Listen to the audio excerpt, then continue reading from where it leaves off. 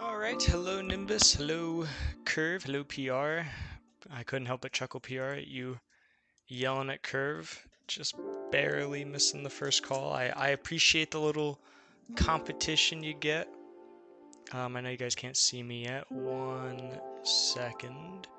Doodly-doo. But yeah, today we are doing I was about to say sponsored, a game request stream. This is by Novita. Skibidi Toilet, haha. This is by Novita, not Resident Sleeper, Citizen Sleeper. I have no idea what this game is about, except that it's pink and it's making me look pink. But that's what we're playing today. I don't know if we're gonna beat it today. We might do it tomorrow. It depends on if I enjoy the game or not. Language English. But yeah, like I said, I don't know what this game is about, so we're just gonna... Oh, choose a class. Operator, or extractor, or machinist. Oh boy. A machinist repairs and modifies automated systems used in industrial resource extraction. Sleepers assigned to machinist work are usually diligent, careful, and structured people. Just jump right in, that's the plan, Stan. Perk, efficient extractor, chance to gain random scrap item on engineer actions. +1 engineer, -1 engage. Operator works with drones and high-precision remote machines to perform complex tasks from a distance. Sleepers assigned to operator are cerebral and precise people. Chance to gain cryo. Don't you know what that means? Or the extractor. Work on resource extraction, often in hard vacuum environments. Sleepers assigned to extractor work are often confident, self-sufficient, and have high levels of endurance. It's not me at all. Sunbathed dice action allows energy recovery at home. No idea what that is. I think I'm going to be an engineer. Or a machinist. Look at that dude with his cannon. I look like am I a robot? Or I'm a cyborg? That person looks like a full-on robot. This guy kind of looks like a human. He's got... Oh, no, that's... Nope, that's just a flesh-colored arm. Okay, looks like we're a robot. I'm gonna go with, machinist. No idea what that actually signifies. But we'll see how it goes. Hope everybody's having a good Thursday, though. I had to do a lot of errands today.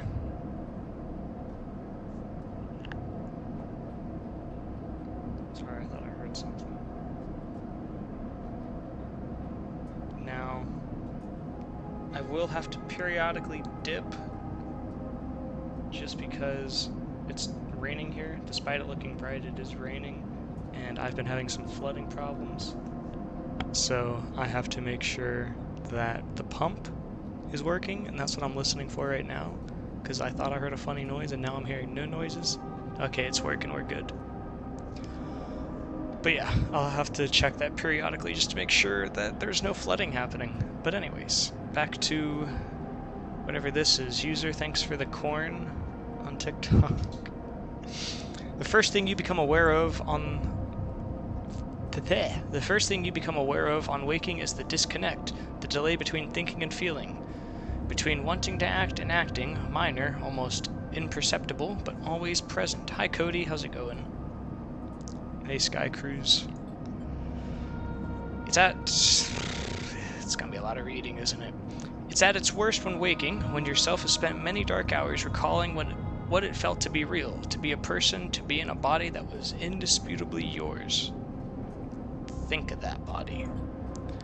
A leap into a cold lake on a hot day, the sting of blood welling from a flesh wound, the friction of a fingertip, all of a sudden the memories are closer than you thought, blaring as you approach until you can't tell one from the other. Doing good? That's good to hear. The cold slips in behind and around you, and the sensations fade out of reach. Perhaps you should be thankful for the dulled nature of this new body, given your circumstances. The walls of the container feel immediately present, cold, hard at your back and face, cramping your limbs. If I'm a robot, how do I have limbs? Thanks for the follow, Cody. Appreciate it. You resist the desire to stretch, knowing that the claustrophobia comes next, and retreat from your little central nervous system. It isn't painful, not like you used to know pain. At least. But we're getting deep into the robot philosophicals here, aren't we? In emergency mode, pain is a message delivered with efficiency and ease, a reminder that harm is imminent. There is no insistent throb, no trembling nerves, just a warning delivered with the banal quality of digital notification. Right now, there are thousands of them. Remember the plan. You mostly remember it wasn't a good plan. Thank you for the likes as well. Appreciate it. Wasn't a good plan, but then your options were limited, and once you got the itch to get out by any means possible, it was either that plan or something much worse. It was at least simple. Collapse the shaft, drift away into chaos, slip into cargo processing, seal yourself into containers, then hope the freighter left before you were missed. That's not a simple plan. Some were lost in shaft. Others never found the meeting point. Only a few made it to the containers, but the freighter, as far as you know, left. Excuse me. That feels like enough to know that you might no longer be on that grim and heartless rock, even if, in the airless hold of a freighter, you might freeze solid long before you reach any destination. Thanks for the coin. That startled me. Goodness gracious. Nice job on that one, Rio. Wait for the cold. That's all there is now. It has been a long time since you left, surely weeks, maybe months. You are dully aware of damage to your legs, your right arm. You have been reserving energy as much as possible, but your body still needed to shut down many of its systems to protect you. You've spent much of that time asleep, knowing that anything else would be impossible to endure. Yikes. You feel the weight of the impossibility begin to gather. It is time to sleep again, to nudge this false body into delta waves in your emulated mind, and once again recoil into a dream of where you were once a person. Rest. There we go. There's the sleeper part of the game. Time passes. The cold creeps further in. You feel something. Warmth. Not true warmth, but the indication of its presence. Your joints release from their rigor. Sound, too, everywhere, screeching and shimmering so loud that your body ducks your hearing to protect its sensors. And then light, white as the cold, softer and softer, until in a haze of dirty yellow a figure appears. You are out. I am out. Cryptocurrency, stored in air-walled sticks and memory sticks known as chits. Okay. Dragos.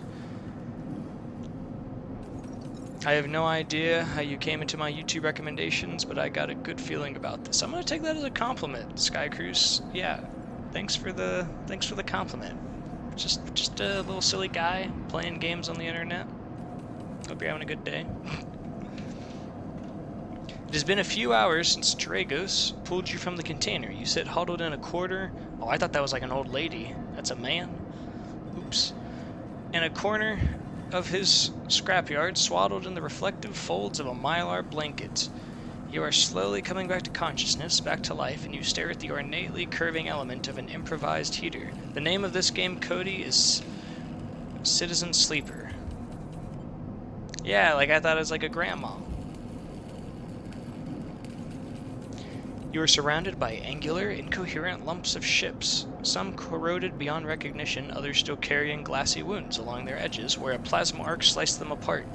As you trace their shapes with fogged eyes, you hear a voice. So, Sleeper, you all thawed yet? Almost. Never seen one of you come in like this. New frames must have better preservance in Sub-Zero vac. Seen more than a few of you frozen solid to hold plates or inside outer locks in my time. They weren't so lucky. Dragos comes into focus, shrouded in makeshift tech, his headset with its glinting eyes of a drone operator. On his shoulder, one of his symbiotically linked drones perches. Look at that little guy. Little spider, its irising eye locking you with an unflinching stare. Is it the voice of Dude Man OG? Because then I'm cool with it. Thanks, Blaze. Gotta go, no worries, Cody. Hope you're doing well, Blaze. Last living sleeper that came through this yard was a while ago. They didn't last long. You struggle to read his expression beneath the tech, but he seems lost in the memory for a moment, or perhaps he is just figuring out what to do with you. What happened to them? He ignores your question. Damn. I won't ask what led you to it, to sell yourself to a corporation, and I suppose you know you can't go back. Your old body, that's theirs now, and you are just software. A rogue emulation illegally possessing corporate property. You're not alone. You remember so we did sell our body to become a cyborg, or not even a cyborg, a robot. Good game. It's got some nice lore building so far. You remember biometrically signing the forms, the cold floor on your feet as you padded to the sleeper cells. Excuse me. A promise of a life off-world. But as you do, you get the now familiar sensation that these aren't your memories. These are things you know, but not things you feel. You are no longer that person. You are an offshoot, a copy. Yeah, this is just Dude Man reading ASMR. What you won't know is what's ahead. At least that last one didn't. There's no easy way to put it. That body of yours is falling apart. It's the same for any sleeper who makes it out. SNOP wants to protect their property. If they can't keep hold of you, well then no one can.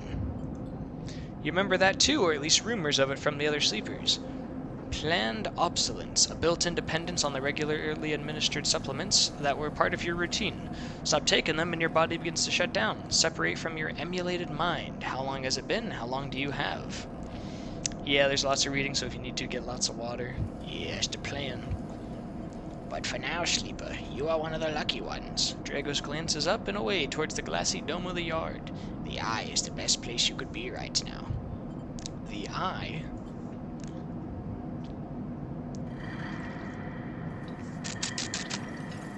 Thanks. Hi, Marble. The station. You'll see soon enough. Dragos immediately shifts his weight. Look, I've got things to be getting on with, he trails off. There's an old freight container I've been using as a storage out in the stacks. We haven't been pulling in much valuable scrap these days, so you are welcome to it. Thanks, Dragos. Nod.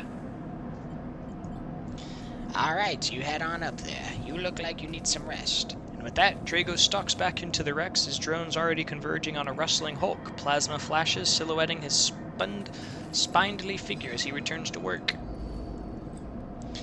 Tutorial introduction. Welcome to Erlin's Eye. Life on the Eye runs in cycles, during which you can talk to characters, explore areas, and perform actions. At the end of each cycle, you need to head to your current home to rest. Resting will move forward time. Head to empty container to rest and end the cycle. You love Dragos already? He seems like a nice little lad. Where? Oh, that's my shelter. Is the Eye just one long rectangle? It seems to be the case. You're home for now. All cycles need to end. Rest and prepare for the next one. Guys, I'm sleeping. I'm a citizen sleeping. I'm a citizen sleeper. You wake up curled in the corner of your container and begin slowly assembling the world around you. After all this time, you still find this body, the one you wake in now, strange and disjointed. Its message is readable, but somehow wrong. You sit up, pulling the mylar blanket close against the cold. Here you are, on this ruined station, millions of miles from anyone you know. Are you still in the system? Did any of the others make it out? It's impossible to know. After all this, what matters? Building a life. Maybe you did get lucky, finding yourself here. Maybe here, on the edge of everything, there's a life for you to build. But before you can build anything, you'll need to learn to survive. Maybe if you can do that, you can make a life for yourself. Dragos left a few comforts in the container. The mylar blanket, the bedroll you slept on, a canister of water, a makeshift stove, and some faded sachets of some desiccated powder. If I'm a robot, I don't think I'd really need to drink water. You thumb the power stud of the stove and begin to boil the water. The contents of the sachets smell like damp wood, and you sprinkle them into the liquid. As the pungent smell washes over you, images from your restless sleep come back to you. A ring, like the station, but skeletal and ghostly. A web of threads pulling at your skin, a constellation of bright polygonal shapes like angular suns burning into your mind. There's something unpleasantly visceral about these images, and it's long after you finish drinking them before they begin to fade. You tidy away the stove as best you can and try to gather enough energy to greet the day. Oh Lord. I'm not going to read this all out loud. I'm going to just speed read this in my head. Condition depletes by 1 segment each cycle, but it can also be damaged. Condition, you will suffer a breakdown. You'll have to figure out how to recover now that you no longer have access to pharmaceuticals. End of each cycle, you roll your action. Can be used to perform actions. Number of dice based on condition. The worse condition, fewer dice. Once you have your dice, you cannot take any further actions. You need to eat to survive. This is represented by energy. Okay, orange is condition, 2 is the dice. So I'm like 60% good right now. Energy depletes by 2 segments each cycle. If it becomes empty, you will be starving. When starving energy loss becomes condition loss, and your condition also deplete at double rate.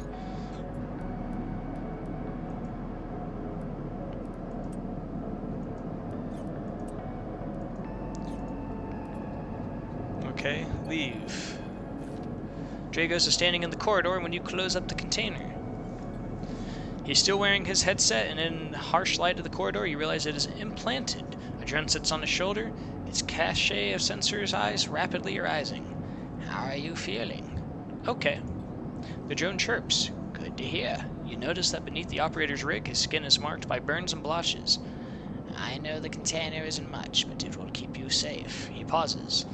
so I'm not going to chit-chat too long. You well enough to work? Sure. Alright then, he nods. At the yard, it's simple stuff. We hack these old holes down and sell them off to the shipyards or the bright market dealers for cryo. Occasionally, we pull out some tech, something with a bit more value.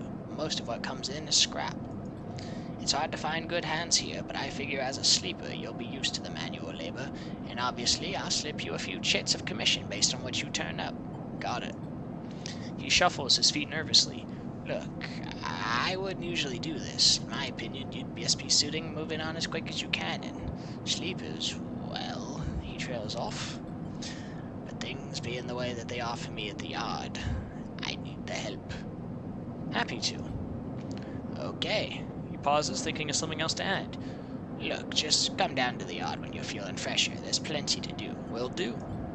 He nods distractedly and turns and walks away, the drone hopping along ahead of him. See you later. Looks like it's time to get to work. Work, work, work, work, work. Can I send him? Oh, is it a giant circle? I see. Dragos' yard. Oh, that's a lot of reading. Actions are... Hull dissection, manual salvage. Actions reward you with clock progress, energy condition, or items depending on their outcome. There are 3 types. Yellow is good, neutral is white. Okay. Action dice affect these outcomes. Oh. Okay. You play dice. Big bucks, all no whammies. I'm a gambler. Okay. Well, I mean, I already lost all my points. I'll gamble all again, though. Yeah, see, I lost again. I lost all 700,000 of my points. Okay, so that's a 50-50 of good or bad. That's a... well, hopefully I got all my bad luck out of the way. Oh, there's more. Shoot. Type either critical or repeatable. Critical actions can be performed once. Risk, safe, risky, or danger. Safe, no loss of condition. Negative outcome means loss. Danger means... okay. Skill that the action requires. Engineer, interface, endure. Intuit or engage. I'm yawning, sorry. That's how I breathe. This is added to the action dice. Some actions require a +1. Well, I'm an engineer, so this seems like the easy one to do. A debt called in. Dragos is tied up in something ugly, and if he misses a payment or two, things could get nasty. Every salvager knows they are always just one lucky haul away from their next payday. Even the rustiest hole can hide valuable components and materials. Extracting them means cutting carefully and skillfully. I'm gonna push my luck on the... I'm gonna gamble right away.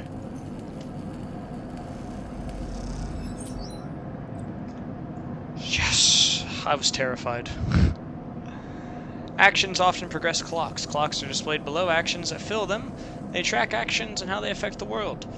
Filling a clock means good or bad is about to happen. Some clocks, such as the one tracking debt, are cycle clocks. These tick themselves once each cycle and compete without player input. I don't know if it's a thrill. I hate gambling. Wait, so do I just do it again? Or do I just use another block? It's going to take some time to sort and cut your way through the towers of salvage, but you are no stranger to hard labor.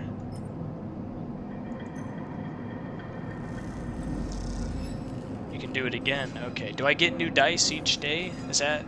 I might have misunderstood that part. Citizen Sleeper, you unlock drives. Okay. As you discover... Do I save dice? Do dice roll over each day, or is it new dice every day? You unlock drives as you discover more about yourself in the world. Drives guide you... They roll over. Cool. Drives guide you pursuing specific objectives depending on... Well, I'll find out. I'm just keeping this yellow dice. You can track drives in any... Okay.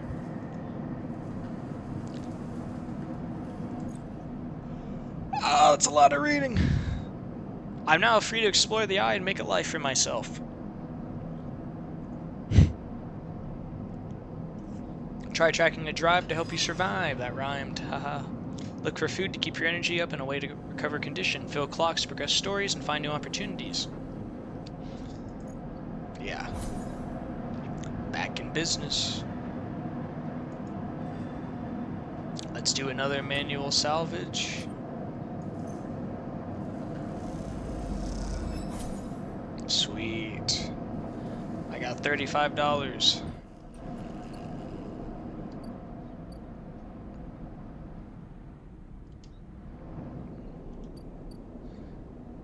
Let's whoa, that's a lot of things now to press. Old dock terminal. Oh, this is something else entirely. I keep trying to press escape to go back. The market.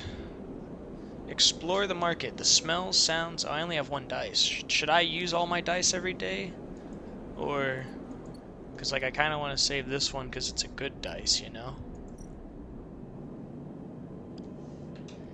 After some spacers cause trouble, Yatanas impose a toll. No one gets in without paying. Well, I can't even afford that.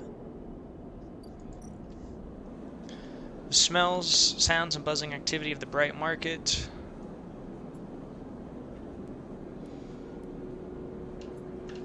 Okay, well, I'm not going to explore the market today. Let's go back to Dragos' yard and we'll just do a good whole dissection. That's 100% positive. I don't want to waste it on that. Dock 2B. It takes several cycles to reach the Starward Belt and return with scraps from the old...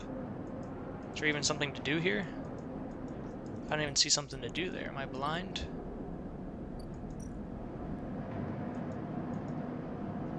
Later on. Okay. That makes more sense. Rotunda. Explore the Rotunda. Steal dock plans. Having security has to have plans. Stealing them would be the fastest way to get to know this place and the most dangerous.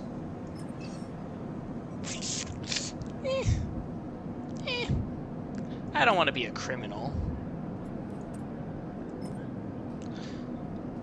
The rotunda of the old dock is filled with passageways and concourses leading to all kinds of docking bays. Okay. The market. Why is Citizen so sleepy? He tried to pull an all-nighter. The smell sounds. Why wonder when there are hundreds of people that live and work with the bright market? All you need to do is the courage. Be courageous! Ask them! The worst they can say is no. Oh! I don't like this game. You end up at a drink stall, debating the finger points of the Solheim collapse. You try to remember all the tips your companions offer you. Local knowledge. The bright market is the busiest part of the ice. You can find anything and everything here. Well, now I have... max. What do I do now that I'm maxed out? Also, how you doing, folks? Do I have to, like, wait a day? Or did I miss that part? Oh, now I have... Look at this! Slum Doctor. Next comes the call from the enforcer at the door. You shuffle down the flickering hallway towards the open apartment door. You keep your head down and your shoulders high in the queue. Try not to bring attention to yourself. Woke, not feel very woke. Well, a Citizen Sleeper is the place for you to be, my friend. You can listen to Dude ASMR while I just read and complain about my gambling habits. You were very thankful for the tip-off that a doctor was operating out of this place, but now that you are here, you aren't so sure. The gang enforcer on the door, the flickering light strips, the decaying hab block, they have all made the long queue a test of your nerve. But your options are few, and without supply of stabilizer this body, your body will die. You suppress a shiver and shuffle forward to the front of the queue. You try to find yourself something to distract. Look inside. You lean against the door frame and look into the apartment. The entryway is dark, punctuated by the green indicators of stacks of sealed containers. You lean in and see amber light filtering through a far doorway, screened with plastic sheeting, beyond which blurred shapes move. The slap of the enforcer's palm against the doorway jerks you awake. Wait your turn, he growls. After a few moments, a figure pushes through the doorway and you catch a distant voice. Send the next one in, Toshiro. I'm not going to give anybody a voice until I see him, unless it's just like a guard, then I'll just make him a big brute. Forcer jerks his head and you slip inside, passing through the dark entryway and pushing through the plastic sheeting on the far door.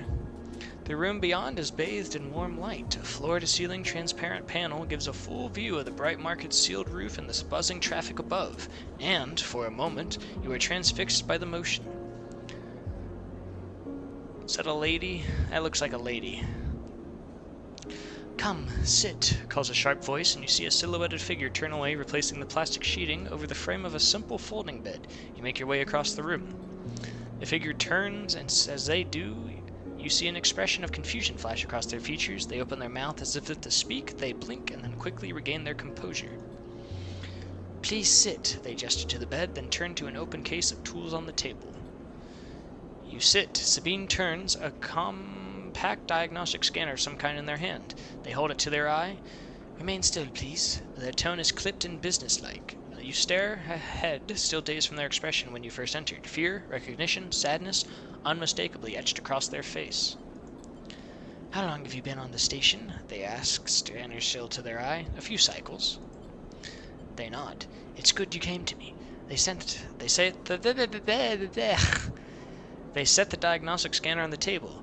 I'm going to start by assuming you don't know anything." They take your arm and roll up your sleeve, inspecting your synthetic skin. "Your body is dying." They say it without ceremony, without drama, but not without empathy. "Astronop doesn't like those to see its proprietary technology let loose. To prevent bodies like yours, frames as they call them, from being stolen, repurposed or in your case escaping, they built in a process of so-called planned obsolescence. Frames decay rapidly when not regularly injected with stabilizer, one which Astronop remains the sole producer of." They look up. "Sound familiar? How do you know this?" They shift in their seat. "You aren't the first sleeper I've encountered." You wait for more, but they go back to their inspection. They swap to your other arm, running some thin metal device over your skin. You feel your forearm tremble. "I'm sorry," Sabine says, and you are unsure if they mean for the cold touch of the metal or everything else. "Emulations like you, sleepers, most people know you, aren't classified as people in any of the surrogate systems. You have no rights, no status." They focus hard on the inspection of your arm, and Astronop has no reason to release stabilizer into the market. Sabine looks up as if to apologize again, but they stop themselves. "I know little of this is of use to you." They turn away, disassembling the metal instrument and cleaning it. Silence fills the room as Sabine works, and silence gives way to tension. You stare at their back, willing them to say something, anything. Sabine turns to face you. "I may be able to help." They sigh, and you see the darkness under their eyes, hear the fatigue in their voice. They gesture to the door. "You saw Toshiro outside?" You nod. "He works for my benefactor, Yatagan. They are influential in the low end. They give me the space to work, run the door, and take the profits. At the same time, I have to fix up their enforcers, tend to their implants, sew up their wounds." They look away. "But Yatagan has connections. Smugglers from the Starward Belt, mercenaries working for the corporations on Ember. If they can source the stabilizer, maybe you'll have a better chance." Sabine sets down their slate, their notes complete. This is dangerous and it'll be expensive, but I think we can do it. Why help me?" Sabine walks toward the window, their face dappled by the shadows of passing drones. "Let's just see if this works first. I'll let you know when I have a lead." You nod and leave, Sabine still staring out, unmoving. When you reach the lower level of the market, you look back up through the panels of the roof. To see if you can see their face, but the room looks dark against the lights of the market. You duck your head and walk off into the crowd. Street food vendor. Memphis is busy, his broad face uplift by the makeshift gas burner in front of him. With precise, delicate movements, he lays thick chunks of marinated fungus into a dented wok, his other hand idly tossing a metal bowl of sliced vegetables and some red fleck dressing. The smell is incredible. You watch as he fulfills a set of orders, heaping the fungus with the bright salad and depositing it in plastic trays. Are there multiple endings in this, Novita? Or is this like a linear game? Carissa, thanks for the like. A stack of chits rattles in his apron pocket as the customers file past the burner, handing over payment. Multiple endings, I'm guessing, not linear. Watch. Despite the queue, Memphis doesn't rush. He dresses each portion individually, squeezing precise slugs of liquid from an assortment of bottles into a bowl of torn leaves and bright slices tossed before tossing them loosely together. Occasionally, a waiting customer might mutter something about efficiency, but Memphis remains steady in his process. After a while, the cue fades back into the crowd and Memphis sits down his metal bowl and looks up across the burner to see you watching him. I can feel your eyes burning a hole in my bowl. Free sample? Sure. He gestures neatly. Come over. The smell is almost unbearably strong as he cooks, the earthiness of the fungus laced with something so spicy the smoke makes your eyes water. The heat from the burner is like a bonfire and your skin hardens in its glare. I know you sleepers, Memphis says while he cooks, his voice deep but clear. Oh, see, I knew he had a deep voice. Not just because he's a big macho man. A hard life. A lot of stories. He glances up from beneath his cap with piercing eyes. I know. Tell him a story. You begin to tell him about your journey to the Eye, and he nods as he cooks, his eyes never leaving his work. You tell him of the confusion, the pain, but also the sense of possibility in its sudden arrival.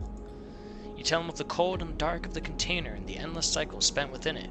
Now it seems you tell him like some dream that you once had but can never forget. Oh, you tell him that the Eye excites you and scares you and you are unsure where to walk, where to look, what to do. Eventually you tail off, running out of words. He places a plastic tray of steaming fungus in your hand. Next time we can talk some more. He smiles. But next time, you pay. He slams a heavy hand against a button on the burner side and it shuts off. The roar of the flame and its oppressive heat fades. Next time then, sleeper. He waves you away and begins to oil the walk. Before you turn back to the alley, you notice the geometric patterns of circular scars across his forearms, each surrounded with a constellation of glinting pin marks. You walk away, and as you do, you take a bite of the rich, spicy, delicately sweet fungus. Your taste sensors light up like a fusion reactor. You'll be back.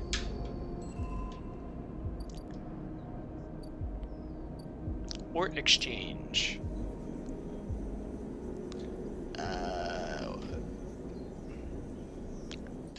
Can't really do that, because free food, we love free food. Alright, bedtime, right? I should go to bed, since I have no dice, right? Like, unless I want to, like, talk to somebody, I can't do any more actions. What is this area? Oh. Okay. Sleep.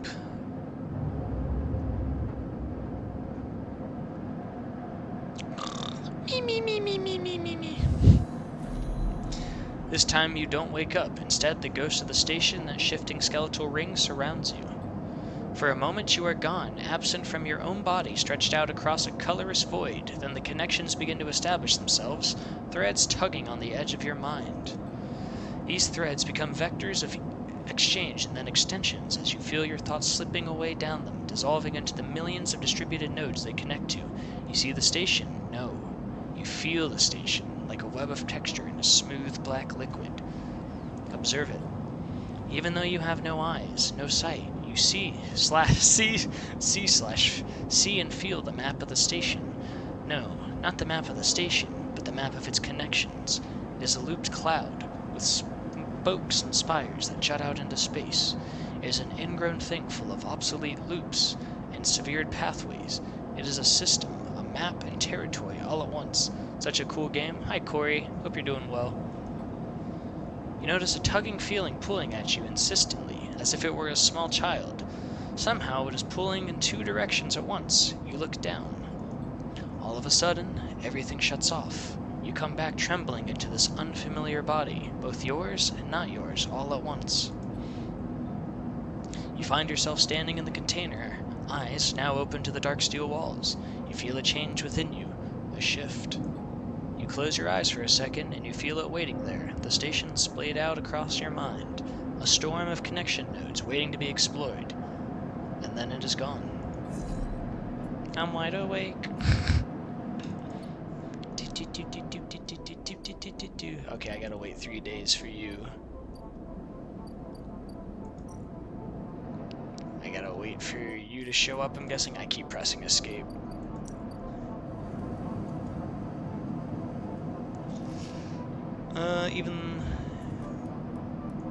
Let's do some hull dissection.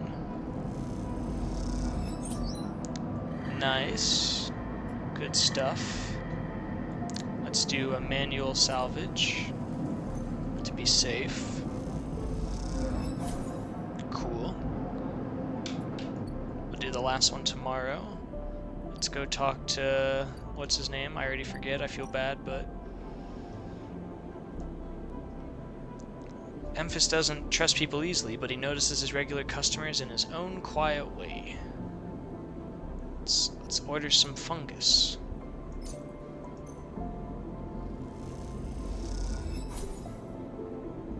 Plus fungus fan. Yeah, I just gotta wait for her. Got it. Ort exchange. The Ort exchange is always hungry. That's selling components. Play the exchange. The flow of chits and components in the exchange is complex, but a sharp eye and some tight trades can net you a good margin. Let's ignore that. Let's go down to the shipyard. The only way to get to know the shipyard is to work there. No tourists here. Assist a shipbuilder. You don't have connections, but you do have skills. If you can get a shipbuilder to notice them, you might be in. 100% success versus... Oh, still 100%? Which would be better? I guess if this is a dangerous one, it's 100% success though, so...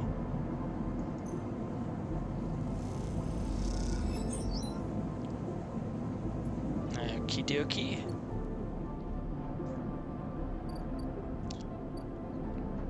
It's neat though. I like it so far. Not... There's a bit of a break between the reading. It's not just reading, which I like. It gives me a little bit of time to catch my breath. As I say as I have to read more.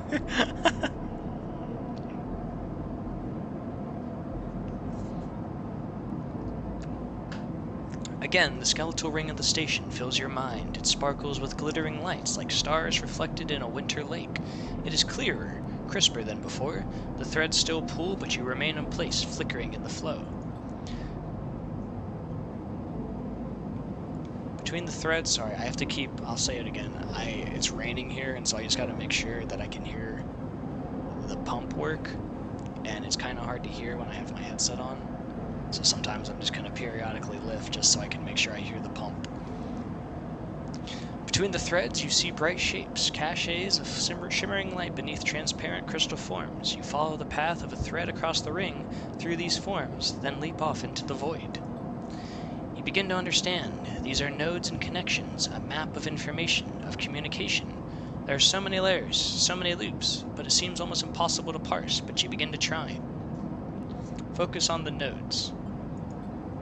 The nodes are glassy, bright, but in all this flow, the only solid and fixed points. You approach one, a pyramid, or a triangle, dimensions are difficult here, and lean close to it. Inside, shifting layers conceal a tangle of threads, a meeting point of exchange.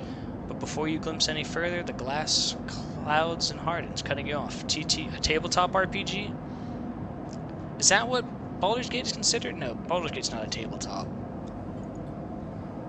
That's a different one. CRPG. Too many RPG acronyms.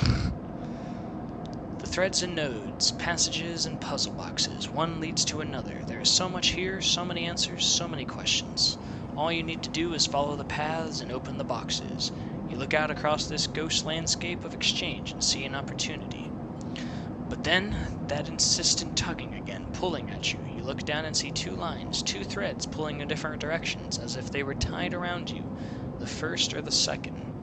We're gonna go with the second. The second thread leads in, pulling deep into the station. Your gaze follows it, and this time you see something. A sphere shimmering above a strange angular body. A pulse shoots out from it, passing over you like a torch beam, testing you. Tasting you. The first thread leads out away from the station into the inky black. Someone out there is tracking you, hunting you, following the thread to you. They are in a ship, and the ship is approaching ever closer with each cycle. You open your eyes. Time is short. Hunted. Someone out there is tracking. Ugh. Yikes. That's not good. Tutorial The Cloud. Something has changed inside you. You can now access the data cloud of the Eye, a network of protocols and caches. While there you can use dice and items to extract. Be careful, these networks are old and strange. Click the Eye button at the top to toggle this view on and off. Huh? Ow, this hurts my brain. Data actions allow you to extract data networks from the networks of the Eye. I just said the same words like 3 times. They work like dice, but in order you must match your dice to the one displayed. It's like the Matrix. I'm Neo. If you have a +1 or 2 modifier in the interface skill, you'll be given more possible dice to match. You can use any dice that matches the dice displayed. Once unlocked, the data can be extracted. Well, it needs a 1 dice. I have a 1 dice. A lone connection feeds into this isolated node. Its last access is 1,000 cycles ago. Bypass. Extract data. +1. A stream of passcodes able to unlock the station's aging mag. Is that something I'll just use later? Don't even worry about it.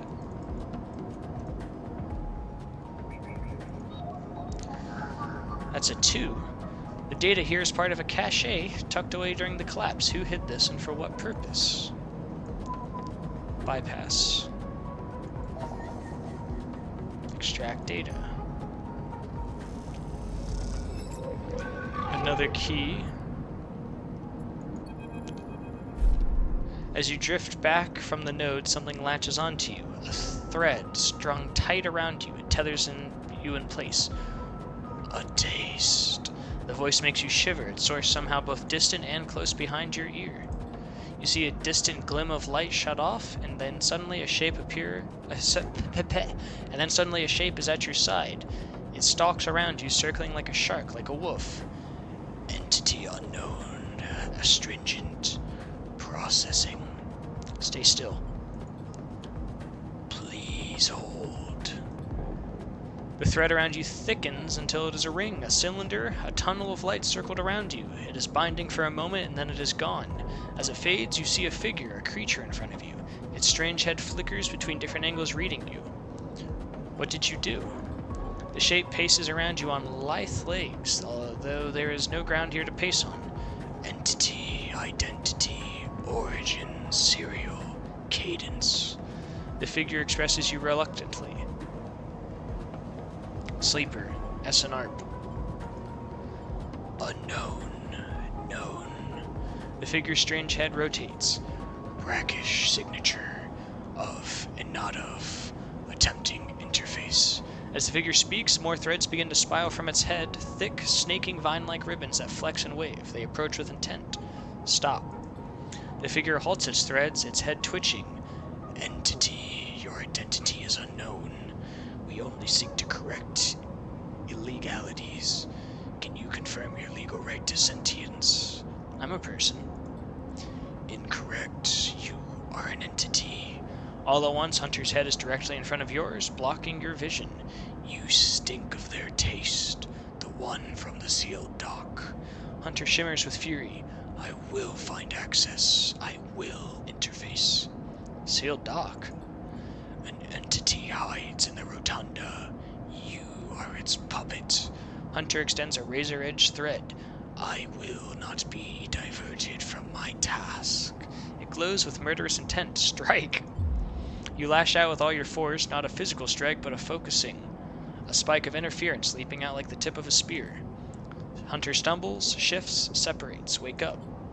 You open your eyes, blinking back into the station light, shaking with fear.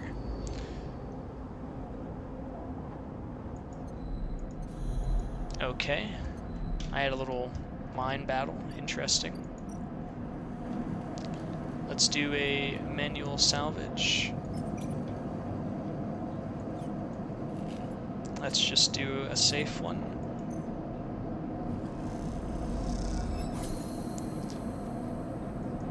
And now, every salvager knows they are always just one lucky haul away from their next payday. I keep pressing escape. So did I do it? Dragos. You arrive into a buzz of activity at the yard. Red blinking lights flash across a vast dark shape suspended below the drone. I already forget his voice. I'm not gonna lie. They flicker across scorched hull plates and bent structures, spilling from holes in the twisted shape. The cutter is huge and has been torn apart in some violent encounter. She's a beauty, isn't she? Drago stands to the side, focused on the hulking side as it's lowered into the yard. What is it? Dragos laughs. That, my friend, is A-grade scrap. I should thank you. The place was on its last legs when you turned up, and now look at this. The ship descends slowly, its interior visible through multiple hull breaches. You struggle to gather the same enthusiasm as Dragos for this monstrous craft. You can't help but think of what became of its crew. Stay silent. Believe it or not, I managed to convince our salvager friends to give it to me on credit. He glances at you, the ship creaking like a calving iceberg as it reaches at the base of the yard. Dragos is visibly excited. I know I said you shouldn't stick around, but I'm gonna need some help with this one. The drones start to crawl over the hulk, their lights illuminating flashes and dented hull. Watching you wonder if you arrived in a similar fashion, locked inside that container, the wreck of the S-armed freighter lowered into the... Sorry, I read that all wrong. Watching, you wonder if you arrived in a similar fashion, locked inside that container, the wreck of the S-armed freighter lowered into the yard like a corpse, ready to be butchered? Was the container delivered to Dragos on its own, a womb for your rebirth into this strange station? You shudder. Perhaps if you could learn something about this ship, you might be able to trace the path that led you to this yard. Dragos squeezes your shoulder. After these past cycles, I think we are up to it. What do you think? You see the fading name of the ship and blaz on the side, Winter's Light. Stay silent. A real beauty, Dragos repeats, just perhaps to himself. You take one last look at the shattered ship as the drones start cutting and then slip out of the yard, feeling suddenly cold in the empty passage. Upgrade point plus drive. You've completed your first drive. Each drive unlocked completes an upgrade to spend on your character. Okie dokie. Okie dokie.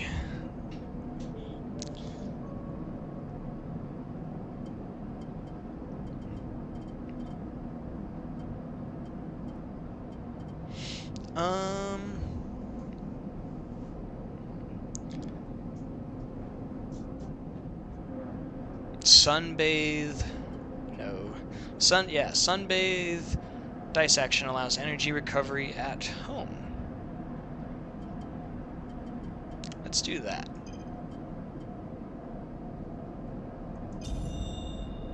I can photosynthesize. Sweet. I can't do it right now though, probably because I don't have any dice. Yeah.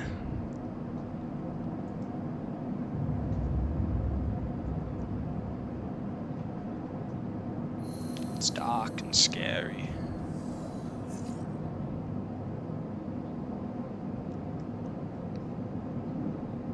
Oh geez, they're all just one? Okay, well, let's sunbathe and see how much it does. That only does one? Okay. As you close up, a voice echoes down the corridor to you. Sleeper, wait up! Turn. Feng is coming down the corridor towards you, a wonky grin on his broad face. Hey, glad I caught you! Do I know you? He grins. You do now? He puts a hand on your arm. I've seen you hanging around, just want to chat.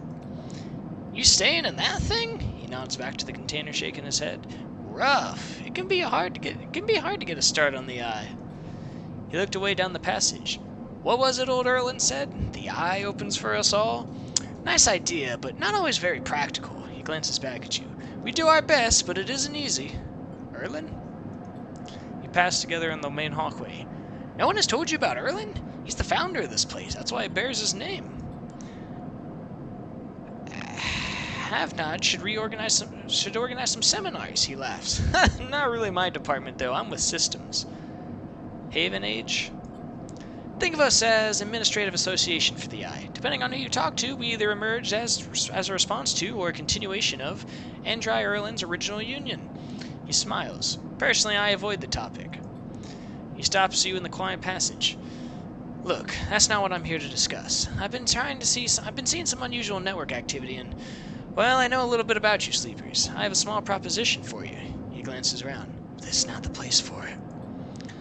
I have an office just across the way. Give me a cycle or two to prepare, then when you're settled, stop by. He lowers his voice and gives you a dark look. In truth, I need you.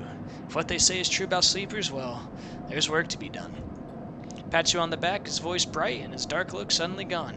Stay clean, sleeper. Walks down the passage, raising a hand in farewell. Bye.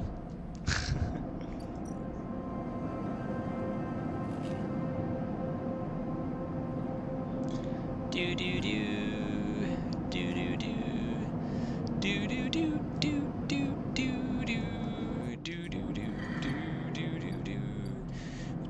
do do do do do. Do do do do do. Let's explore the rotunda.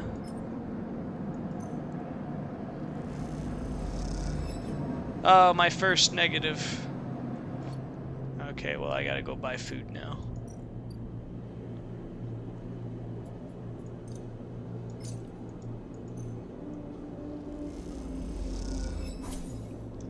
There we go, good energy. Sabine. The first thing you see on entering is the glint of Toshiro's implants, like a cat's eyes in the dark corridor. In the dark of the corridor, he nods you in as you arrive at Sabine's door. The entryway is still dark, and you push through the sheeting into the surgery. Hey, Tuba, how's it going? I have it. Sabine stands with the case open in front of him, a set of vials lined up inside, separated by foam inserts.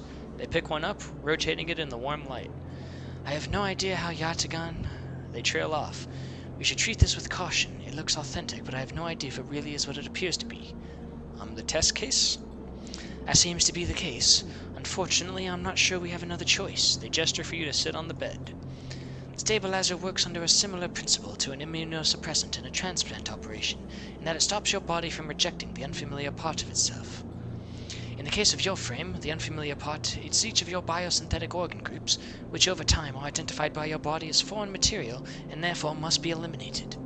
Sabine holds up a vial of the would-be stabilizer. However, unlike an immunosuppressant, the stabilizer doesn't do this by limiting your entire immune system. Instead, it recodes your biosynthetic organs with new protein chains which act as passcodes with your immune system. The stabilizer refreshes those passcodes, keeping your frame from rejecting all of its own organs, which means the stabilizer should be able to encode any organic and biosynthetic matter to be accepted by your immune system. They glance away. At least, if the stabilizer is genuine, the only way to know for sure is to inject the vial. They begin readying the syringe. I will start with a small dose to limit the risk. I don't have a choice. I think you are right. Sabine cracks the glass neck of the stabilizer vial and uses a syringe to extract a fraction of the liquid. They tap the syringe and you watch as if any sign might emerge from the clear liquid. You barely feel the needle, your frame registering the initial injection with little response. A sensation begins to spread through the site, a fizzing, trembling wave that disperses through your arm with incredible speed. Your vision goes white, and when it returns, Sabine appears encased in shards of sparkling light that slowly fade into darkness as you settle back against the bed. You swim in darkness, muffled noises like an argument heard from underwater, prickling waves of cold. When you sit back up, at Sabine is sitting in a chair, facing away from you, backlit by the glow of their slate. Sorry, I keep going back to the previous lines, my bad. Are you awake? Yes. The stabilizer is genuine. They sit down beside the bed. I don't know how Yatagan acquired a case of this stuff, but they did. Sabine looks troubled, distracted. You should rest some more, but you are going to have to do that somewhere else. They gesture to the door. I have other patients. Sorry. Sabine nods towards the case. I'm afraid I can't offer you any more doses. You are going to need to pay for your next dose. Silence fills the room and they return to their glowing slate. Looking around the room, it seems different somehow, as if things have been moved or shifted. You wonder how long you've been out. Sabine? Nothing comes free, sleeper. Remember that. You manage to get to your feet and wander out into the hallway. The queue stretches down the flickering corridor. Toshiro stands impatiently by the door and fixes you with a glare as you leave. You lower your eyes as you stumble past, somehow faintly aware of the station spinning beneath you. Oh, wow, I'm pretty good. Oh, yeah, I feel good. I feel real good. Ow. I feel good. You don't have connections, but you do have skills. You can get a shipbuilder to notice them. You might be in.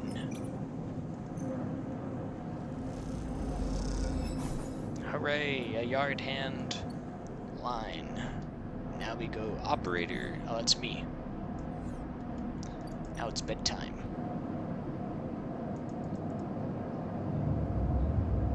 Why do I only have 3 dice slots now? Or is it because of my health? Will I have 5 dice now? I will. Huzzah. Fang. Sleeper! Fang catches your attention as you approach the Haven Age building, leaning against a bay door to the side of the entrance. You approach. Easier to come in this way. Security, all that. He gives you a look. You know. He slams a button and the bay creaks open, blinking lights in the dark behind it. You follow Fang inside. Truth be told, I don't spend too much time upstairs. This is where I work. The door hisses as it closes behind you. The bay is filled with pieces of hardware, all rigged up to generators and diagnostic slates and things you don't recognize that glow with blue screen light. There is a chorus of hums that blend into a single wave of static, filling the dark corners of the room. Fang leans on a server stack and gestures around. You like it? What is all this? He taps a nearby server stack, which bleeps in response. This is my treasure trove, all dredged up from this sea of systems we call the Eye. You wouldn't believe what this place runs on. He steps over to a towering block speckled with vents. Some of these systems are from the original station, AE-1, the one Solheim built. We had to invent some new components, repair some things we never built, reverse engineer entire subsystems into existence. Residents here look up at the Eye and think they are seeing a constant concrete reality, but this place is a system in constant flux, decaying and growing, collapsing into new configurations. Walks down between the hardware stacks and you follow, keeping this place alive, but also remaking it into something new, dragging it away from those corporate origins. He stops.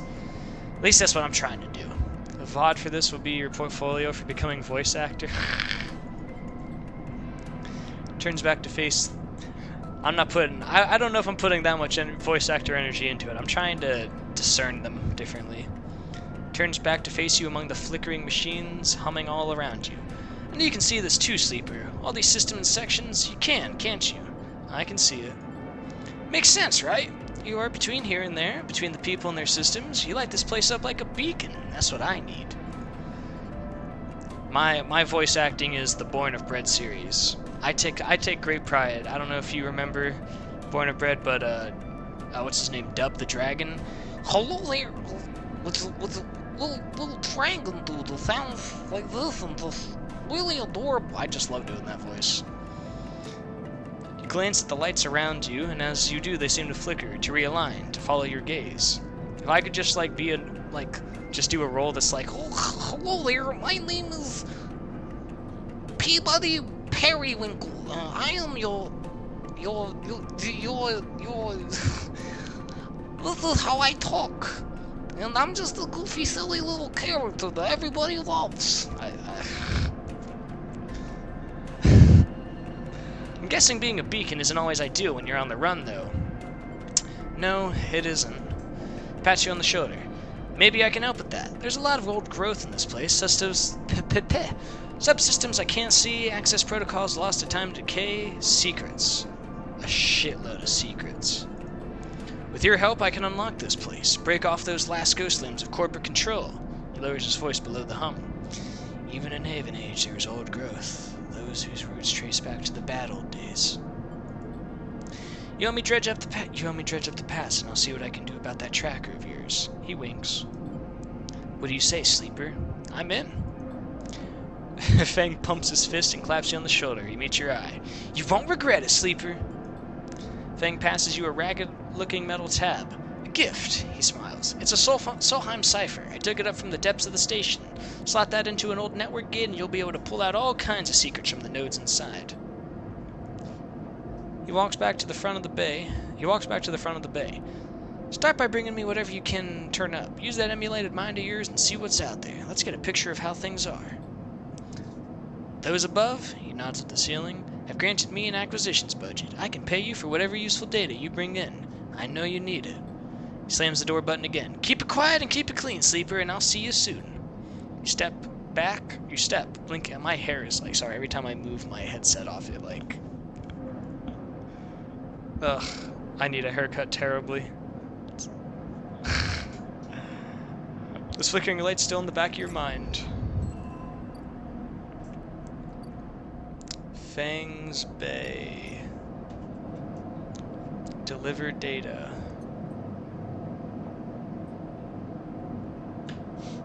So, I probably shouldn't pay him with the one that he just gave me is my guess. How do I eyeball?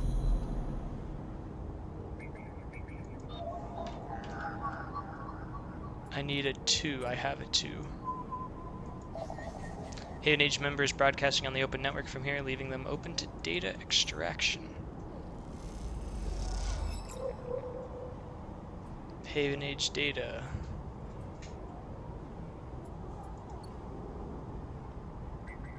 Haven Age gate. I need something to get past that. Am I able... you can tell me, Novita, am I able to go through the whole... do I get to go on the whole ship, or is it just, like, this little part? Is there more? Solheim Gate.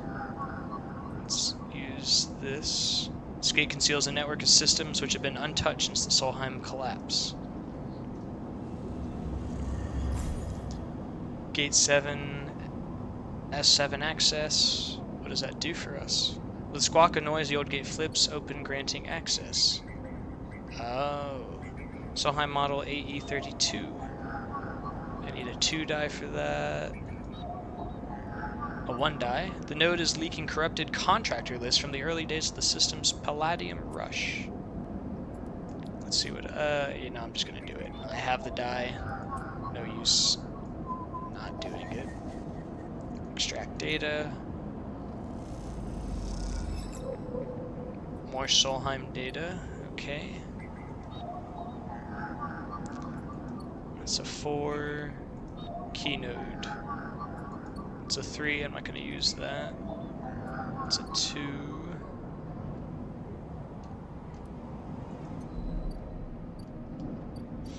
Let's go back to the shipyard.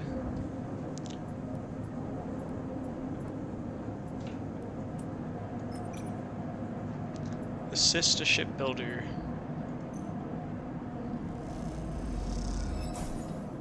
Cool. Did it right.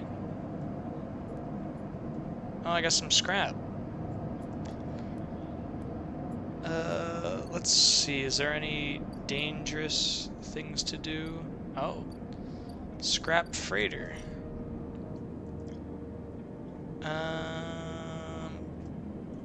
Buy some scrap. Most of what comes in. What? Why would I want to buy some scrap? The freighter crew are eager to get their payload into the ore exchange, and they'll pay a wage anyone willing to help them.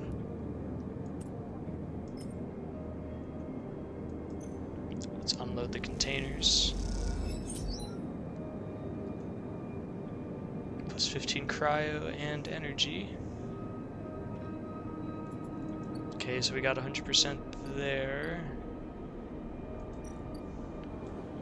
Sabine is selling you a case of the stabilizer. You haven't been able to talk. Okay, so I need 100 for that. Still waiting for that. Nothing I can do about getting hunted. Let's go back to Dragos. Shipbreaking is tougher than slicing up loose salvage, but Dragos is happy to pay you a fixed wage if you are up to it, which I am.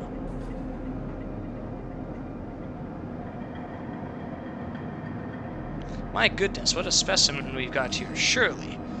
Sorry, I can do better. My goodness, what a specimen we've got here. Surely this is the finest hair on Twitch. How you doing? I need a haircut though. I'm getting to mullet phase, and mullet phase is not good phase, especially if I'm starting my government job. I don't think they want me working with people with a mullet.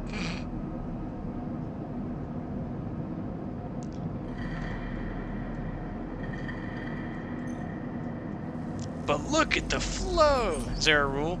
I don't know if there's a rule for... I don't know if there's like a hair dress code.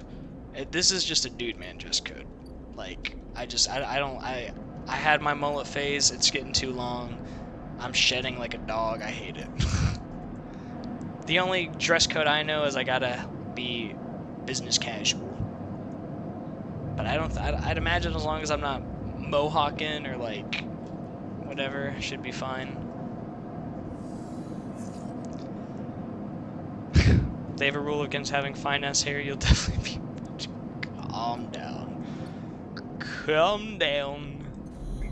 Solheim node 2, needed 2. A Solheim daemon attempts to protect this node, squeaking out protective protocols like a mantra. Bypass. Extract data. Coolio. Haven Age agent. Another 2. Very well, I'll calm down, sweetie. I have the receipts. I have all the receipts. Did I click? I forgot to click extract data. Oops. Wire data. Cool. I'm not gonna mess with the Yatagan agent. A 1. This node pulses faintly as it mines cryo at a glacial pace, abandoned the hacker that repurposed it. I am probably making the hunter angry, but it's fine. I hope. Oh yeah, he's almost awake. Fang will pay well for any Solheim data. From the Isolde systems, what he does with it is anyone's guess. I only want him to take 1. I don't want him to have all 3. I want to keep one of them.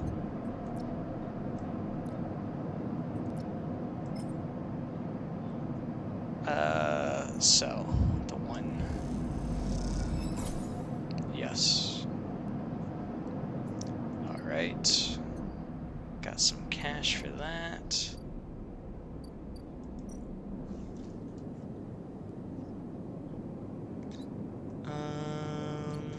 What else do we want to do?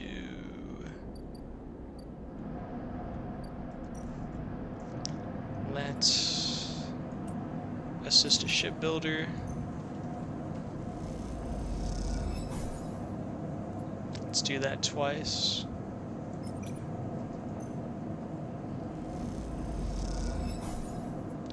Good.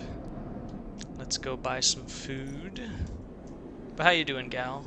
Hope you're having a good Thursday. I appreciate the hair compliments, thank you. Amphis, give me some of those fungi. Yummy.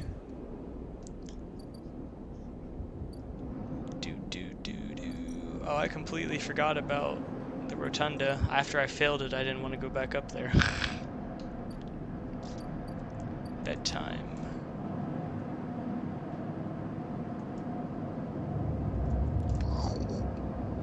Uh-oh. Another black screen, that's not good.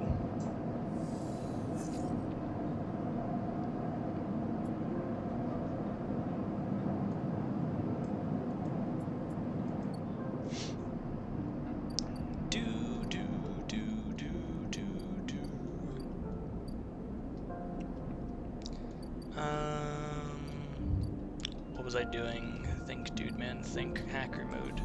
I'm not gonna be doing any hacking because that's still shiny and scary.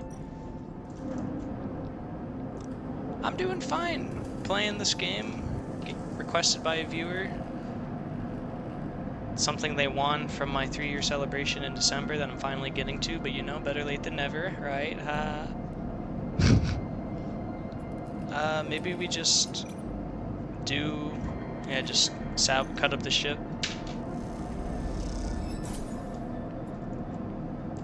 I think that's a good idea, just cut it up.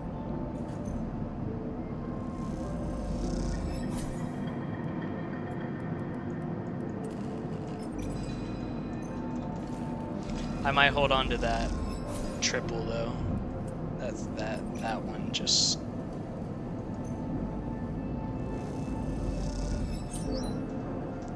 One more and we'll be good to go. Do it tomorrow. Or I could do the shipyard actually. Let's see. One more for that and one more for that. Pretty good stuff. I could buy... That's the wrong thing. I could buy a stabilizer right now. I don't want to use it though.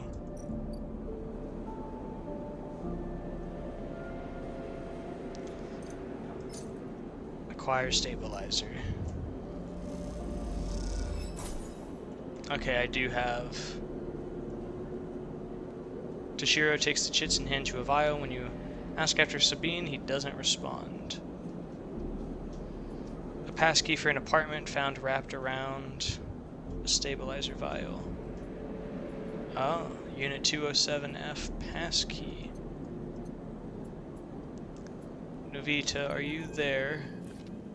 I have a question, if you are. As you quickly leave the surgery, eager to be away from Toshiro's glare, you notice something wrapped around the stabilizer vial, clutched tightly in your hand. You open your hand and a thin film, marked with holes and sigils, unrolls from around the vial.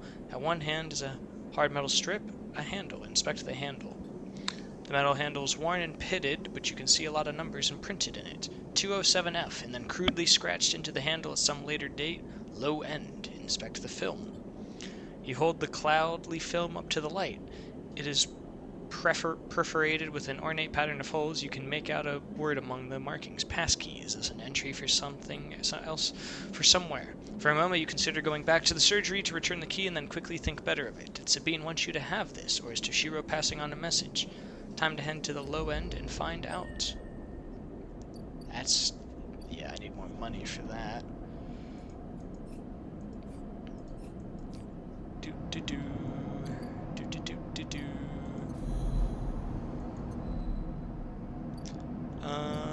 Upgrades available. Cool. Use scrap components at home to repair condition.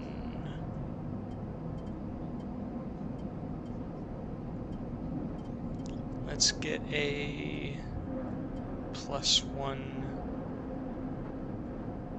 for endure.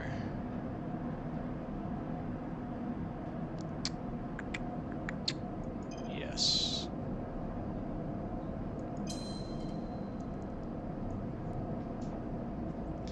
Yes. +1 to that. And now we sleep. Good night.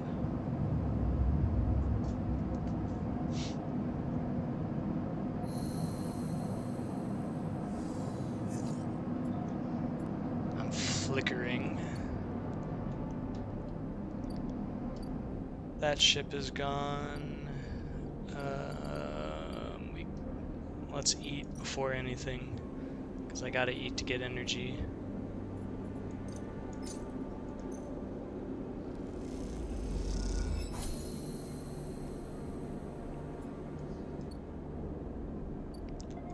Something to do with Emphis now? Sleeper! Sleeper. Emphis calls out to you, a booming voice that echoes through the corridor. Tell me a story. He throws a handful of chopped mushrooms into his wok, a fire leaping up. I see you. Cycle in, cycle out, but we never speak. Tell me a story. What kind? Any kind. He pauses to drizzle something from a plastic bottle onto the wok. One of yours. He looks up at you. Nothing stolen. Pause, the spices rich in your nostrils, and think about the kind of story you'd like to tell Emphis. You look at Emphis, the listener, and imagine he has heard it all before. Perhaps he would enjoy a strange story, something with some spice. Tell him about your dreams. All the sleepers, you tell Emphis, had dreams. Some were simple, memories left over from before the emulation process that had become tangled up in their minds and would come out when they slept. It wasn't rare to hear a sleeper in the dorm scream or cry out in the night. But your dreams, those gray skeletal after images of systems and structures, of threads and patterns, weren't like the others. They weren't memories or nightmares, they were reflections of reality, distorted, yes, but somehow true. You learned back then to keep quiet about them, to let them flow through your mind like water. That was until now, until you've arrived in this place. Now your dreams colonize your waking life. They sleep behind your eyelids with every blink. And now you understand they aren't dreams at all, but some process of interfacing, of speaking, of living in another world that flows through this one, like smoke through air.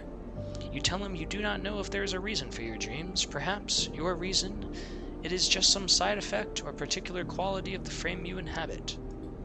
But whatever it is a gift, and you hope to make use of it. Memphis finishes cooking and squints a little at you. Sleeper, he smiles. You are quite the storyteller. He eyes you, and you realize that he's trying to gauge how honest you have been in your story. Memphis passes you the meal he has cooked, and you take it gracefully. As you eat, he talks, a natural exchange. Thank you, Sleeper. He looks around at the empty market. My time is done for today, and I do not want to keep you longer, so I will make a proposal.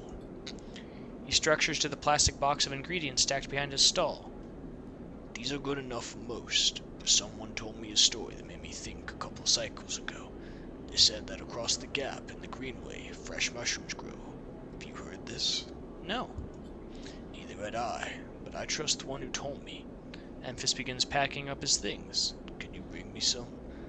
I cannot cross the gap and I worry about leaving my things behind. He smiles. I'm sure a storyteller like you could handle the trip. I will prepare them for you, and if you wish to tell it, be the audience for another story. Sure. Good. Memphis booms. Then I will wait for you to bring them. Memphis slides his walk away and straightens up. I will prepare a recipe then, Sleeper. Good luck with your foraging.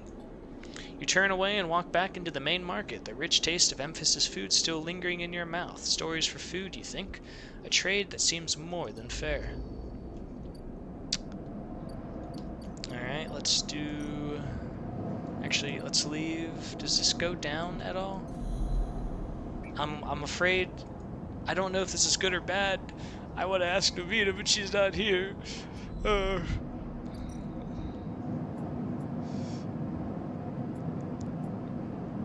It's the wrong thing.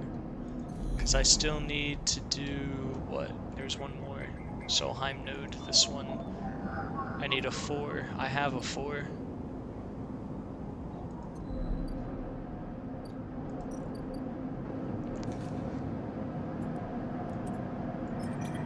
%50 success, 50% negative. Let's take the shot.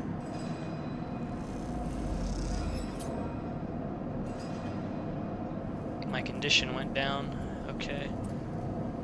Looks like I gotta go with the success, unfortunately.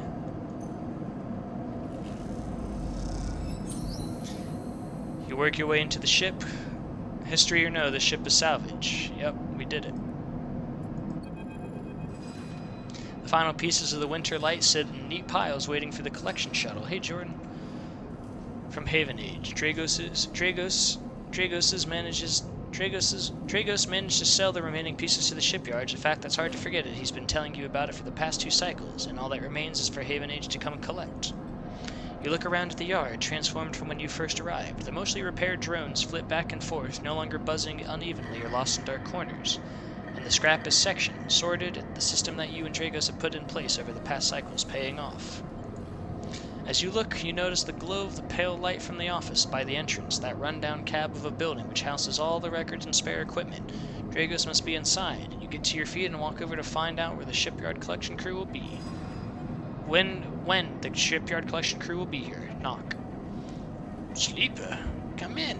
You swing the door open and walk in. Dragos is sitting at the small metal desk. The shipyards told me they'd be here soon. They'll hand over the chits and we are set. He writes something off with a stylus on his slate, then shuts it off. Of course, we should talk about a bonus. He stands and turns to face you, his face placid. Look, I don't know when the next job is coming in, but this should tide you over for now. He hands open his hand to reveal a stack of chits. Take them.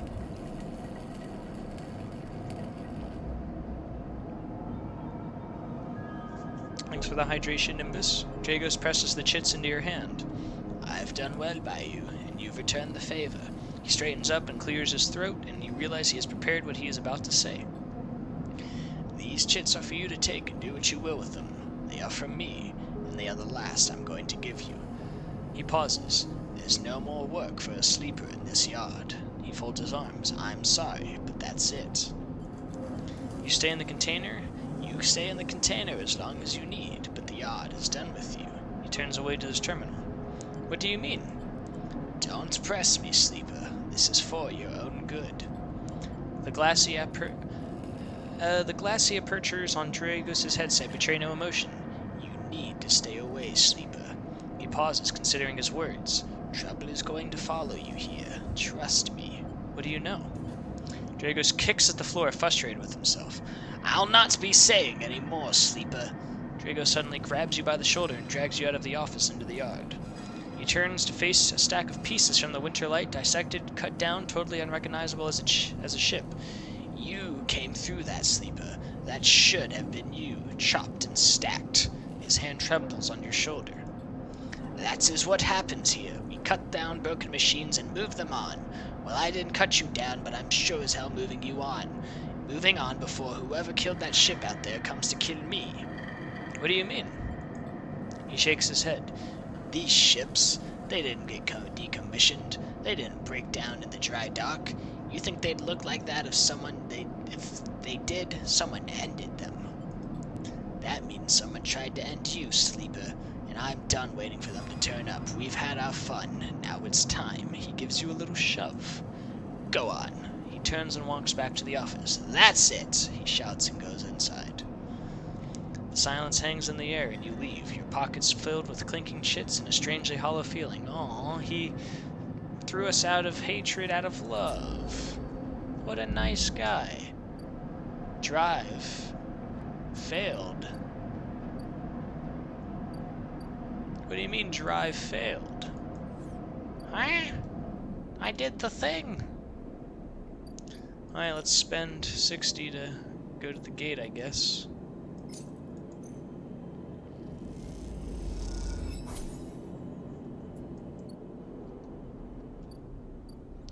Low end in Unit 207F.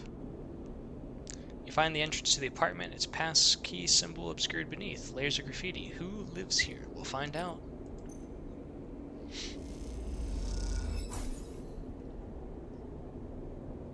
Continue.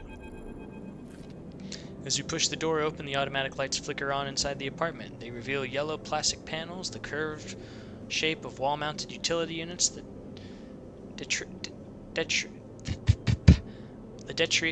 detritus of a routine life arranged on every surface. You step inside, clicking the door shut behind. The amber light of the aging fixtures glaze everything with pale orange. The work surfaces hold a variety of objects, indistinct in the dull lighting. A pale blue light drifts from the doorway at the end of the room. Go to the doorway. You cross the cramped utility room with its auto wash, dispensers, water closet towards the doorway. Through the doorway is a dark, warm room lit only by the faint glow of a terminal screen. Inspect the room. A bunk is tucked into the wall, the blankets ruffled. A wall desk glitters with rows of vials and containers. A briefcase lab sits open, loaded with rows of reagents and compounds you do not recognize. In comparison, this room is clean, ordered, controlled. Approach the terminal. As you approach, there is a crackle from somewhere in the dark. Sleeper! Sabine's voice shakily echoes through the apartment. Welcome to my home. I'm sorry I can't be there. I have to make alternate arrangements. You hear rattling noises, static. I was able to record this message, but I don't dare show my face. Something is happening with Yatagan. I no longer trust them. Their voice becomes distant, slipping behind the background noise. I have something to ask of you.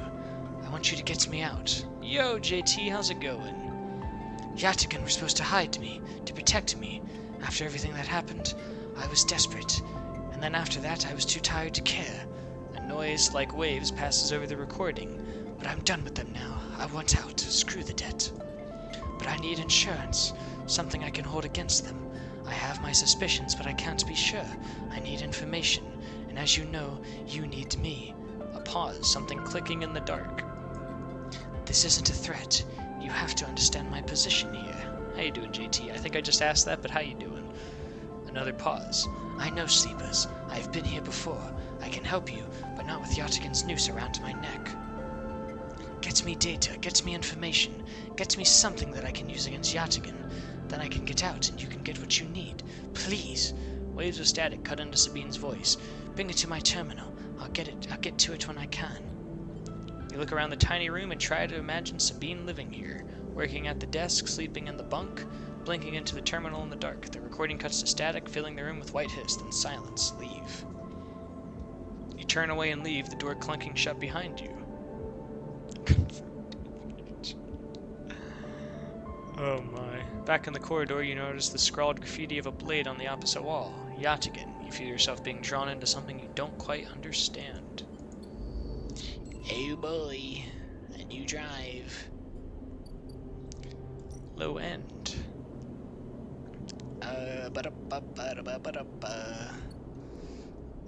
Let's go down to the shipyard and do the last assist a shipbuilder. I've never seen this game. This is Citizen Sleeper. This was requested by Novita. This was a viewer requested stream. It's a fun little dialogue game. Seems pretty interesting. You do all your choices are gambled by dice. You have a health bar. You're like a robot on the run. It's pretty interesting. Unit assembly. Nice. When is all our dialogue? All dialogue Baldur's Gate 3 run. Haha. Unit assembly. That's a bunch of stuff there that I'm not going to worry about right now. Haven Age offices. I can't do any of that right now. Lem and Mina, worker and daughter. From the walkway, the side reel horizon looks impossibly vast, a landscape of plating and frames. All along her flanks, torches flicker, drones maneuver, arc lights glint. The sense of scale of industry is both stunning and strangely unsettling. She's quite beautiful, I think. You turn to see a figure a little way down the walkway, leaning at the railing. Oh, oops. That's a guy. Thought that was a mom. He is thin, ragged, his work gear poorly fitting and loose. The torches of the side reel horizon flicker in his eyes as he turns to you. Lem. He leans back from the rail, revealing a child standing beside him, staring at the ship. And this is Mina, he adds with a smile. Hi, Mina. She stares and tucks herself behind Lem, who dutifully picks her up. She's a little slow to trust, aren't you, Mina? She buries her face in the folds of his overalls. Mina looks out from Lem's chest, a dark brown eye twinkling among the rough material. You working on her, then? Lem asks eagerly, gesturing to the vast ship, or just admiring? He shifts Mina's weight to his other arm. Working. Me too, me too. He flashes a Haven Age pass. I knew it just to look at you. I mean, he stumbles over his words, not wanting to be misunderstood. I mean, you look like a worker. She's Mina, and my ticket out of this place. Our escape vector, so to speak. How? You haven't heard? Anyone who takes a Haven Age contract on the Sidereal Horizon will be entered into a draw for the transit support crew. He smiles. We won't get to sleep the journey, though, but a couple of decades of service will be nothing for me. And Mina if it means landfall in a new world. He winks. Decades? It's a long trip. He straightens up, stretching his back. That's a colony ship, friend. The Sealess Foundation is sending thousands of people to settle a system well outside the reach of the core worlds. It'll be totally independent colony. No surrogacy,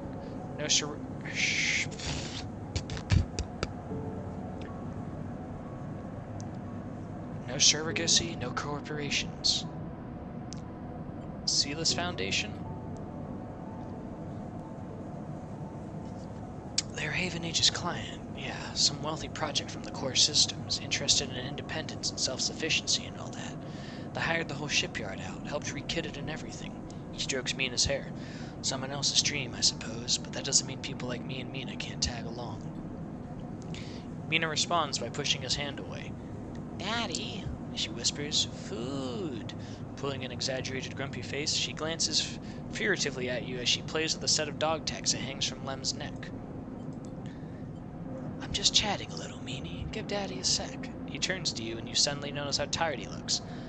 I'm not on the Haven Age crew yet, but I'll work my way in. You can do it too, friend. We'll have to stick together. He smiles a little shakily and you wonder how long he's been working to break into the official shipyard crew. For sure. He looks at the sidereal horizon as if trying to pull energy from those flickering torches from the vast hull. We've got to hold out, okay? You aren't quite sure if he's talking to you. That's how it works. While he stares out, Mina catches your eye curiously. You agree, Mina? She straightens up and meets your eye. Daddy loves me, she says stubbornly, daring you to question her. Lem smiles and lifts Mina. That's it. We hold on. He smiles sheepishly at you. We're just a couple of softies, isn't that right, Mina? He sets her down, standing by his side, and she clings to his leg. Gotta go feed this one. He pats her back. Maybe see you out on a shift, huh? He turns and then walks down the walkway, away from the shipyard. You see them talking, and then a moment later, Mina turns around and stops. See you, robot! Her shouts echo down the walkway, and she flashes you a parting smile before running to catch up with Lem. You watch them a little before you turn back to the impossible scale of the sidereal horizon. A ticket out.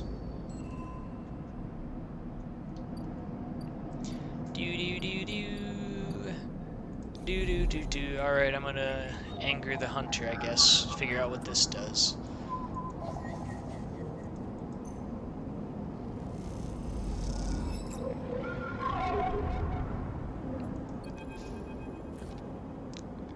A glimmer in the dark catches your eye as the orb of Hunter's head appears in the distance. It is looking for you. Hide. You slip down into the ghostly structures of the eye, a feeling like passing through a cloud as their data structures deform and reform around you. Another glimmer catches your eye, closer now. That roving orb wreathed in tentacles. It flickers, jumps once, twice, and then it is here. Hunter is here. Entity, submit to inquiry. Hunter reaches for you in that unpleasantly familiar way, its weaving threads creating a cage struggle. You push against the threads as they close in, becoming frenzied as you push them aside. You are caught by whipping tendrils and feel them pulling you away from the anchor of your body. You push through, clearing the threads. Entity, hold for processing. Comes the scream from behind, but you are already gliding away back to your anchor, your body. You wake, dizzy, distorted, but safe. I did lose some injury, though, from that.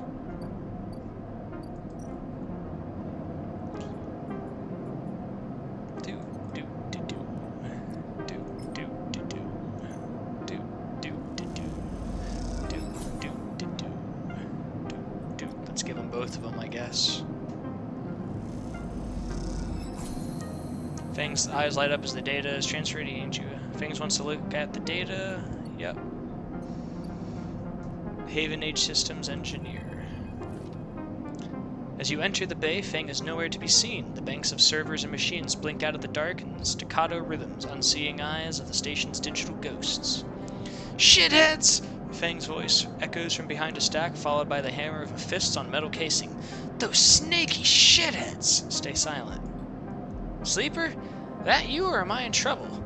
Fang's grinning head just pops out from behind a stack. Just the emulated consciousness I've been eager to see. Come back here. You pick your way between the thrumming stacks, trying not to trip on the loose bundles of cables that blanket the door. The dark floor. Fang is sat in the front of a set of monitors mounted to a stack. Tell me, Sleeper, what do you see here? Fang waves at a monitor to his side, glowing with pale lists of information. You lean in closer, looking for the links in the data. The tables seem to be filled with personal information. Names, genders, dates, IDs, all markers of institutional records. People. People, yes, but whose people? Solheim. Bingo. He taps the terminal. I pulled these from the old data you brought in. All employees of the Eye's original owners. And... He leans past you and scrolls the list down. This one is a snaky shithead. He stabs at the screen with a finger. The name reads Hardin Hurst. Who's Hardin? That, says Fang, gives you a sideways look, is the thing. He He drags out a stool beside him and motions for you to sit. There just so happens to be a Hardenhurst in Haven Age. He waits for your reaction. Are you sure? Well, that's where you might be able to help me. Fang leans back in his chair. Just think about it. Decades ago, Harden worked on this station as a senior strategic operations executive. Fang raises his eyebrows at you. Our Harden was keeping the money coming in for Solheim. He defined priority growth initiatives by making sure the extractors they contracted out to were hooked in a system that outsourced all the risk and kept the profit. Good old Harden shuttled thousands of Palladium Rush workers into an infrastructure which meant that their cut of the work they did went straight back into Solheim. So what? So what? I grew up here, Sleeper. This is my history. I am the child of the collapse. Fang turns back to his screen, staring hard at the string of code flickering by. Before I was born, my parents were Solheim contractors. They ate in Solheim canteens, worked on Solheim ships. They breathed Solheim air and slept in Solheim beds. Fang's voice rises as he speaks, his hands fists on the terminal's edge. And the work that paid for that existence? The cycles of hard extraction out in the belt? Solheim took their cut.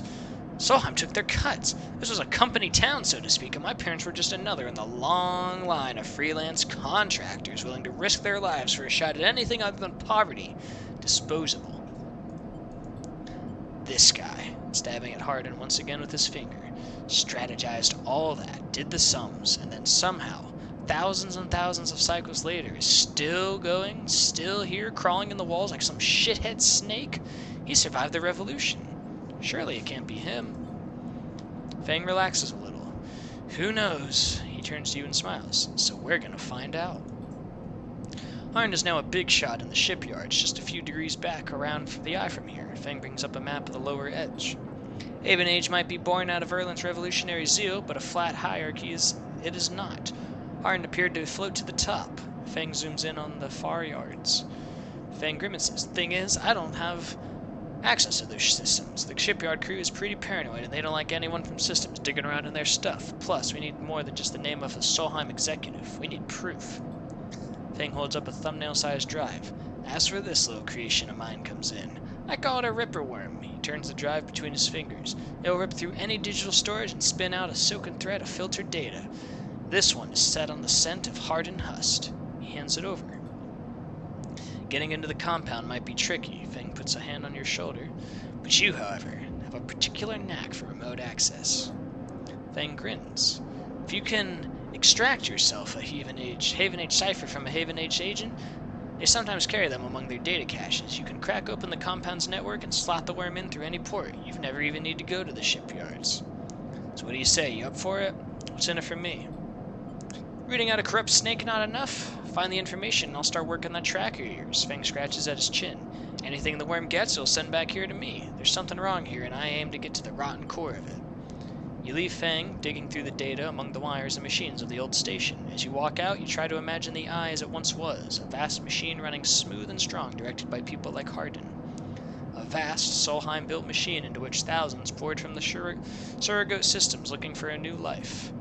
The hope for a better future, engineered to line someone else's pockets. It's an idea you are intimately familiar with. You think of Harden, still alive, still part of this place, and wonder if the past is truly ever past. How do I have 0 upgrade points?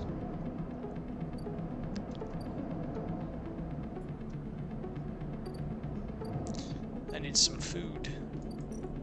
No, I don't. I need some health.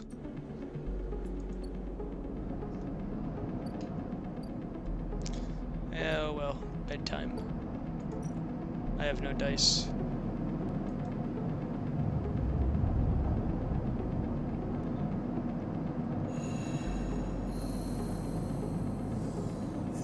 Oh, I only have 3 dice, yikes.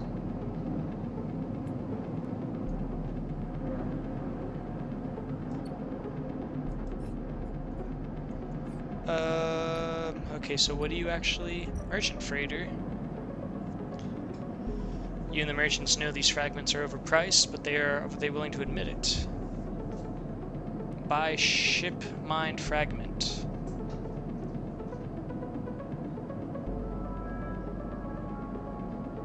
I don't know what that is.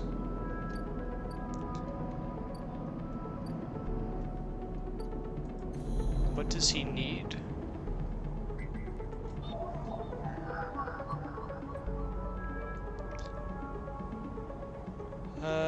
I need a Haven Age cipher. Okay. What can I do at the Haven Age offices again? Sophisticated is rare in the eyes, so the shipyard is happy to pay for ship mine fragments they can dismantle and reuse.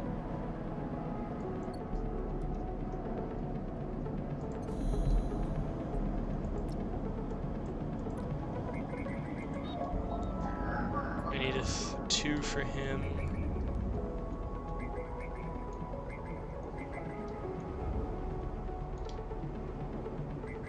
Keynode. A 1, I have that.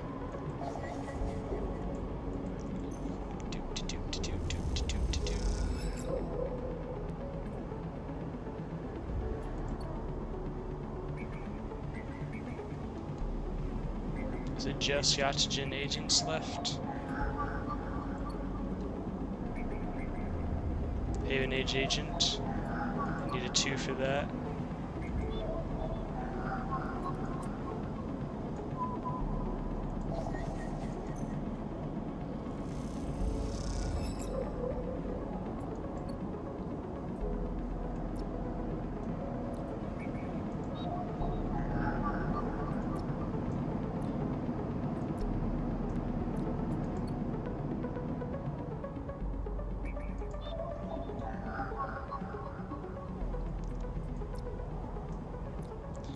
Yeah, I'm not sure what you want me to do.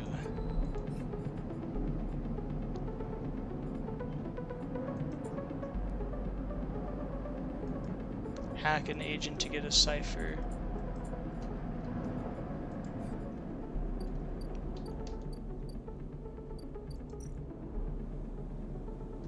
Well, let's try and hack an agent, I guess. It's a 1, which I don't have. It's also a 1, which I don't have.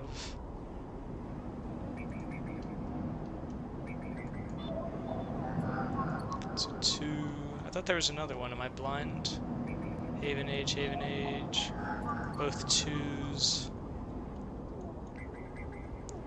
1, 2, 1, 2. Are you all? Do you all require a 2? No, it requires a 1. Do you both require a 1? Yeah, we need 1s and 2s.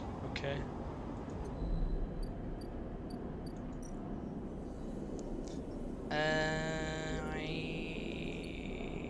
What do I?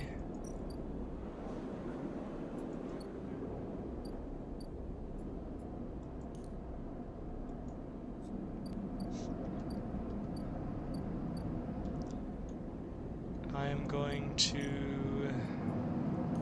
rest.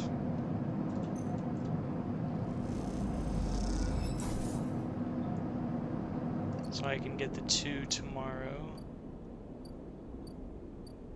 Can't do anything there. What is here? Hold on. The free spoke. Blistered with precarious elevators and stairways, the spoke can be navigated from the outside, but the climb requires bravery. A tangled network of service passages and makeshift tunnels cut through the spoke as if it were a hive. There are no maps here. Let's take a gamble. It worked. Sweet. I think I'm gonna get tracked though, unfortunately. I'm not really sure what else I can do.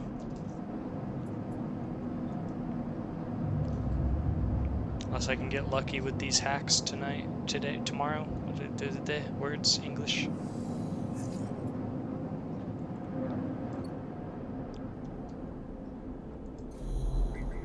Yatagen agent needs a 1.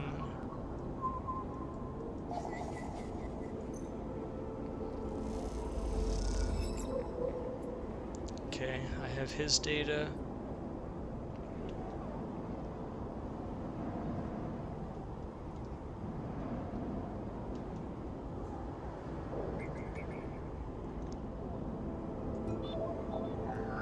Haven Age agent is 2.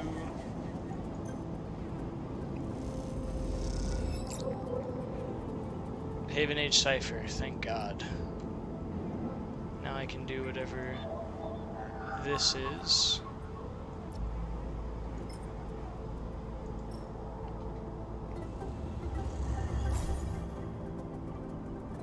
The gate flips, you are in. The port worm. Open port sits for a Ripper worm. Yes. Worm slots in and begins tunneling down a thread. Godspeed, little one.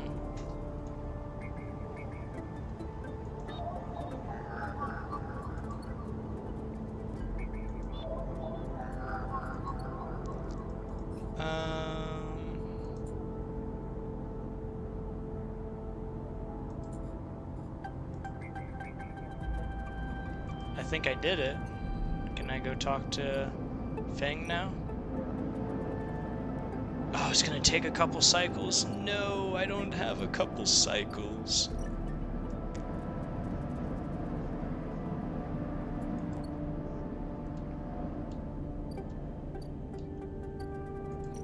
Okay. She needs some data.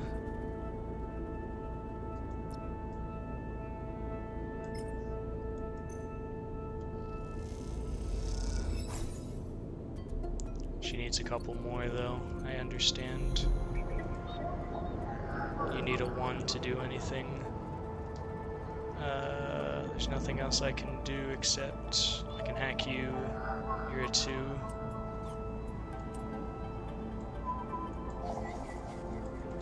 Get your data.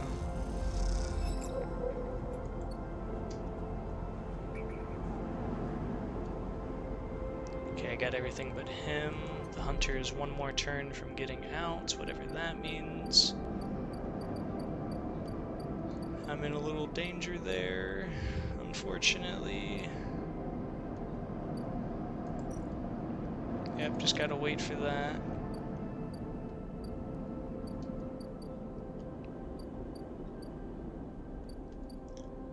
Let's buy some fungus. I'm a hungry boy.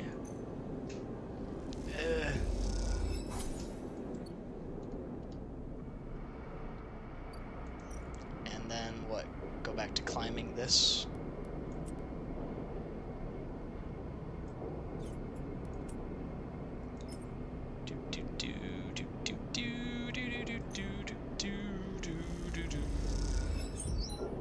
+2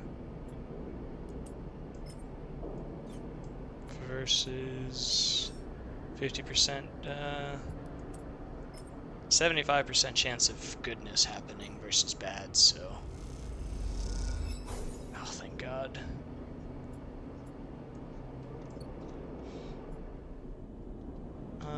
Let's sell 2 scrap.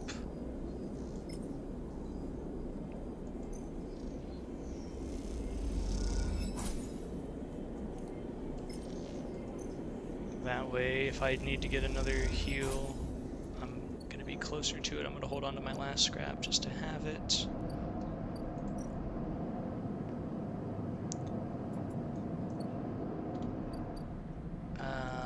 Yeah, I don't understand the point of buying a hive mind if they're just going to pay for one, or maybe it's they'll pay more money. I don't want to risk that right now. We're going to go back to sleep. Oh, oops. The hunter is now here, though, which is scary.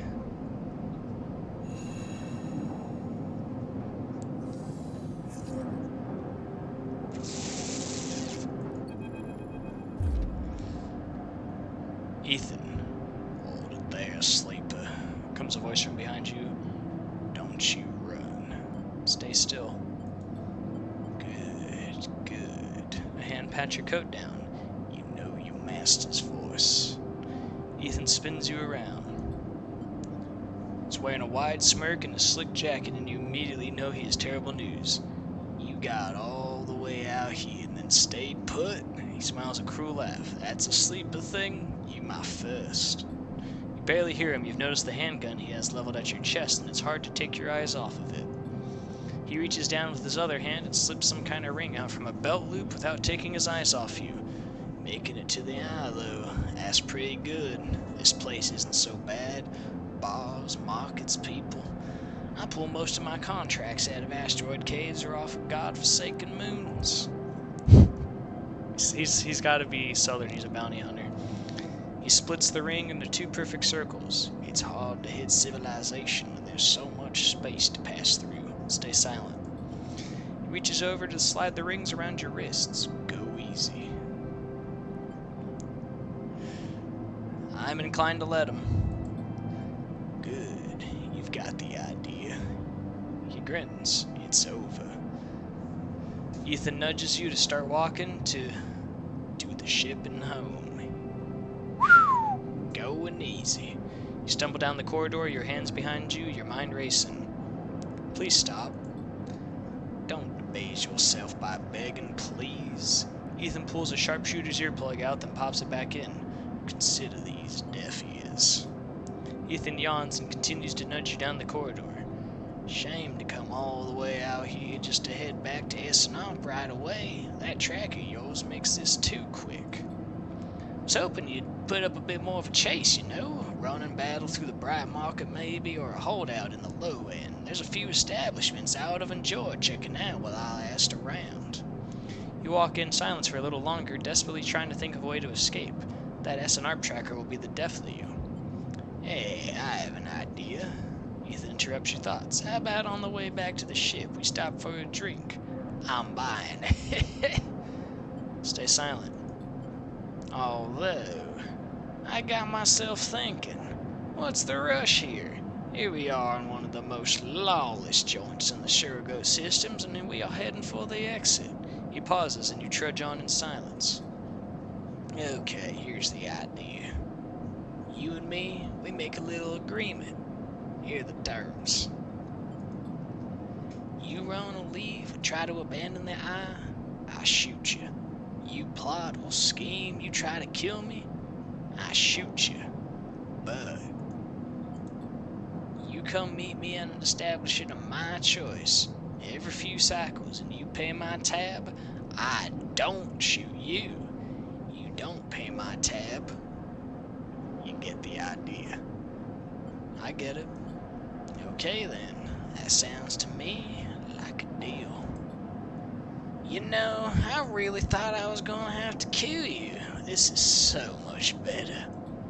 You click something at his belt and the rings release from your wrists.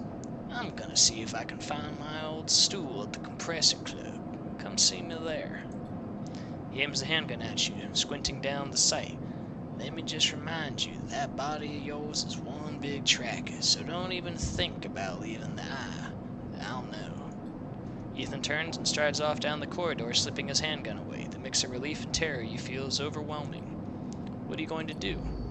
Well, I'm trying to get my tracker removed, but it's going to take a couple of days, so...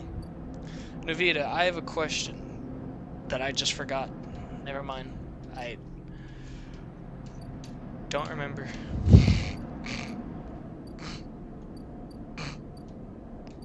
As soon as I said that, I forgot.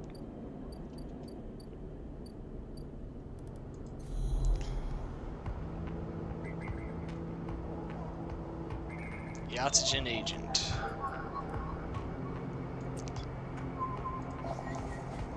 Get the data. This hunter thing's gonna spawn again. Those familiar threads wrap around you, bind you, test you. Entity submits. Hunter Strangehead bobs in your vision. Your ally in the sealed dock cannot save you.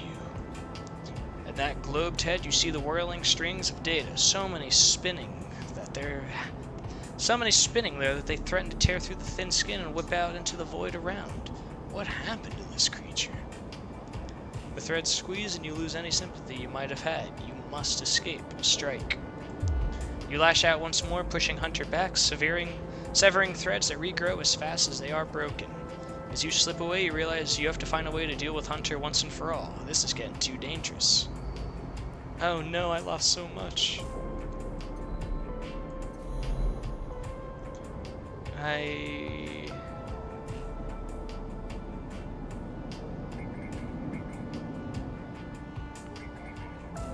Is that a Yatagen agent? I think that's a Haven Age agent. Oh no, it's a Yatagen. I still needed 2 for him though.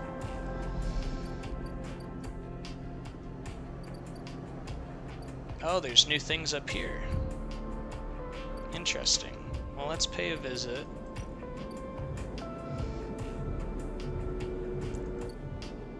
Oh, hold on. Can I get some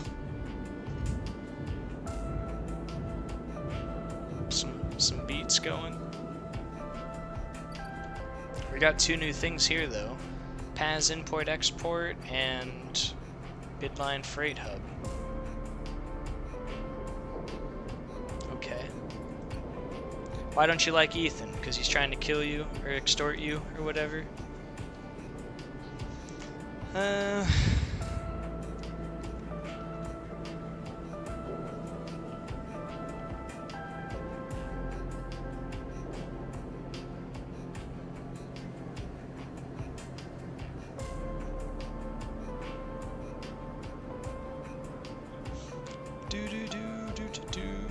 Paz claims this ship mine was salvaged from a Solheim executive yacht, which is why it costs so much. Bidline Freight Hub. Oh, jeez.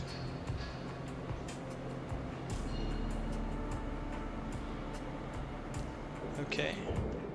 Can't run any of that. Let's go back to being a little rat, I guess. In the Stoke Poke. Nice, we're done. Level up first. I don't have any level up points.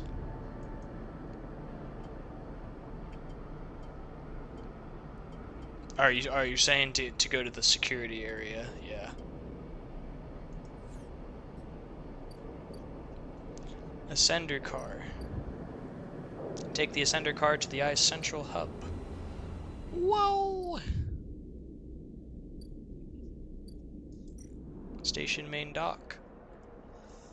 What is happening here? Up here there is no gravity, so even just moving around takes a while to get used to, let alone navigating the bays. The stacked interface house a flaw of incoming and outgoing ships. The digital manifest will help you get your head around this place.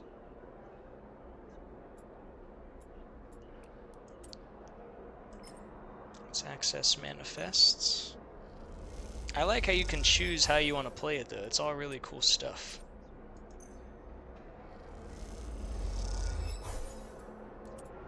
Cause I'm the wanderer. Yeah, I'm the wanderer. I go around. Spacer Mule. The gimbal sells itself on Spinning Sphere, which claims... Is that the same price as,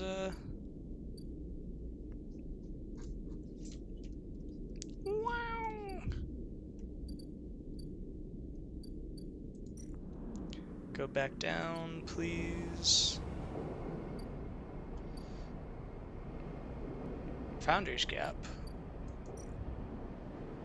To reach the Greenway, you need to pay for a pass, a practice invented by the Spacers. That's 150.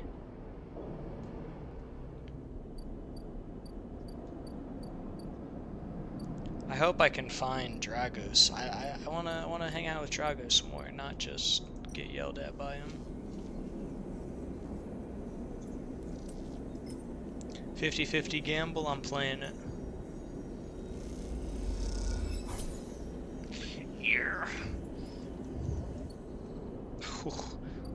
I got nervous doing that.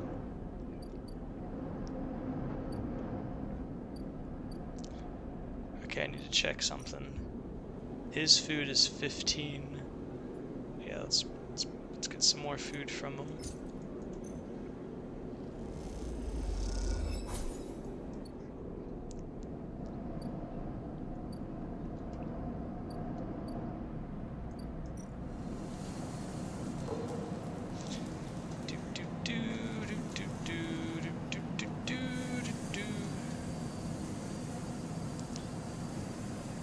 If I do the engineering, I can get... Yeah, okay.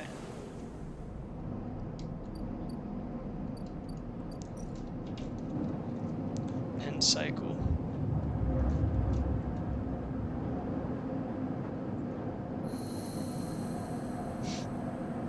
Wakey wakey, eggs and bakey.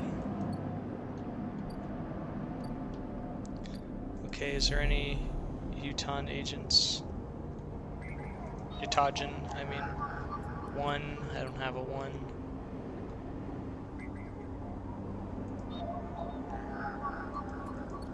Why are they all 1s?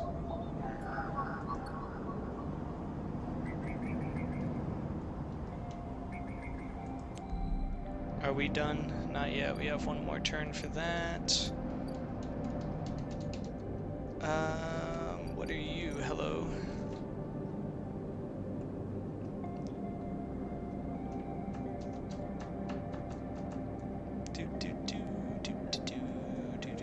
I don't need to buy scrap. What do I need to do?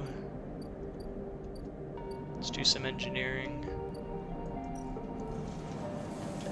The Sidereal Horizon is an assembled block by block. You earn your place. You have a spot supporting the weld team. A good place to prove you know how to put a ship together. Let's do that.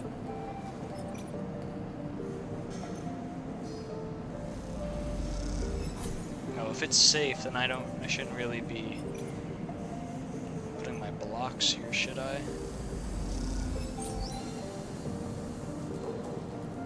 I guess maybe I could still do it. 50% of positive. And a chance I get some scrap.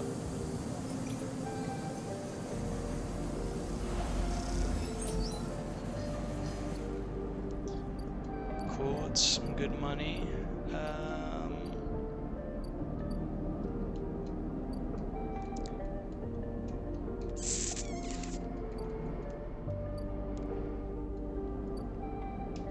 I'm just gonna go back to bed.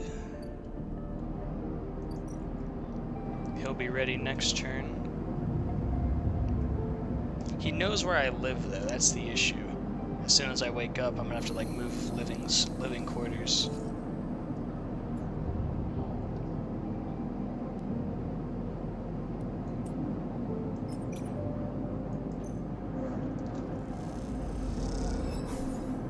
Energy, thank you.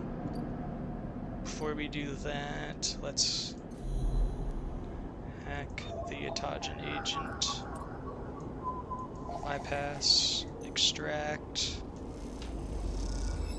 Cool, now I have 2 data for her. Let's go check on Feng. As you arrive, Feng comes striding towards you, taking you by surprise. Let's go, Sleeper! Let's go, Sleeper! He puts a hand on your shoulder and turns back the way you came. Go where? To see Hardin Hurst. He gives you a sideways glance. Isn't that what you were here for? He steps into the passageway, guiding you downring towards shipyard. Sorry for the hurry, but we have something of an opportunity. The data you ripped, well done by the way, tells me Hardin is making a rare inspection of the Sidereal Horizon this cycle. It's a perfect chance to confront him outside of that compound he hides in. Feng takes a sharp turn on a dimly lit side passage. Confront him? That's right, it's the perfect time. Feng slows and slips into a dark service tunnel where, somewhere in the black, a water pipe bursts. It's him, Sleeper! It's him, Sleeper, the same Hardin Hurst. Our worm ripped out decades of records. I mentioned him by name, an entire trail of documentation from the first days of the Solheim collapse until now. He wrote out the whole thing, slipped into Haven Age when it first broke off from the Union. He paces in the tunnel, a hand rubbing at the back of his head. Need you to understand something about Solheim, Sleeper. I don't know what you know about the collapse, but it wasn't as instant as it sounds. It wasn't like Solheim was here, running the next station one day, and then Erland's Union took power. Back then, Solheim knew this place was slipping away from them. As the palladium market collapsed, they tried to keep contractors here working. The pay got smaller, the cost got higher. People like my parents were forced to work non-stop just to keep a berth on the station and water in their tanks. Solheim squeezed every last worker until the mistakes, the accidents, were coming in non-stop. And as a new wave of contractors came in, desperate to work, Solheim welcomed them, taking bribes instead of checking pilot licenses. The whole time Solheim was folding up, dragged into court cases in the central systems, while This severed limb of a station still desperately tried to take all it could. I need a sip. A lot of reading.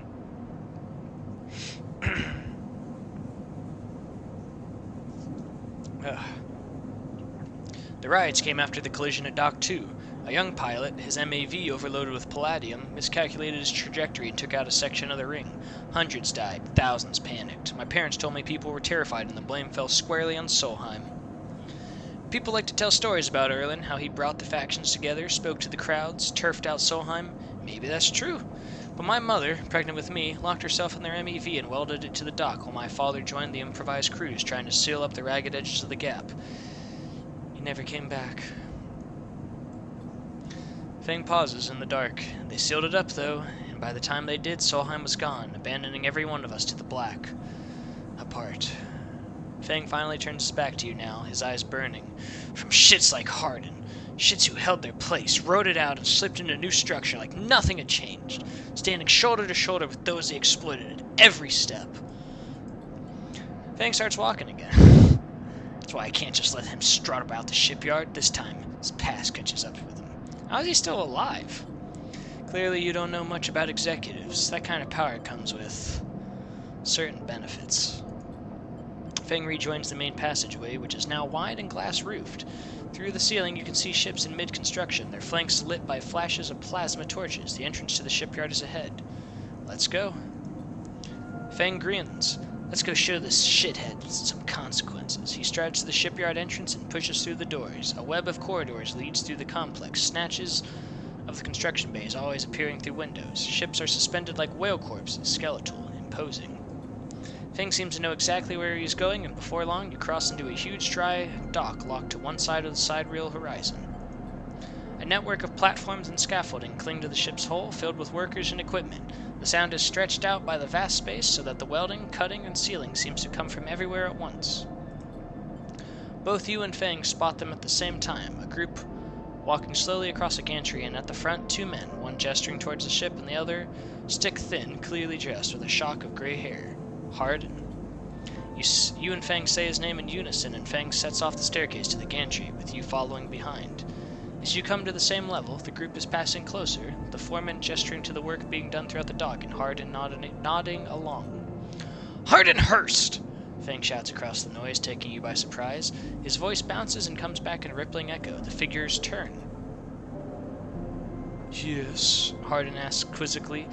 Quizzically, raising an eyebrow, he glances between you and Feng, and you see his gaze linger on your body, unsure of why a sleeper might be in this place. You are a traitor, Hardin. A Solheim executive who tried to hide here among its victims.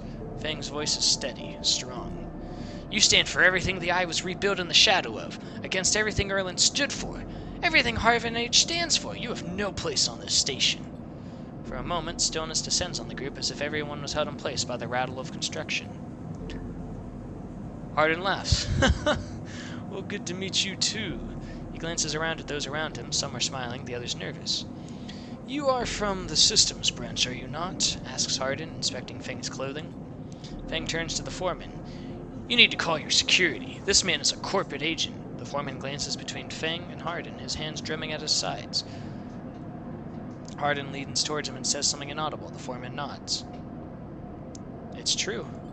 As he begins speaking, Hardin turns attention to you. And what would a sleeper know about that? You accuse me of being a corporate agent. What are you if exactly not that? Not exactly that. He looks around at the group who are already eyeing you with suspicion. You are a product of Essenarp. You have no place in Haven Age Shipyard. Who knows what signals you are sending back to your makers? A murmur of approval runs through the group. Feng holds up a stick of memory. You guessed right. I am systems, and I have records that link you directly to Solheim right here. He turns to the foreman again. So once again, I'm asking you to take this man into custody of the shipyard. The foreman remains still. Hardin's voice is calm, measured. If you have such data, why hasn't it been submitted at a members' meeting for proper review? I have nothing to hide, unlike a man who does not announce his name, who enters my shipyard with corporate property in tow and tries to turn my own men against me. You hear it now, the echoing sound of boots on walkways coming from all angles at once and then settling behind you. Please, submit the data through correct channels, then we can talk. For now, however, you must leave. He gestures behind you to the security detail, their hands on boxy black sidearms at their sides. Pardon you, shithead, you can't wiggle out of this one. The security officer draws their weapons and levels it. Fang turns and stares him down. Calm Fang. You look at Fang, he shakes his head and puts a hand on your shoulder. Let's go, says Fang as he pushes through security, heading back down the walkway. Once security has walked you out of the shipyard and nudged you back into the corridor, Fang picks up pace. You try to keep up as he slips into the shadows of an entrance. Fang is grinning ear to ear. You know, Sleeper, sometimes people are exactly how you expect them to be. Something pings in his pocket and he takes it out. On the slate, a web of connections starts drawing itself out, stretching to a set of points around the ring. Got him. What's going on? Arn is doing what any snaky shithead always does, calling us friends. We're tracking his outgoing messages. Fang's grin looks ghostly in the uplight of his screen. The old ways are best. Spook them good enough and they'll give the game away. He jabs at the slate and you see the webs being drawn over a map of the ring, lines bouncing from point to point. All these dots, these are Hardin's buddies, the ones he's messaging right now, and we're gonna find them all. That was on purpose? Of course, Hardin isn't working alone. We need the full set or nothing. Fang glances around and slips the slate back into his pocket. We better split for now, Sleeper, but this is exactly what we need. Good hunting. With a pat on your shoulder, Fang drifts away, back into the flow of people around the shipyard entrance. You watch him go, unsure whether to be angry or impressed. I'm impressed. Good for him. Big brain plays like that. I can't help but applaud. Uh-oh, Fang's missing. That's not a good sign. Let's go to the apartment and give the datas.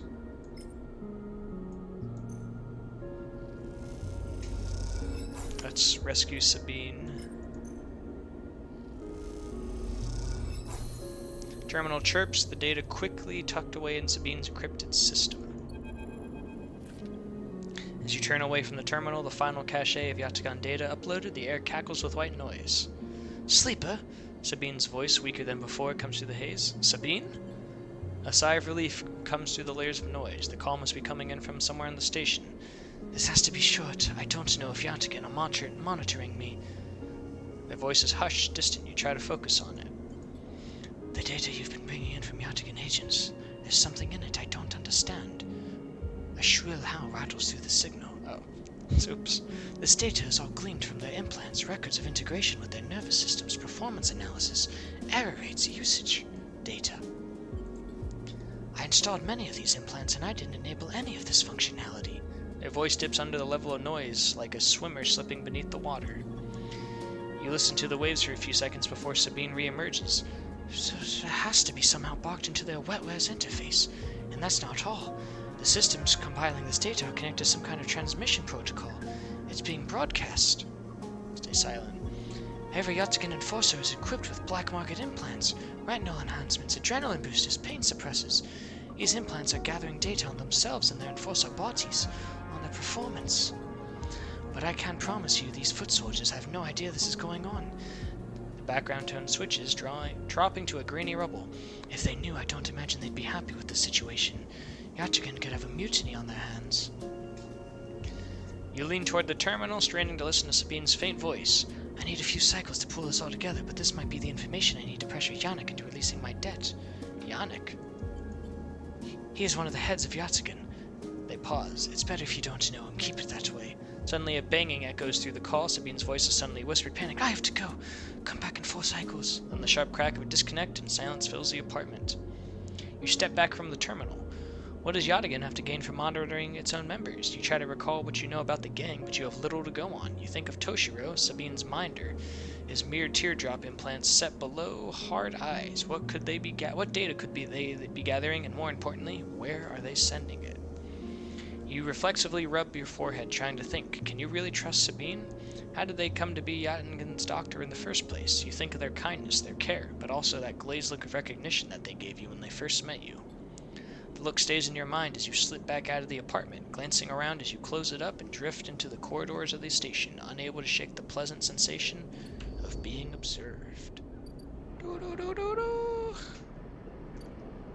I believe her. I think she's a good person. I am struggling with money, though. I know I have a lot right now, but I have no idea how much he's going to charge me, so I'm not spending any of it. So let's go do some more engineering. Do do do do do do do do do do do do do do do do. I'm a welder's mate. Each shift, a crowd of would-be workers gathers from outside the shipyard, each of them clinging to a 4-digit number printed on receipt paper. These are their assignment numbers, and you are either called for shift or you aren't. As you arrive, the crowd is restless, and chatter rumbles through the lines. For those who, like you, have graduated to the work team, shifts are guaranteed. Having just walked out of a meeting with a supervisor where you were praised for your efforts, you feel the glow of a job well done. You can't help but feel empathy for those huddled as you pass, waiting for their number to come up. You keep your head down as you leave the shipyard, feeling a little guilty as you do. Hey, sleeper, wait up! Lem's voice trembles as he shouts above the rumble of the crowd, and you turn to see him pushing through, Mina crying in his arms. Oh, I can't help everybody. Lem! Good to see you, friend. He is breathing hard after shouldering through the waiting workers. You made the work team. Good for you. He tries to catch his breath, stroking Mina's hair as he does. Shh, baby, give me a second here. He smiles weakly as he comforts her, and her cries start to fade.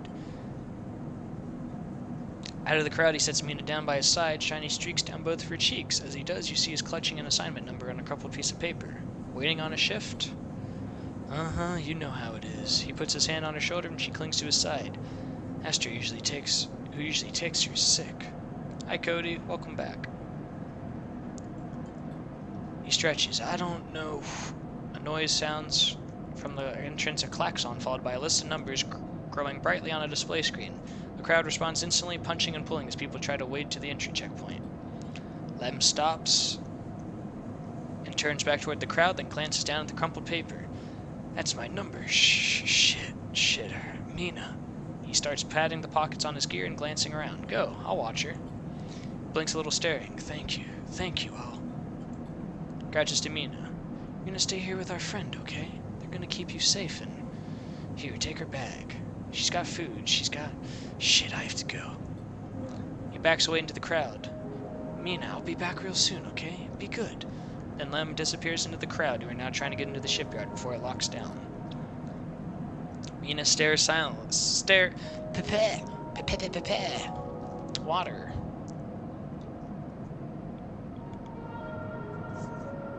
Ugh. More water.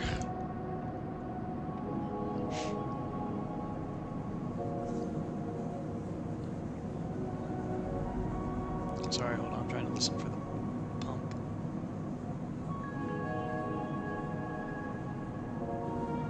I'm not hearing it. There we go.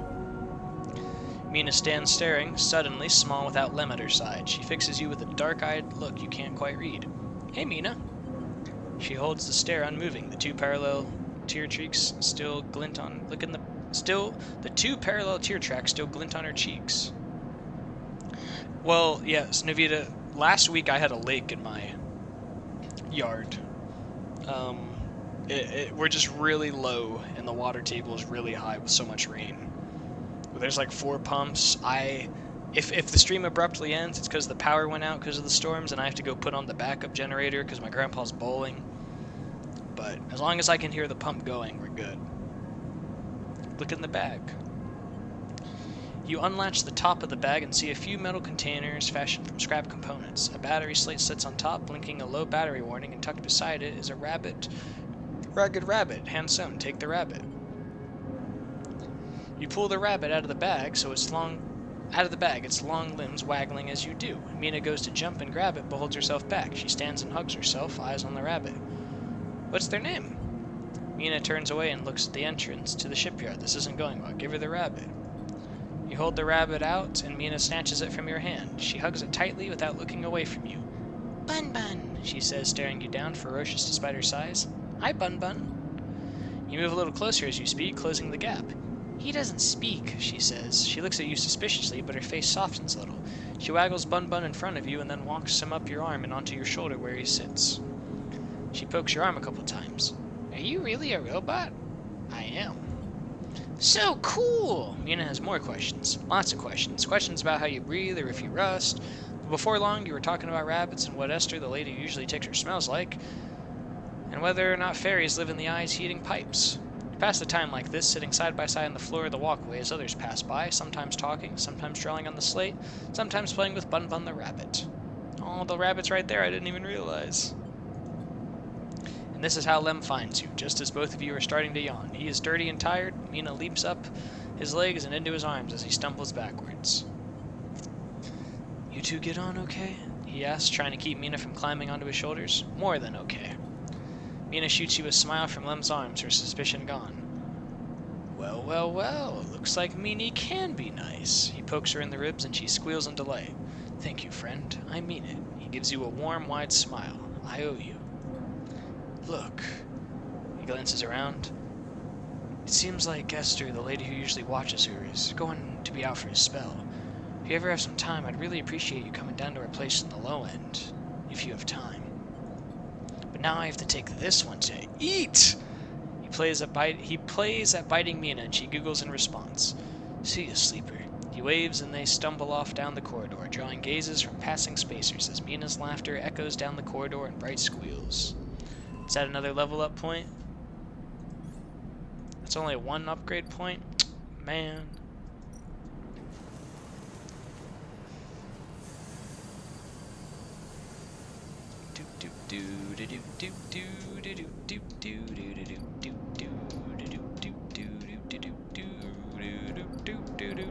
Bedtime. I thought that was me finishing a drive, but I guess not. That was just me starting it. Okie dokie. Pokey wokey. I'm scared. I don't know how much money you're gonna cost me. That's their unit.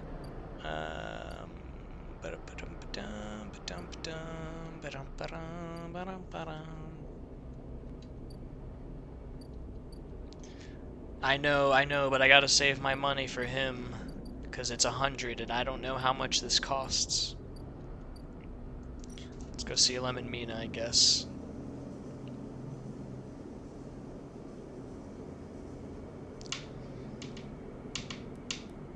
Let's babysit Mina, I guess.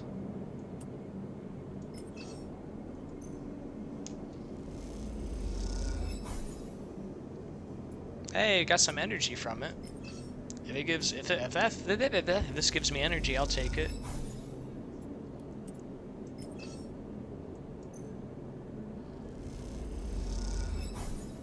Sweet. Halfway there. And then I'll see what money thing I have to do for him tomorrow. If I have enough money, then I'll get the shot. But I gotta make sure I have money for him.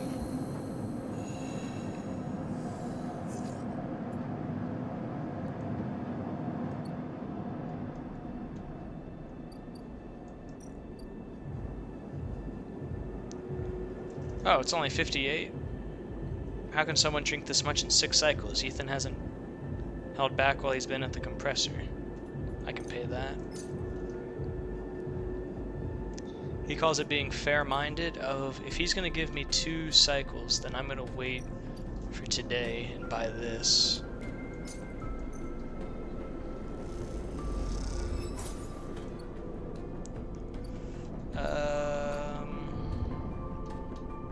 And then we'll babysit some more.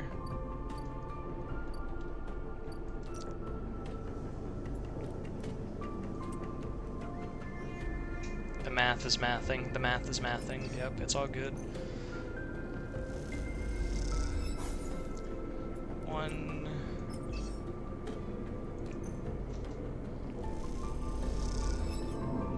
2, I didn't get energy, but I got the plus, which is all that matters. Cool. Continue. She's asleep, whispers Lem, creeping back out of the unit's tiny bedroom, sliding the door shut as he does. You are perched at a thin bar in the main room, the slate in front of you still glowing with Mina, and your drawings from a cycle spent together. There's a ring, the only word Mina has known, with stick figures standing along its edge. The tall one is you. Drink? Asks Lem, producing a worn-looking bottle of Girol from under the bar, its fluorescent contents glowing amber in the fluorescent light. No thanks. Let me pour it at least if you don't want it. I'll drink it later. He laughs and glugs a few fingers into a couple of metal tumblers, then sits down with you at the bar. Cheers, he offers, and you clink the metal containers together. You know, we actually have something to celebrate this time around. I made the assembly team on the side reel. Knew it. Lem holds up his drink. You did get there first, friend, I'll give you that. He looks away. Seriously, though, couldn't have done it without you keeping an eye on little Meanie back here. Lem shifts a little on his stool. He looks uncomfortable. How's our girl doing, Sleeper? I haven't seen much of her these past cycles. Doing great. Of course she is. Playfully squeezes your shoulder. She talks about you a lot, you know. Draws you. Glad she has a friend that isn't me. You okay? Can't take all the credit for Mina. She isn't actually mine. I pulled her off a refugee shuttle out by one of Ember Moons. The colony was falling apart for decades after Solheim collapsed, surviving on next to nothing. Eventually, some of the residents tried to make for the Eye in these decrepit old shuttles. He sloshes the drink around in the tumbler. They had no idea what they were doing. The one Mina was on decompressed halfway there, everyone spaced. The only reason she made it was someone sealed her in a weapon locker. She was ice cold when I reached her, purple lips. He shivers. Once I picked her up, I wouldn't let go. The medics treated her with me, still clinging to her. He takes a drink, still not sure why. Reaches over and refills his cup. We weren't exactly anybody's heroes, you understand. We were private military, hired in by Conway to protect their claims in the collapse. Once I got Mina, that was it. I quit and got us dumped here. You saved her. I'm gonna sound like an idiot now, but she saved me. That's the truth of it. He looks around the decaying unit, its stained plastic plating and flickering lights. Me? I brought her to this. Click continue. She was tiny, too small to know what she lost, but I can't help thinking about it. He rubs his eyes, dark with tiredness.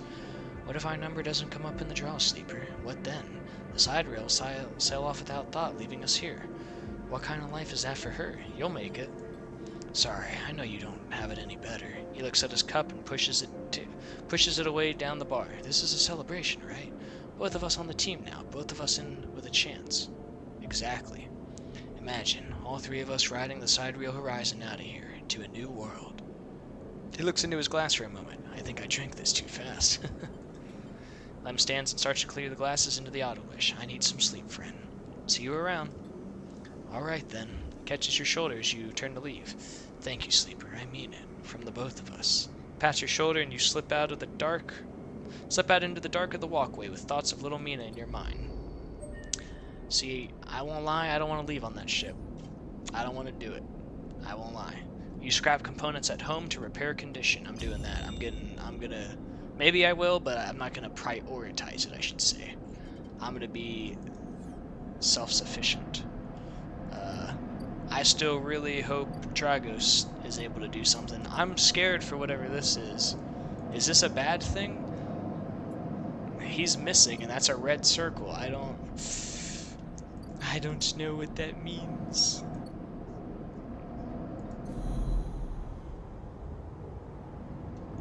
I'm scared something happened to him.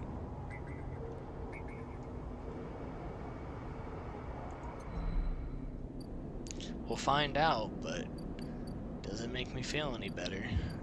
What was I gonna do? Yes. You scrapped self-heal. Oh, it literally only gives you one? That's terrible.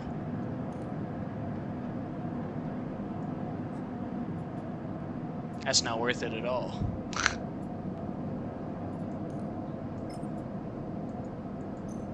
I mean, if you have a lot of scrap, maybe.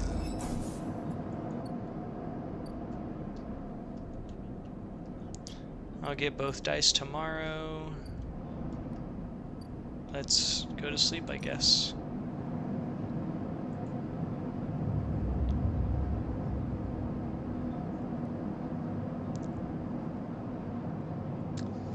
Okay, so what do we want to do now? We have a lot of success.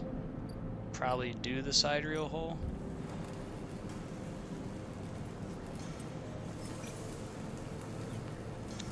Yeah, just be an engineer, I think. Actually, let's do this one. Made some money. Let's... No, not there. Let's go up.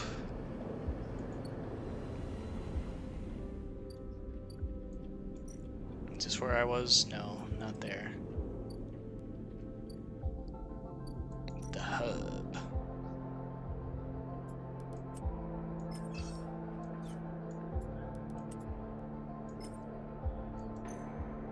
Let's get... yeah, let's do all three of these. See what's up here. Okay, that gives me 2 actually, so maybe I will hold off on that. Bliss, ship mechanic. No way, Moritz. You take those substandard filters back to the shitheels who sold you them. You hear the voice echoing out of the bay as you pass, and moments later, someone who you assume is Moritz drifts out with it, dragging a pallet of filter cartridges by a tether. Hey, you out there. Same voice echoes out of the entrance. Looking for work? Yes? I just need a hand. Get in here. The voice is coming from someone shorter than you expected. She is floating in the microgravity of the docking bay besides a half-deconstructed life support unit that looks like it might have exploded at some point. She points her wrench in your direction. You know anything about these things? She doesn't wait for an answer. Scratch that. Just help me with the casing. Help her. Alrighty then. She deftly moves around the unit, making space for you besides the central seam of the dented case. Just take a grip here and lift out and up, and I can get in and unbolt it. She whacks the unit with the wrench. Whole thing is twisted to shit. You dig your fingers under the casing and lift it away, the metal squealing from the force. She puts her hands under, spinning the wrench to slip out the bolts, catching them in her other hand while they spiral free. All good. Casing lifts off, revealing the ornate piping of the unit's interior. She whistles at the mess of ducts and filters. By the way, everyone calls me Bliss. She pats you on the shoulder, offering little in the way of explanation. Is this your bay? It is for now, yeah, whether I like it or not. She looks at you, like that should mean something. Bliss starts pushing and pulling at the ductwork, looking for fractured pipes. We haggle for contracts, but the good ones get snapped up quicker by the bigger base, so here I am trying to get this M2 unit running again for one of the freelance tugs. Small-time stuff. Hold this. She rips out a ribbed pipe and hands it to you like a freshly caught fish. We turn stuff around fast and neat. Maybe we get a chance at landing something bigger. Something starts hissing in the unit, and Blitz quiets it with a precise whack. But to be honest with you, the way things are going, I can already see the other crews licking their lips, ready to take this place over. She looks up at you. I'm almost out of luck. What happened? Long story. Some people can't keep promises. She keeps working, twisting aside pipes with care. There we are! Bliss pulls her hand from deep inside the unit, and out it comes, clenching a lumpen cube, scorched black. This thing must have overloaded and popped half of it itself out the side. You both duck down to the side of the unit and spot the exit wound, its edges fringed with more scorch marks. Grab me a replacement converter from the racks, will you? Head to the rack. You kick off from the unit and drift over to the rack where a catalog of parts sit. Colored tape and screws. M2, right? M2 converter. You grab the part and push back to the unit. Bliss holds out an arm and you pass it, the converter spinning gently as it leaves your hand. Perfect, you passed. She straightens up from the unit. That's it. That is, if you want to work here. Bliss rubs her hands clean, looking down at her palms. Truth is, I need a hand here. My partner skipped out on me and left me with a whole mess. You seem like you might at least be a bit better spot in a clean air filter than Moritz. I'd be happy to. Wait, that's not all of it. My old business partner, they place empty. They rinse the place, empty the accounts. To bid for jobs, we need to put down deposits. Bring in parts, pay for tug fees for that. We need chits. You want me to pay to work? Come on, it's not like that. We'd be partners. Straight split. Bliss settles herself against the unit and looks off into the distance. I guess I look pretty stupid. Here I am asking any random passerby to be my business partner. No offense. I get it. Thanks. I appreciate it. Bliss goes back to working on the unit. Look, it's no pressure. You find the money, you find someone who has, or you just forget the whole thing. Up to you. She gestures for you to help her refit the casting, and you both slide it back into place. I think I'm good to wrap this one up for now, but if you are into it, come back and we can bid on a new contract. Something to get our teeth into. Something that pays. Gives you a serious look. You can trust me. I don't say this stuff lightly. Kick away from the bay, propelling yourself to the handholds at the entrance. You slip out with a wave, and as you do, someone slips back in. You hear Bliss as you glide down the passageway. More reeds, I swear to God, if those filters aren't clean. Smile. Seems like this could be interesting. Seems like a nice person. Let's go back down. Let's go do some more engineering here, though.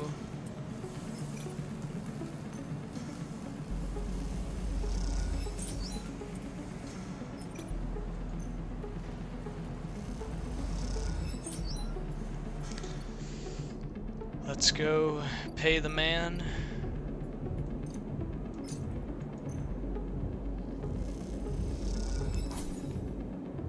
As you hand over the chit, you hear Ethan laughing hysterically somewhere down the bar.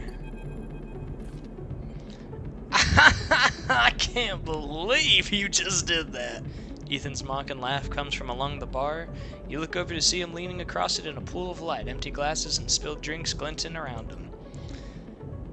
It's always dark in the compressor, but this cycle the place is packed, a load of spacers mixing with the locals. Usually they run. Ethan spins a glass on the bar. Or they go spend their savings on some local heavy I have to put down. They don't pay. Walk away. Ethan gets to his feet. The glass falls and smashes, but he doesn't seem to notice. You think that's it? One round of drinks and we're even? Sleeper, come on. His hands come to rest on the butt of his handgun dangling from a chest holder. Stop. Ethan laughs hard, and the people around him turn to see what's happening. I told you already about begging. I'm a freelancer, Sleeper, just like you. We both signed a contract with S&OP, didn't we? The difference is that my word means something. He closes the gap, stumbling a little. What did you think? You could just run away from your contract, your debt? You could just steal that nasty little body of yours and take it for a joyride? Play human for a cycle or two? You don't understand. It's you, Sleeper, that doesn't understand. Some of us pay our debts, but it's all the harder because of idiots like you. Though, I should thank you, Ethan nods, his head heavy, for giving me such an easy job. I'm used to outlaws, you know, real bounties. If I knew catching sad little escapees like you was so easy, I would have changed clients ages ago. Someone shouts from the back of the bar for Ethan to shut up. He holds up a finger in that general direction without turning around. Shoot me or let me leave. Oh, I see, toughening up here, he gestures wildly at the crowd. Thumbs up or thumbs down, folks? Most turn back to their drinks, no longer interested in this tired show. Ethan mutters insults as he walks back towards the bar. Ethan sits heavily back down on his stool and searches through the glasses for one with something left in it. Thing is, Sleeper, I can find you anywhere. It's actually wild you haven't figured that out. That body isn't yours and it will always betray you, no matter what. He finds a glass and downs the contents. So please, go. I'll catch up with you whenever I need another. He laughs and taps the bar for a fresh drink. You turn on your heel and are out of the cloying dark and the sweet stench of the compressor. You walk hard and fast down the walkway, anger driving your footfalls into the middle of the... I like Ethan. He's to the point, you know? He's a bounty hunter. He does his thing. I gotta give him respect for it. He might be an asshole, but he's good at his job. I'm really hoping everything's okay with you, Fang. I really am nervous about you, buddy. But now it is bedtime. No, it is not. I need to get some food.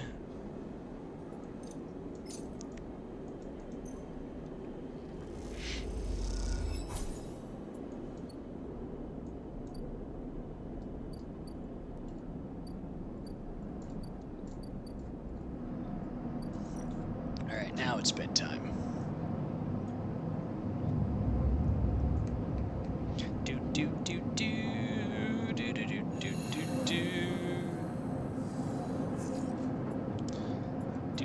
do do do do do do. Hardin, Haven Age leader. It's been more than a few cycles since Feng confronted Hardin, and the silence since has been noticeable. In your time with Feng, you haven't exactly found him to be reliable, but what you did expect to hear at the end of whatever plan he put into action.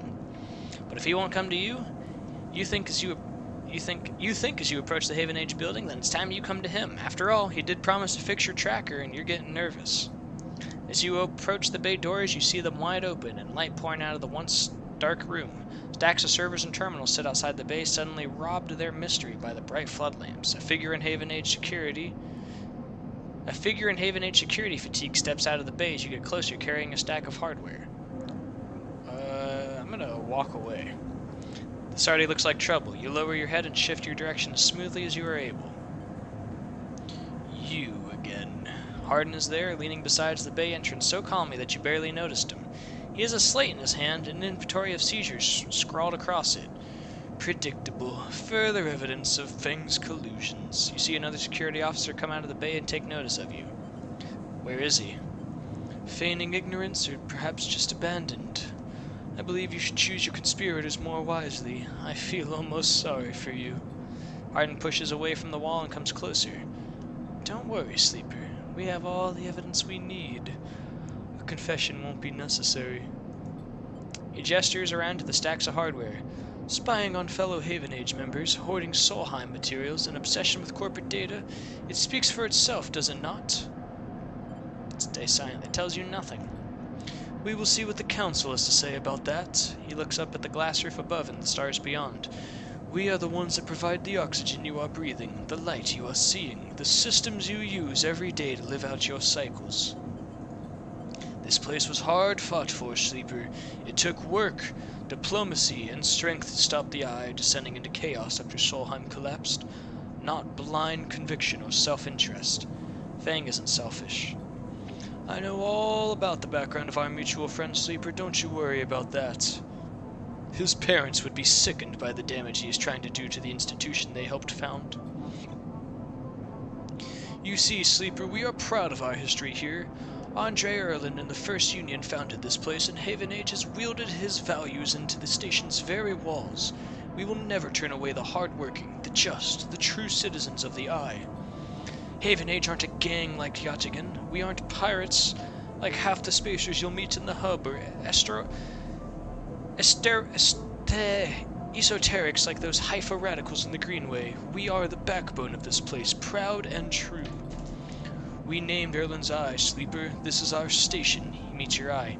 So please, take your false accusations elsewhere before I decide that I need that confession after all. History will catch up with you. I'm not afraid of history, Sleeper. We are making it here cycle by cycle. If you have any pride, you'll give up Feng the moment he contacts you. You know where to find me. With that, Hardin turns his back and walks back towards the security officers, ordering them to clear out. Continue the clear out. Novita, am I ever going to see Dragos again? As they do, something catches your eye among one of the server stacks. A crumpled, hand-printed box of synthetic chewing gum. A penguin character grinning from the brightly colored card, and scrawled onto it a speech bubble reading, "Take me to Tambor." Take it. You carefully pocket the box, making sure... I want an answer of some capacity, in any capacity, whether... I don't want to know if he's dead, alive, evil, just is there a mention of him ever again? He wasn't just like a little tutorial character, was he? Carefully pocket the box, making sure no one is watching, and then turn away. Not in your playthrough, damn. Maybe he is a tutorial. That's all I want to know. Just as another stack of servers is wheeled out of the bay, what have you done, Feng, and where the hell is Tambor? Who won? Who's next? You decide. Epic rap battles of history.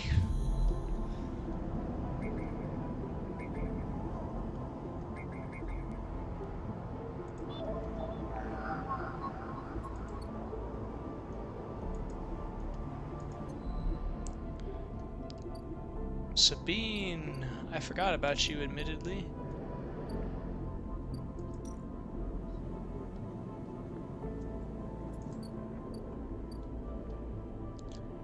Maybe he is a tutorial boy, who knows? There are so many places I have yet to do.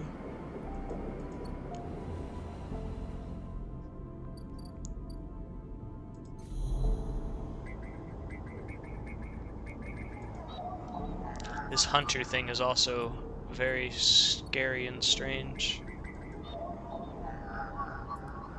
That's my good one. Do I want to use that on that? I probably am gonna have to. We'll do it. We'll see what it is.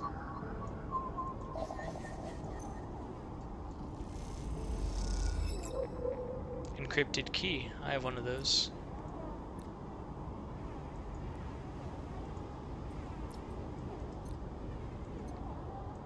What do you mean?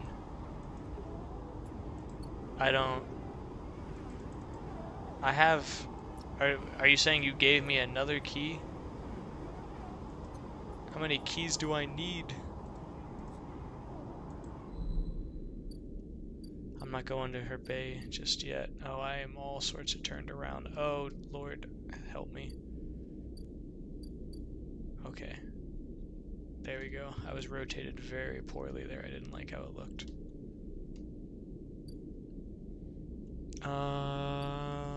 Let's go talk to Sabine before anything else.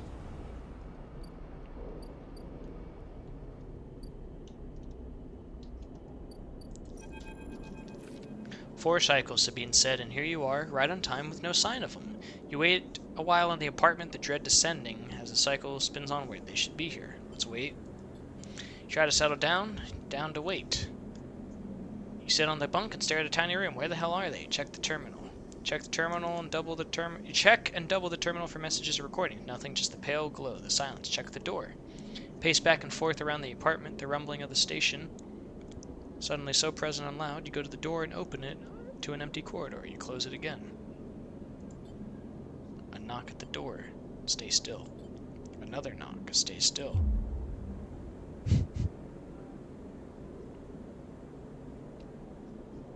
Sorry, hold on. I'm trying to listen for the pump.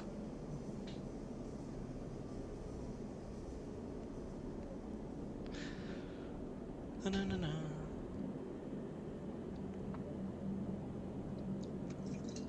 I'm actually going to go refill my drink. Pump is good. I will be right back though. I'm going to refill my drink because I'm out of water. We got a lot of reading to do.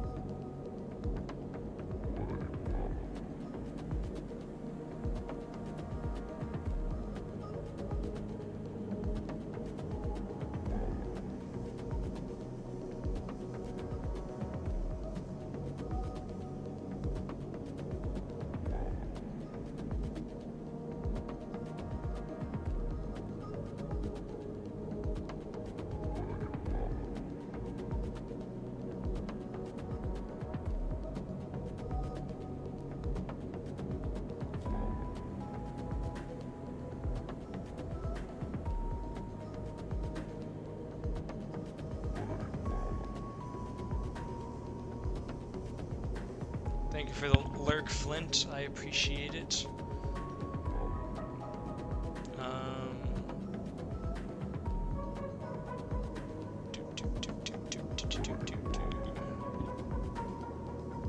One second. I just checking something. Just clearing my throat, getting a little bit of a recovery.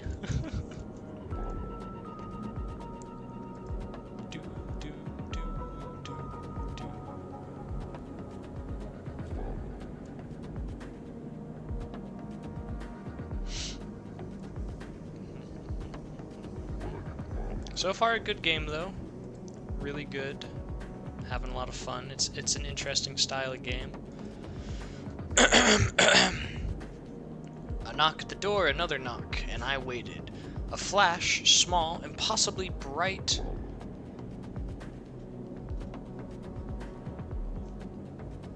Am I reading this right?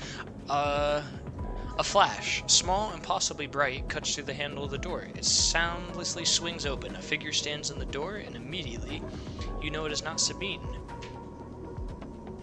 They are taller, sharper, and something in their face glints in the half-light. A dark shape like a stubby baton hangs loosely from her hand. What's your name? Rabia? My local sleeper. Good to finally meet you.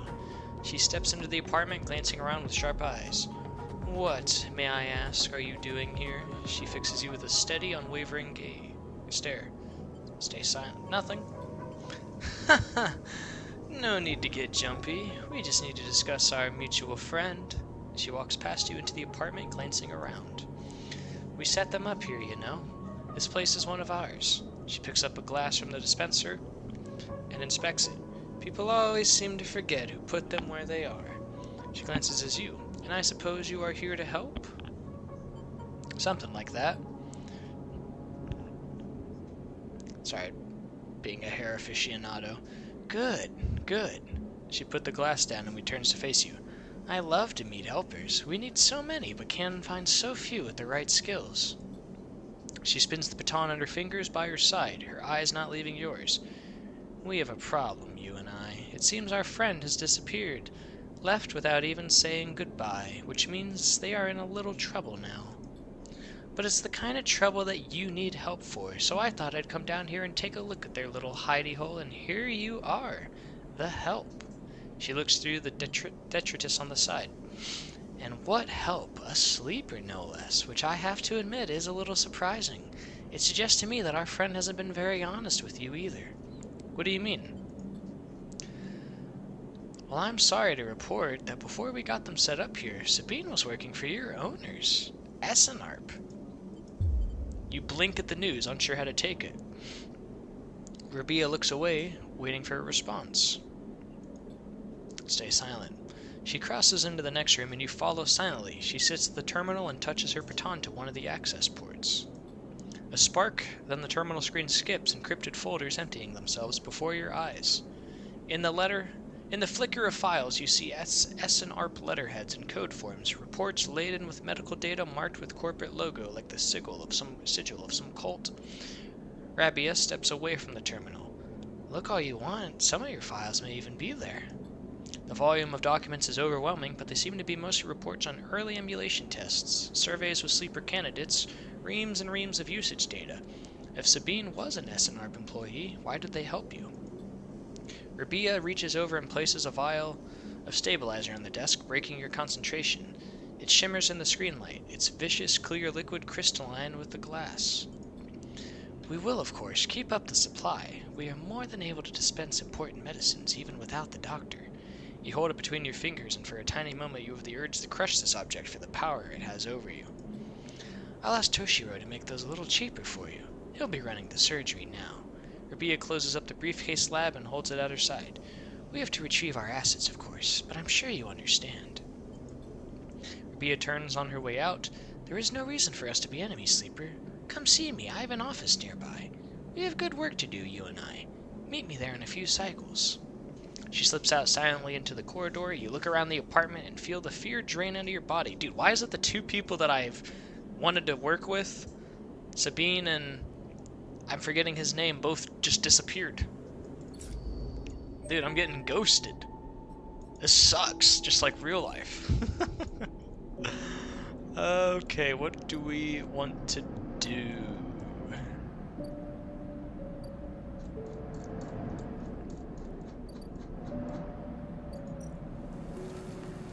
We could keep working on this. I'm worried that this is like endgame is my worry. But we'll see. Let's go back up, because I think I only need one more point to do the hub, right? Yeah, I only need 1 point. 50, 50, 50, 50, 50, 50, 50, 50. Oh, shucks. Again, 50, 50, 50, 50, 50, 50, 50, 50. Oh, double shucks. Okay, let's take the big gamble. Okay, we got it to work. Up here there is no gravity, so we can just, yep. What's new? Kisho capsules, spacer sleeping berths. Rent a capsule. The only place to sleep on the hub. Hacked off a colony ship and welded to the ring, they are surprisingly expensive to rent. Why would I? What is the benefit of that?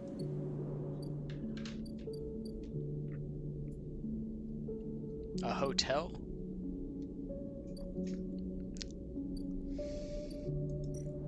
What is the benefit of that, though? Who knows? Because I sure don't.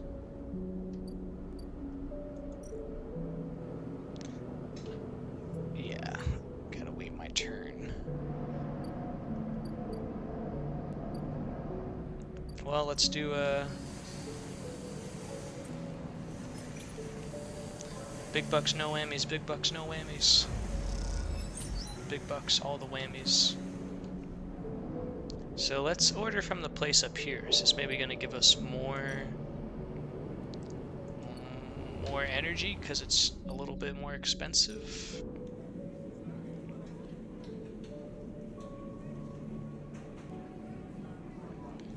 We'll see. A spacer meal. Does that give me 4? No, it also gives me 3. What is the... Okay. Go down. Let's go back to the dispensary. How much is it now? It's 80. Oh, it's not that much cheaper. She did give me one, though. Not doing the rotunda. Let's do 2 scrap.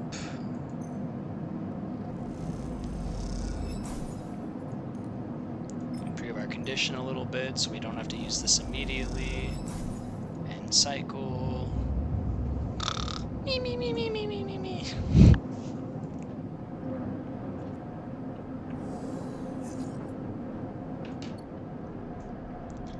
Okay, dude, man. You gotta buy this. How much is this? 150.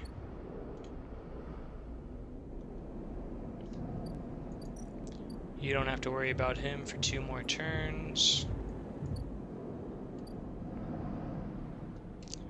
Which leads me to believe that you need to go do some engineering.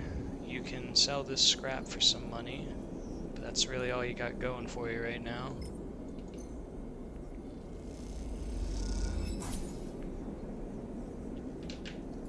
Two more scrap and I can do that. I guess we'll just engineer.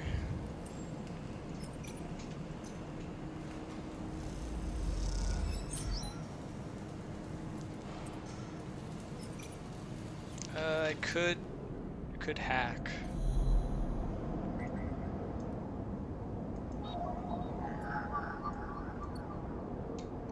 Where's the other guys? Oh, hold on, this is different. This is the hunter. What's up here? Let's go back up here and hack.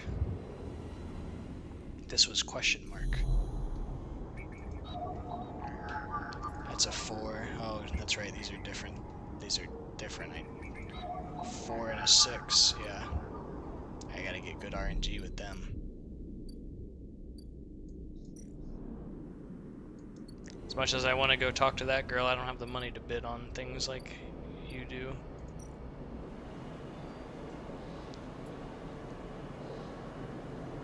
I'm not gonna do anything with the security.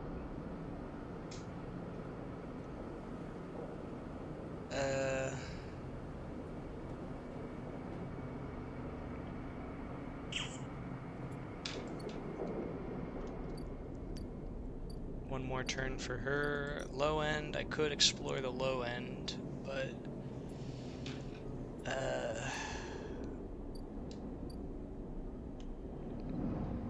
just keep working on the ship, I guess. No, I'm not gonna work on the ship. Let's explore the low end. Oh, I have engineering here. Maintained by their residents, the ramshackle blocks are always in need of repairs. Helping out is a good way to make friends. Let's make some friends. 50-50, I like those odds. You join a group of residents trying to repair the tangled innards of an elevator, monitor, and manage to spot the problem. A burnt out thing.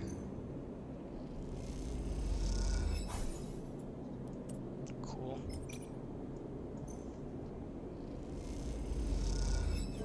Ah, shucks. Alright, and let's do a hack.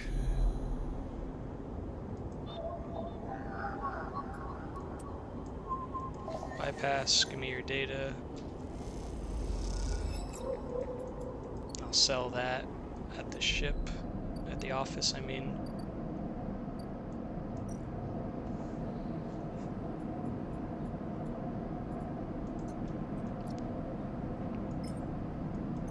How much are you gonna pay me for this? Only 10. I don't really know if that's worth it, but don't have a choice, do I?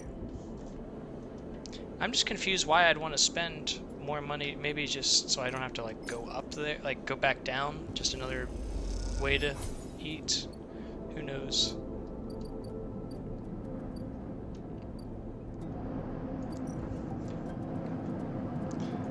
End cycle.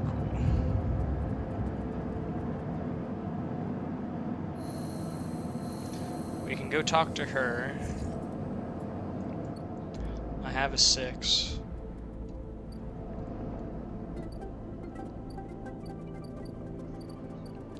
We'll talk to Rabia in a second. Let's go up. I unfortunately cannot help you, Bliss, right now. No, it's the other one. Or maybe it's not the other one? No, this one needs a 5, so that's not even worth it. I need a 4. Arg, arg, arg. Okay.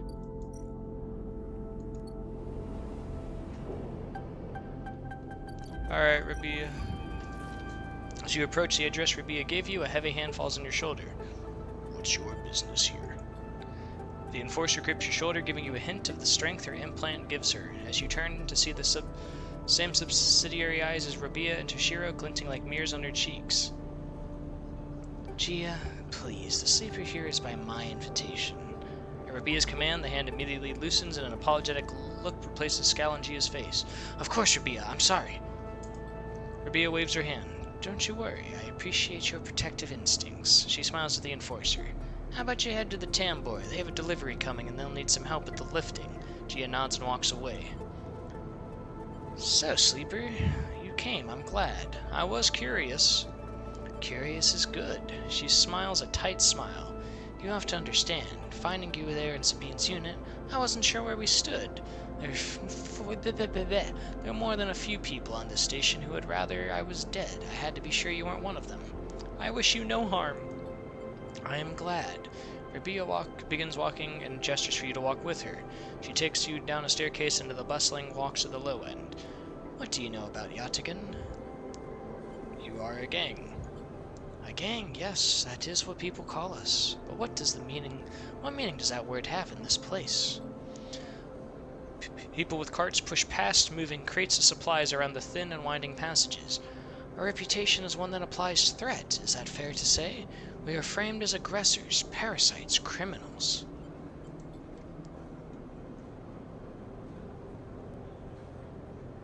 Sorry, I was coughing. She gestures at the people in the passageway. But when was the last time you saw a lawmaker on the eye? A policeman? Who makes the laws here? No one. This is true. The eye is lawless, so it is up to us all to make it work for us. But I don't imagine you think that is a good thing. If you had spent your time in the low end, maybe your opinion of us would be different. This is our place, our people. The low end was empty in Erlin's time. They didn't need to house thousands, and keeping the yards and the rotunda safe was work enough. No, the low end was reclaimed later when the refugees started arriving. Rabia, meet your eye. The collapse didn't just happen here on this excuse me, on this station. When Solheim collapsed, the entire system felt it. Colonies were abandoned, the moons of Ember and Cinder suddenly gained independence overnight. Some took advantage, some tried to hold it together, some fled. The Eye became a refuge, and Erlin, to his credit, extended an open hand to everyone. But many with his organization disagreed, and those new arrivals weren't as simple to quarrel as they hoped. Rabia leads you through a small market hall busy with small stalls and traders. Erlin's union was made of workers, administrators, people who are malleable and already organized into hierarchies and networks. The refugees came from different factions and families, were scared, injured, desperate. The conflict was inevitable. Yatagan is a child of that conflict, a child born out of the need for us to stand up and claim our future, to provide security, strength. People call us a gang, but we are a community. I take my position as lieutenant seriously, and from my birth I have worked to earn it. Rabia catches herself before she raises her voice any further, and you both walk in silence for a while. Among the smells and textures of the lowland, you start to wonder if this place could be a home for you too. Where's Sabine? I told you, Sleeper. They have gone, and we do not know where. I understand Sabine must have told you about their debt to us, but that was an agreement entered into willingly, and which benefited them greatly. I will be honest with you, Sleeper. I was never comfortable with having Sabine as part of Yatagan. An ex-corporate employee goes against our nature, but their deal was with Yannick. I kept my distance, made sure Sabine had their surgery, kept his supplied, and that was all. But I cannot allow people to go back on the promises they have made us. Yatagan has not lasted this long because it is a charity. We offer and ask for support. Any betrayal will be treated as an attack. Who is Yannick? Yannick is one of the heads of the Yatagan. They guide us. He is the newest to be elected. He is an elder. Sabine found something. Please, I don't want to hear their accusations. They only wanted to escape their debt. They would have said anything, but where are they now to stand behind their claims? I don't know. You realize that Rabia has led you in a loop, and together you both come back up a staircase to the walkway where you met. You are free to go, Sleeper. I have said what I wish to say. She looks out through the windows of the walkway. I would protect this place with my life as it has protected me. I want to make that clear. However, if you too wish to come under its protection, I can help you. Return here if you wish, and there will be tasks for you to complete. You will be able to see Yatagan, to see the low end, with your own eyes, not as others frame us. As for Sabine, I will not ask you to betray them, but if they contact you again, consider their motivations carefully. With that, Rabia leaves, slipping back into her office, while you stare out at the countless units, each at home, each with story, each that make up the low end. I don't want to join them. Personally. I don't want to do it.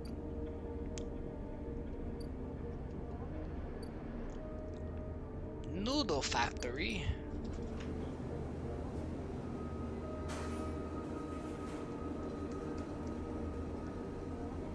Oh, is this just money I can make?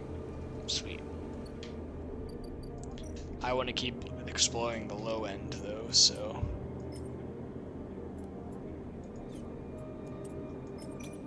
let's work on that.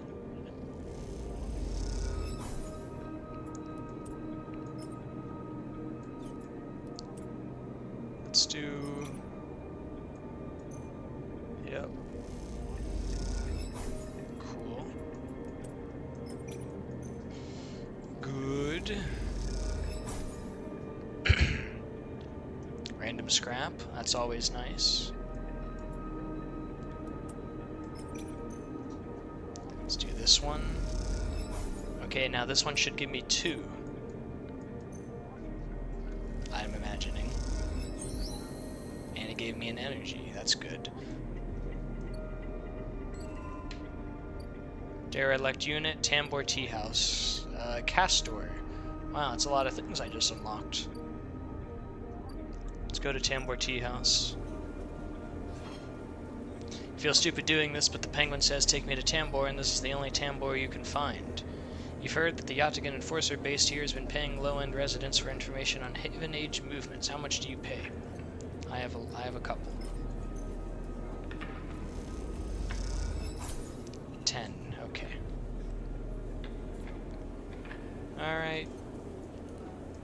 Let's hand in the gum box. The waitress looks at you with suspicion as you hand over the box. Is this the right place? As you go to leave the Tambor Tea House, a hand falls on your shoulder. Sleeper, Fang hisses from behind you. How did you find me? The penguin. Penguin? What are you? He thinks for a second. Oh, do you mean? That wasn't meant for you specifically, but... Look, it doesn't matter. Come on, let's sit. Fang guides you down a set of stairs to one of the Tambor lower levels. The tea house is stacked with curved mezzanines, all connected by a central atrium. The levels are filled with makeshift booths and bars, and conversation bounces busily off the metal walls. Fang sees you looking around. This place used to be a fuel tanker's main drum, hence the name. The tea house part is a bit of a misnomer, though.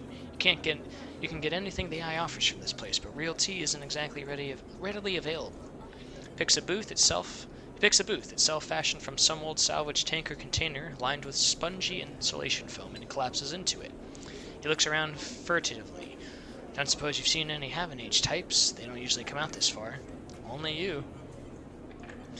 Ha, not anymore, I'm afraid. Suspended without appeal. Turns out Hardin has someone's ear. Doesn't bother me, though. It shows we hit a nerve back there. He picks a scrappy, hand-scrawled menu from the table and tosses it over. What are you drinking? Look at the menu. Fang is right, the menu is ridiculous. There's at least 10 different infusions, most of which you can't make out, but the paper is dominated by an extensive complement of esoteric alcohols and cocktails. Black tea is listed without a price as a seasonal specialty.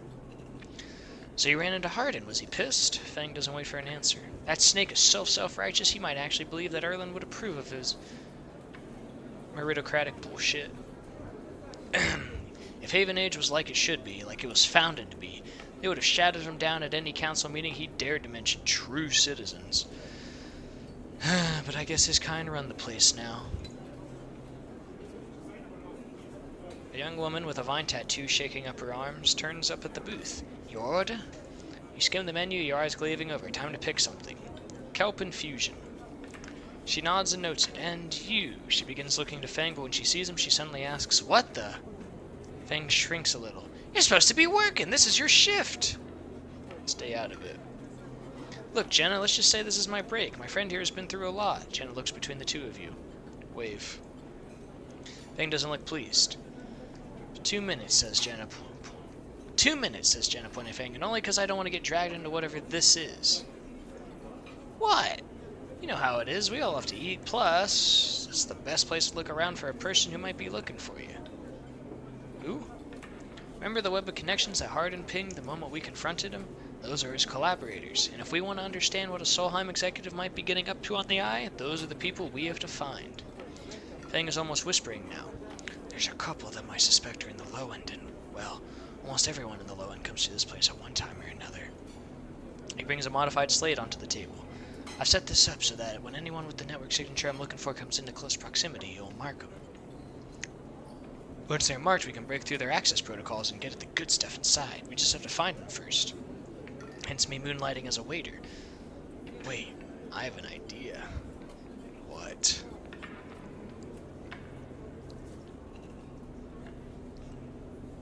How's it going? I saw you in my feed. Hey, Bill Keys. Hope you're doing well. Happy Thursday.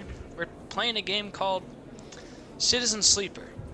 It's a lot of reading. It's like a cool little story RPG. You gamble your fate with dice. You have to keep yourself alive. You're like a cyborg on the run.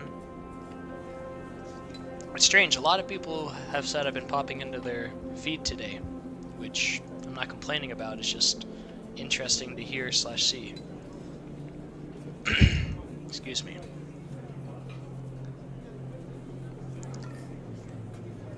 Just got a game called War Hospital for PlayStation. It's gonna be a lot of fun. I'll be streaming it next week. Cool.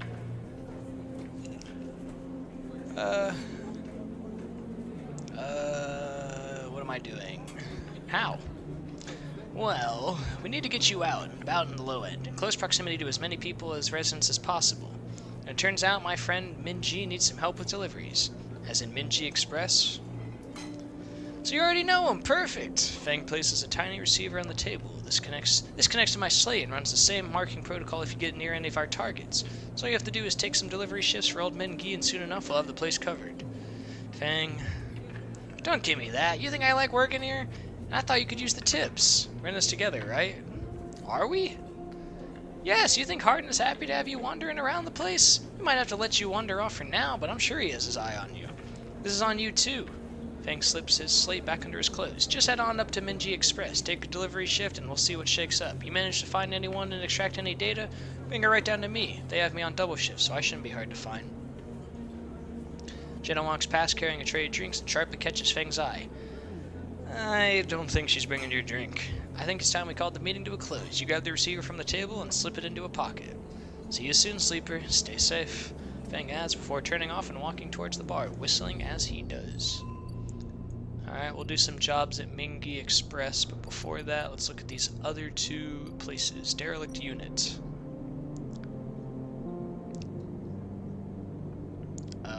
This place, with enough scrap, you might be able to seal it up. Oh, I could maybe hide here once I get my tracker removed. Potentially. A new home. Castor. More reading. Cross between two walls of units, one of the cavernous streets at the center of the low end.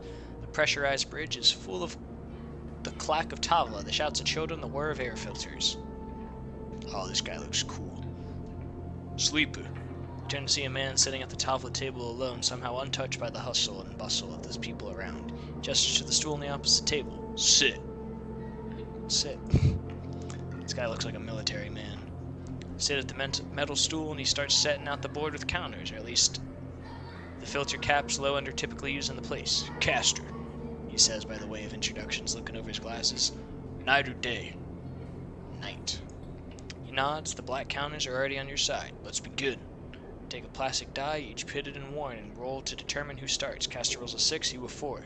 I lead. He smiles and begins to move his first cap precisely along the board. Play passes back and forth between you, the dice changing hands as the caps spread along the board. As it does, Castor speaks, eyes not leaving the caps. It is unusual to see a sleeper on the eye. That's why I wanted to play you. Take your turn rolling a 5 and a 6. Play carefully. After all, a sleeper's mind must be somehow different to a human one. Being emulated, I mean. As Castor talks, you build up a wall of caps, stacking them safely across the board. Progress is slow, but you remain unexposed. I don't mean to offend you. Castor meets your eye. I merely see that you are different by definition. What has been subtracted in the emulation? What has been added? He slides a single cap at an open point, a risk and an opportunity. He hands you the dice. Do you ever think about this, sleeper? About what you were before and what you are now? Always. You roll a double 1 and solidify your wall. The Holden game. Commendable. Can be brave to build from what came before. Rolls the dice and leaps your wall in a single move. But we cannot idle too long, sleeper. The slower we move, the sooner we caught. Past? Oh. The past is not just an idea, a concept for you. It's a living, breathing person. He looks up over his glasses, his eyes bright and wide. You split from them like a splitting shadow from its caster. They may be sleeping now, yes, but one day they will awake and carry on with their lives, unaware of your fate, no matter what it may be. He hands you the dice, smiling. You are a branch severed from the main trunk, an offshoot who refuses to die, so to speak. You roll again, under pressure now, trying to slip your caps out from Castor's before he solidifies control of the game. So what I'm curious is how you see yourself in all this. What does this tangle of truths make you? Driven. Ha! That's much as obvious, Sleeper. I see it in your eyes. You're all eager to make this count for something. Castor looks away through the glass to the crowded units on all sides, but driven towards what? Starts removing caps, his home board full now. Is there an end here? Just endurance. Try a few more rolls, attempting to get back in the game, but Castor clears his home board with a sense of the inevitable. He's known he was winning for a while. I feel I may have pushed too far. He slides another cap for the board. I apologize. My curiosity has a habit of getting the better of me. You roll to return a cap to the board, but all the spaces are blocked. Castor clasps his hands apologetically. You play well, really. Your weakness is not your game. We have much to learn from each other. Slides his glasses back up to his nose and sits back. I feel we could share knowledge, ideas, perhaps even data, to our mutual benefit. He slides his final cap from the board. It's over. He has won. I'll see. Please, I don't want to make you uncomfortable. My intention is only to help you endure here, and if I am, able to feed my curiosities. The game over, you notice, the bustle of the walkway once more, the call of the children, the deliveries, the arguments and reconciliations. They wash over you as you stand and leave, Castor nodding goodbye as you do. Crossing the walkway, you replay the moves of the game in your mind, looking for an opening you are sure was there. I gotta talk to him more. Ah! Sorry. Oh, no I don't. What are the old guard up to these days, I wonder? I have a ship mind for you if you indulge. 5 of them. Stories about Yachigan are brutal, but I want the truth. A vital stabilizer should provide motivation. Ooh, that would be pretty good. This ship is back. I have no dice. I gotta go to bed.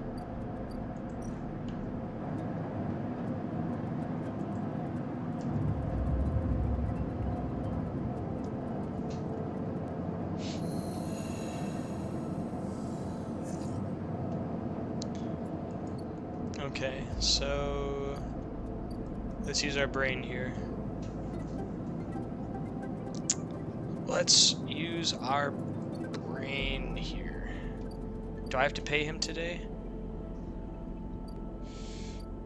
I do. We're gonna save you for last, Ethan.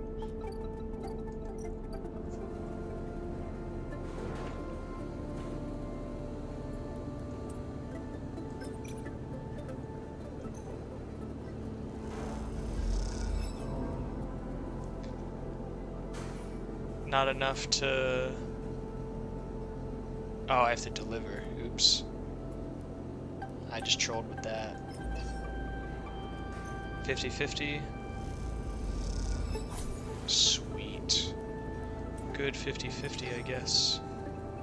I'm playing with fate right now. Oof. Again.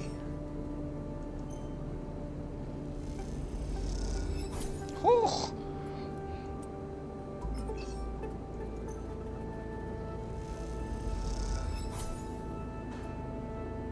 Sweet. I still need 2 more. I gotta talk to Ethan, don't I? Or maybe I do. The compressor is quiet today, the usual crowds are elsewhere. The pumping music washes over a handful of spacers and a few drunks. Ethan is in the same stool in the same pool of light. His head is low, close to the bar, and the bartender's ignoring him. Approach him.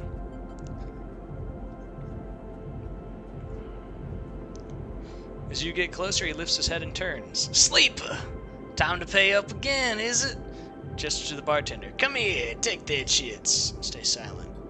Bartender ignores Ethan. It seems they've cut him off. Hey! Come take the chits! Bartender ignores him. Ethan lets out a huge sigh, rubbing his eyes with his palms. He reaches towards his holster. His elbow slips and the gun tumbles out. It clatters on the bar and falls to the floor, bouncing on the ground between you. Both you and the bartender look at the gun and stare at it. Butterfingers, says Ethan, and puts out a hand, beckoning for you to give him the gun. If you would. Bartender looks at you warily. You crouch down and pick up the gun. I like Ethan. Hand Ethan the gun. You slap the handle of the gun back in Ethan's hand. Thank you. Now, where was I? He lazily swings the gun past you and the bartender. Yes, leaving, he stands.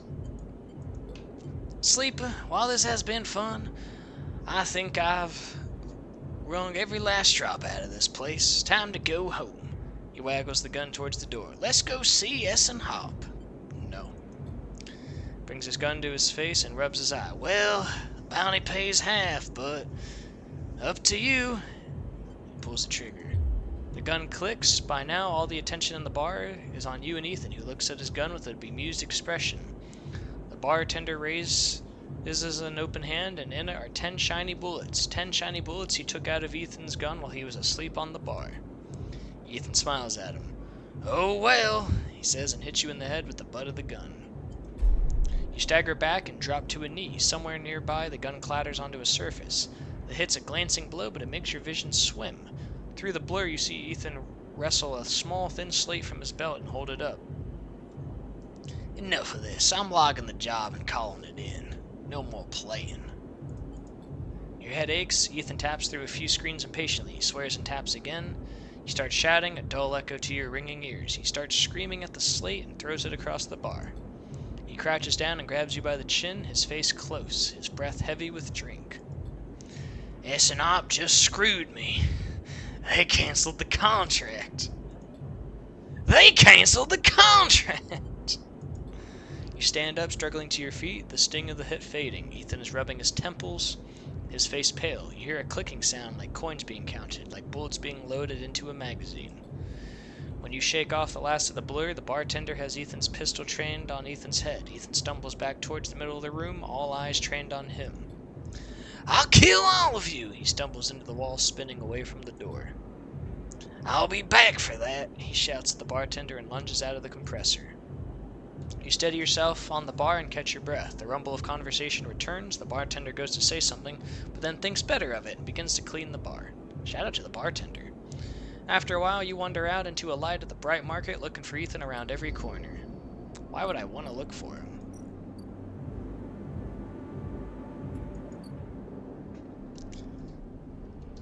At least I didn't have to pay him again. Thank God.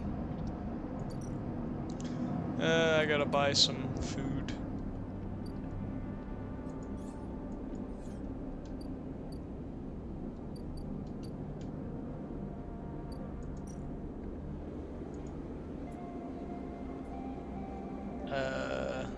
Yep.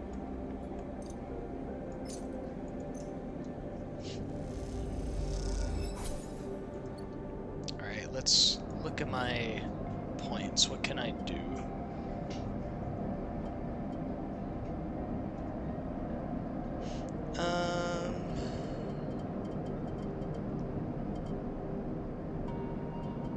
Chance to gain cryo on interface actions. Let's do that.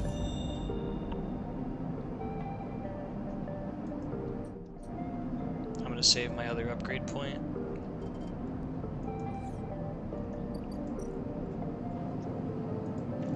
And cycle.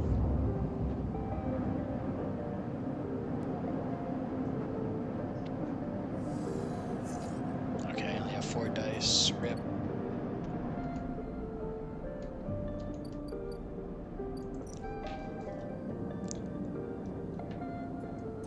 Let's buy some scrap.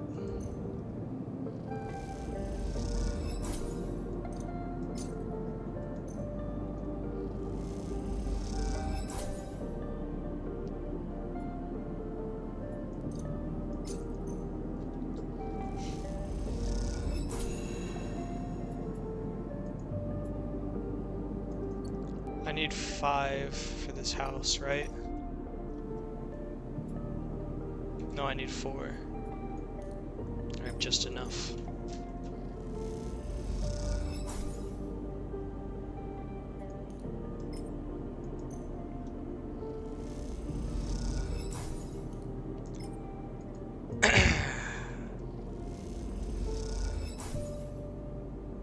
I don't want to do the last one yet, just because I don't know if I'm going to be tracked, you know? It's a little worrying. Well, I am gonna be screwed here.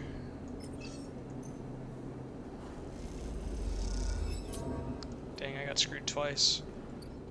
Okay, let's do some hacking.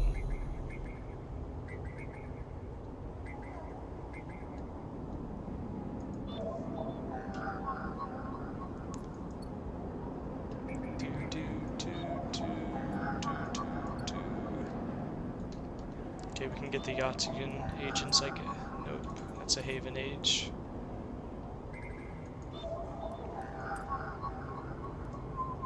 Bypass, extract data.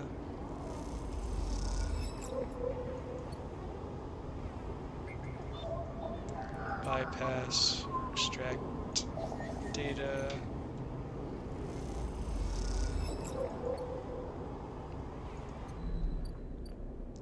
Well, now I'm gonna be starving. That's not gonna be good.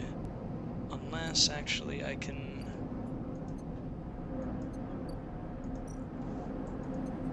I'll sell one.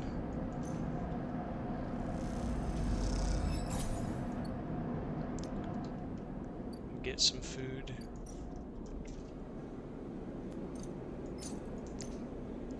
Yikes, I am struggling right now.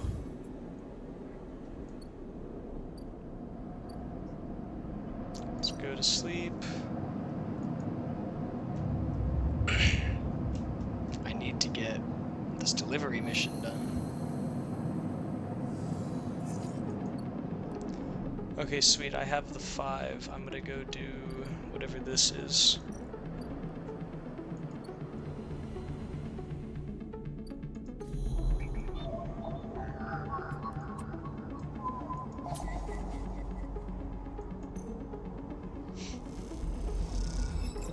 Another key. Yeah, I know you don't have to do everything, but I want to do everything. A glint, like a light traveling along the edge of a wave, fills your eyes. His name is Killer. Fun. Then the blade follows, a long head with 2 dead sockets sipping towards you in silence. You freeze, hoping it will pass you by, hoping that it will simply not slice through you like air. The blade head nears, slides past you, almost. It nicks you, grazes you. You are desperate to cry out, to call out. But you hold your silence and simply watch the blind eyes of the killer glide past, empty of all thought. Then the blade winks into the dark and you are alone again, and now you cry out. Oh, that's just the thing. That's just Killer. Okay. Silly old doggo.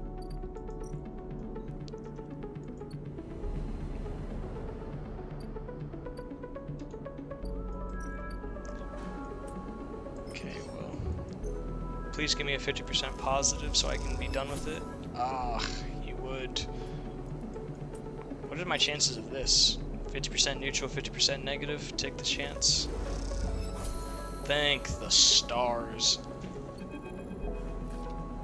Sleeper! You see Fang coming up the corridor as you step out of Mingi's, the kelp noodle smell still clinging to your clothes. He comes up fast and stops close, looking around suspiciously. I don't have long, take these. Fang palms you a couple of those metal thumb-sized strides, ripper worms. My slate has been buzzing like crazy. It seems your delivery shifts have turned up our 2 targets. He squeezes your shoulder. I knew you could do it. Now we nail those snakes. What do we do? Harden's boys are all connected by some kind of closed network. You break the access protocols on both of them, you should be able to gain the location of the nearest network ports. Slot the ripper worms in those ports, 1 each, and they'll feed me anything and everything stored on Harden's shadow network. Can't wait to see what juicy plans they have in there. You hear the scuff of boots as groups come up the corridor, likely on their way to place an order with Mingi. You turn for a second, and when you look back, Fang is already halfway down the corridor in the opposite direction. He raises a hand in farewell and is gone. You run your fingers over the tiny ripperworm drives in your pockets and smile to yourself as you wonder how mad Jenna will be at Fang for this little excursion. Time to slot some worms. Truth is, you weren't joking, it's a lot of reading. I told you. Thank you for the compliment, though. Where do we go? Oh, Harden agent. Oh no, oh no. I need to get good RNGs. Oh, I need a 6 and a 5. Oh, shucks. It's my favorite game that came out last year. I don't know if I played a lot of games that came out last year. I played Baldur's Gate, but that's like an obvious one. Okay. What do we do? What do we do? What do we do? What do we do? What do we do? What do we do? What do we do? I haven't got a clue.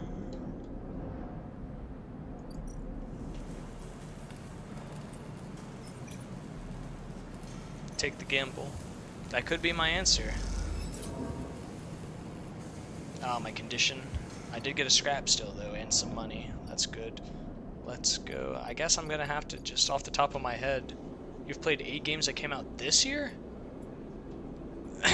I've played a couple little indie games that came out this year. Hello? Order fungus, please. Thank you.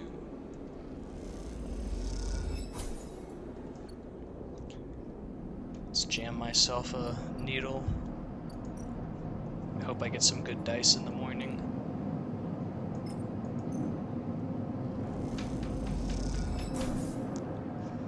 We'll see. I need a 5 and a 6.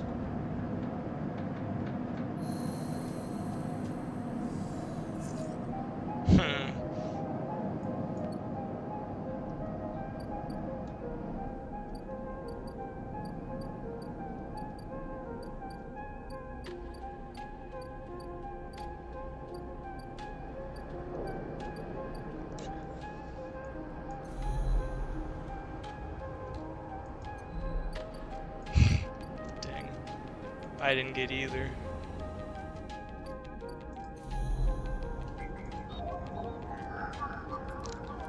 I got a 4, so we'll do that, I guess. Bypass that, get another key, even though I literally have 8 of these things and I have no idea what they do. What games have you played, Bills? Anything I would have heard of? I don't know if I can do anything that I want to do besides just engineering.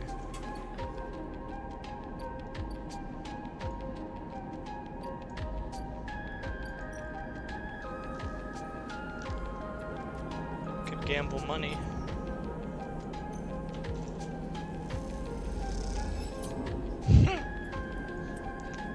Double down, double down. Double down, double down, double down, double down.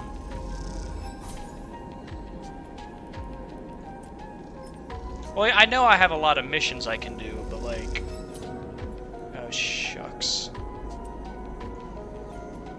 I'm not gonna risk starving. Yeah, like... Right now I have build a home, but I'm afraid if I build a home, I'm gonna get tracked, so I'm trying to wait for that one to get rid of the tracker before I build that home.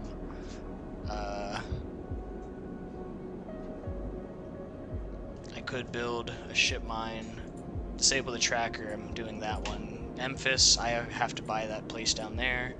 Hack Harden's agents, that's what I'm trying to do. I can't help Bliss right now. I'm helping complete the Side Rail Horizon, but I don't really want to do it. I don't want to be a Yachtigan, so like I'm doing all the missions that I want to do. It's just getting unlucky, you know.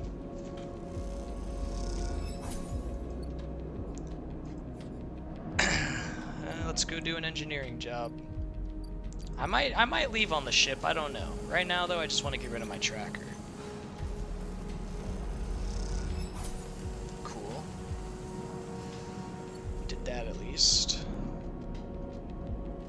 And maybe doing the home right now literally doesn't matter, but I don't know that. In game, I don't know that. I feel like if I do the home, 5 or a 6, please. You gave me a 5, I'll take it.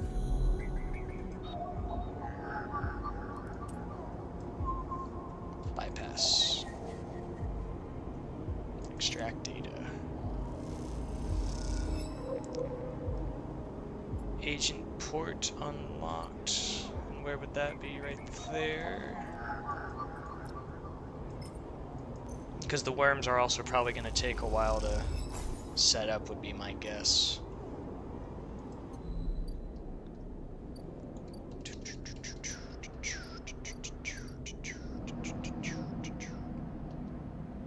I guess we'll just work on the ship, get some money.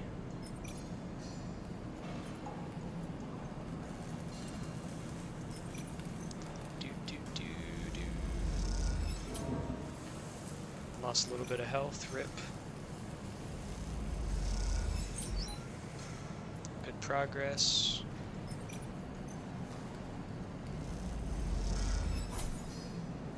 Alright. And now I'm gonna go be a gambling man.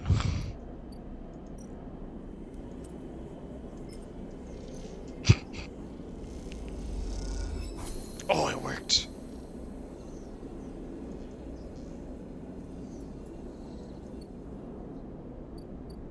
Now I got the Ord Fabricator. Ship mines cannot be built from scratch, but if you have enough salvage fragments, ship mine fragments can build a ship mine. Okay, I don't know if that was worth the gambling, but you know, is what it is. We got that unlocked at least.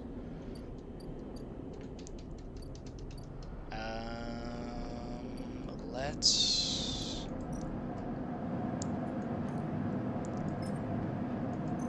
I'm gonna self-repair with both my scrap.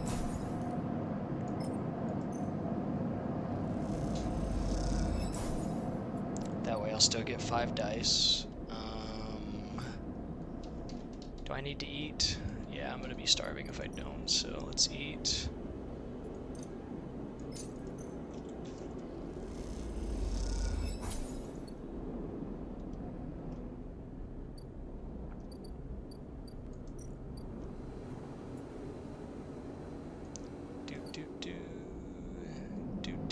How many skill points do I have?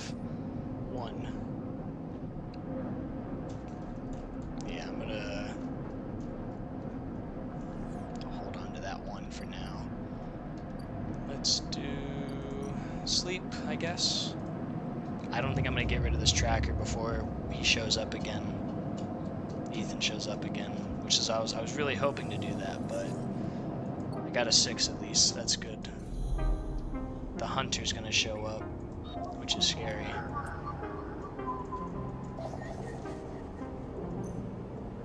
I have no idea what the hunter's gonna... Oh, it just hit 0. Trouble with what?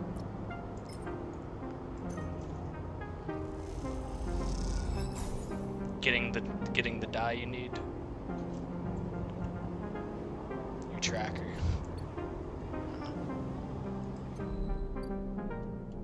Fang. Sorry, I'm trying to listen to Pump for the pump right now.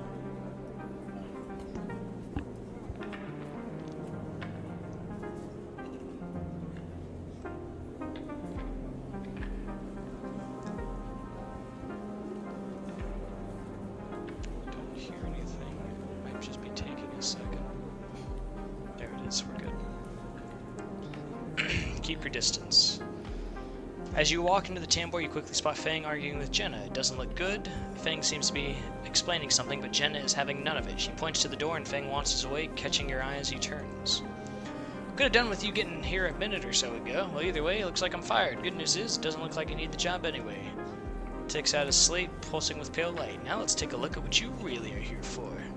Slate is a whirring mess of code streams coming direct from the Ripperworms as they dig through the agent's data and spin it into threads for the Slate to pick up.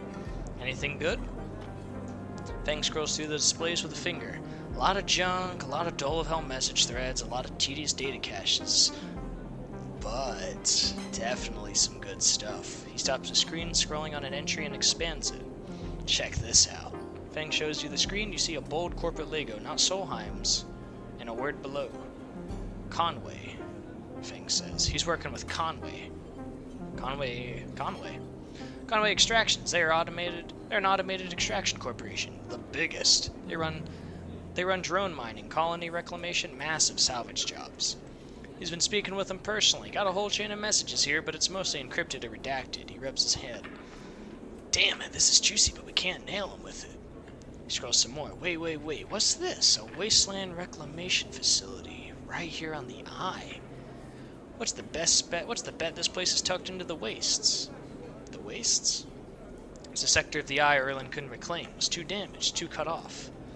Back before the collapse, people would have got there by going down the connected spoke from the hub, but that spoke's broken now, so the only way is the long way, around the rim, past the greenway. Fang looks away thinking. Conway may have been making moves on this system since the collapse. I heard they took over one of Solheim's old belt colonies a while ago, moved everyone out, and reclaimed the whole rock. What's their angle? Hardin has to be offering them something. Fenn looked back at the screen. But if Hardin is involved in it, then we need to check it out. Simple as that. So what's next? We have to get to that facility. The answer to whatever Hardin's been planning has to be there, and we are going to catch him in the act. Give me 5, maybe 6 cycles, then I'll see you on the Greenway. I remember there's some old service docks on the outer shell up by the Haifa building. Should be a good place to meet. Thanks again, Sleeper, for sticking with this. I haven't forgotten about that tracker of yours either, but I'm going to need to be back in my bay to pull a solution together. I've been working on a fix to my brakes. See you soon, Sleeper. And he walks out of the door of the Timbre without looking back. 6 cycles? Oh my goodness, man. What am I supposed to do for the 6 cycles?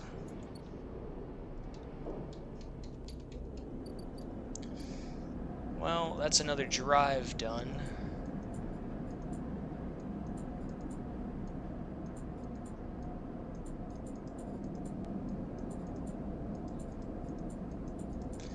Well, I guess we are just going to be engineers for now. Hope I make enough money to get this going.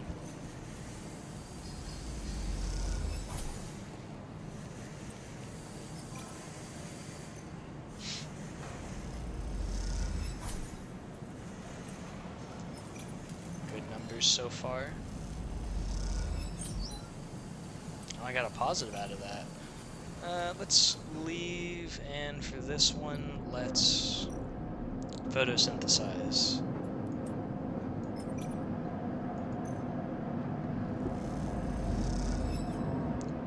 +1 energy, I'll take it.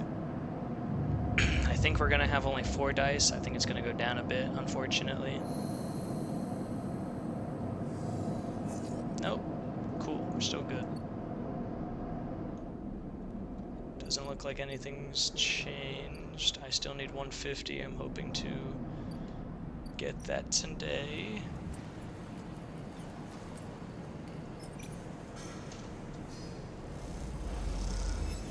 Oh, you gotta be kidding me.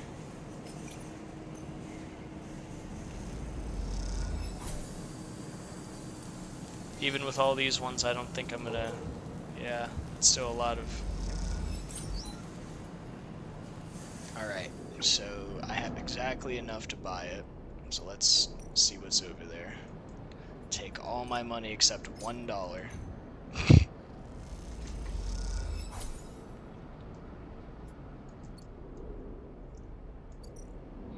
Take me across, please. As you step out into the passageway, someone barrels into you from behind, sending you stumbling down the corridor. You turn to see an unfamiliar spacer laden with heavy gear. She steadies herself, staring you down as if to respond. Stay silent. She adjusts a strap on her shoulder, barely giving you a second look before setting off down the corridor.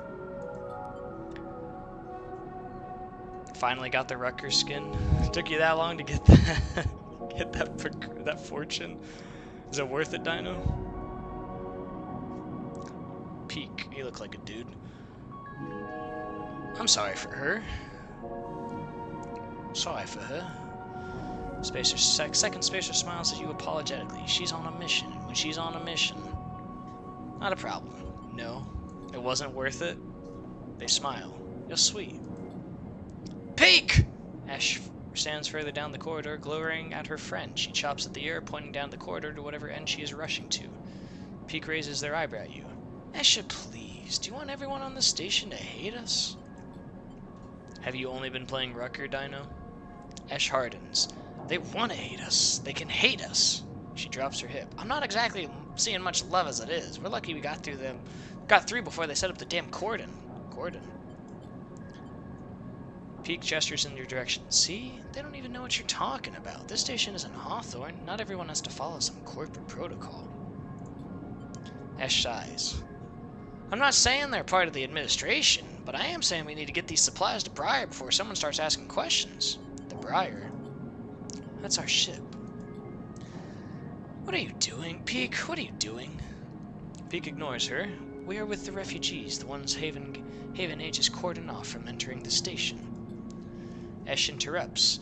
The ones that are being quarantined in makeshift vessels that barely made it to the eye to begin with. The ones that your station administrators have called an existential risk and are running out of supplies while their right to safety is being debated by people with no stake in their future. She quickly looks away, annoyed at her own outburst. Peak sighs. She's right. People are trapped out there, and we understand that this is a big problem for the Eye. Hundreds of refugees and more ships turning up each cycle. They hold up a hand to stop Esh interrupting, but Esh turns away, her burning anger a palpable force in the close quarters of the corridor. They need supplies, and after everything they've been through, the quarantine isn't helping. That's terrible. Esh looks back at you, her fierceness fading. Peak, please. Esh gathers herself and the supplies. Esh, we need help. Just like the refugees needed us, we needed others too. Yeah, I'll go for another hour, and then I'm gonna have to be done. My throat's getting shot. Peak turns to you. Come find us. The climbing briar is docked to the broken spoke past the greenway and the wastes. We have a good view of the cordon, though we are keeping our distance for now. Come help us. They squeeze your hand. Ash turns to leave, and Peak follows, waving goodbye. A moment later, Ash shouts back down the corridor. Don't bother coming empty-handed. You want to help? Show us. Bring supplies or don't come at all. With that, they disappear around the corner, Ash already picking up speed as Peak calls for her to slow down. A refugee flotilla? Where are they coming from and why? Each time you think you begin to understand this place, something changes. A new drive. Greenway. Service dock. Is this where I have to wait for Fang? Oh, it is. Okay. Hypercommune. The wastes. Gather scrap. I don't know if that's worth it. I don't have anything to do over there. I don't care. I'm guessing Greenway I have to investigate to see. Yeah. Let's go to the Haifa commune. The only way to become part of the commune is to work your way in through long service. It isn't for everyone. Okay, let's investigate Greenway. Rather than simply thrash through the undergrowth, you might sketch a map of this overgrown jungle to try to better navigate its hazards. Simplest way is to pick a set path. This carry is obvious. 50% negative versus 50% negative. I like my odds. Oh, but we got +2, so.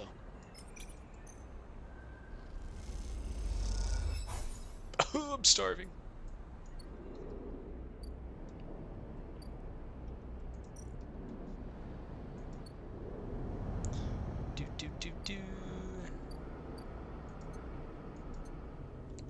I can sell some stuff.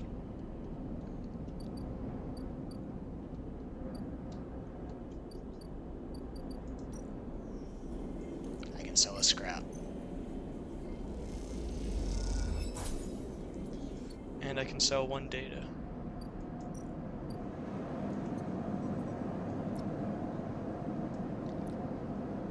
Oh, this is a different thing.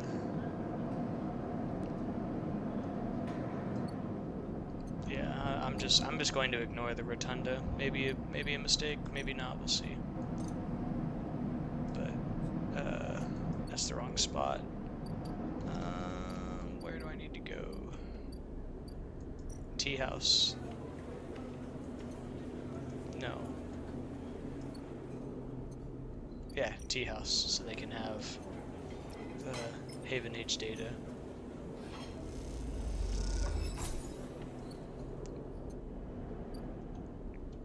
Now I can eat for the day. Hip hip hip hip hooray. I am only going to have 4 dice this turn, but I'll live with it. He's gonna take me out soon. And not in the good way.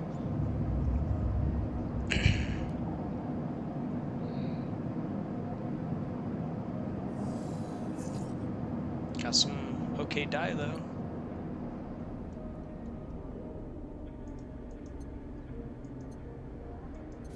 gonna make a mistake and trigger the hunter, though.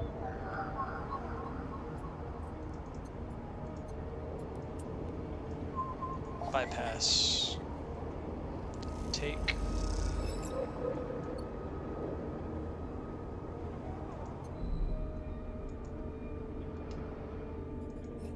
Why can't I look at my skills? Do I need to be at my base?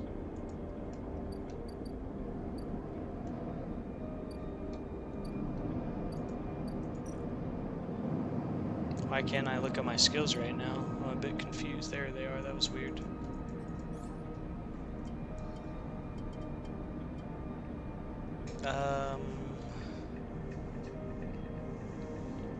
What was I going to? Agent nodes give double data. That might be worth it, but I don't know. I think I'm just gonna wait for the engineering. Because I still, how many do I have on this still? I have 4. I don't want to risk losing them. Let's get the Yutan agent though. I do need him.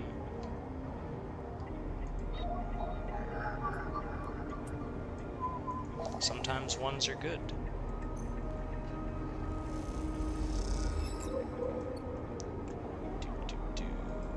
And let's go to Greenway. Oh, Mushroom Groves.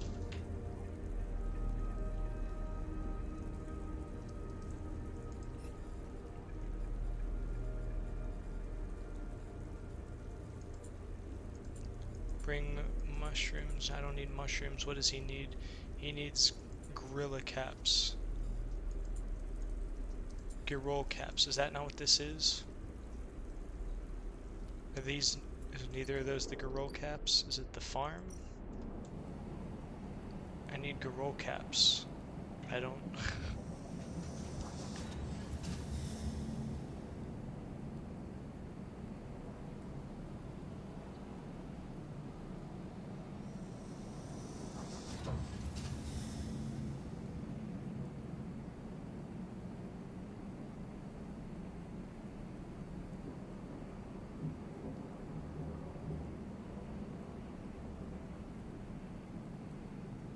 Saying hi to my grandpa. Novita, are you there? I'm not trying to pester you, but I just don't know what the Emphis Girol caps are. Is there anything over here? Greenway Gate. Is that it? It's the only thing over here. Okay. I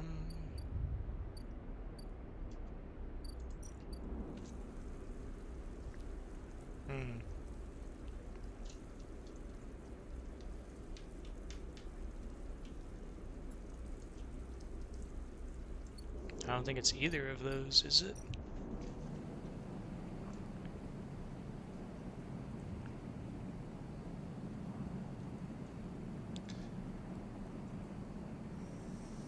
Barter for food. Or I could work the stacks.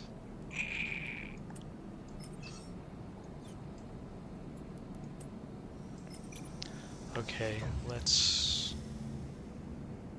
No, let's not do it. Let's just get this done.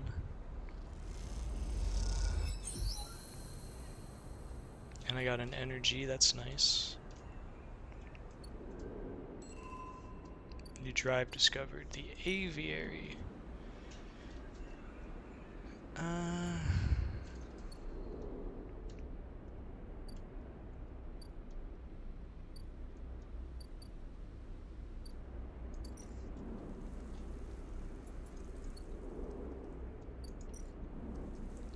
Let's collect some spores and see what happens.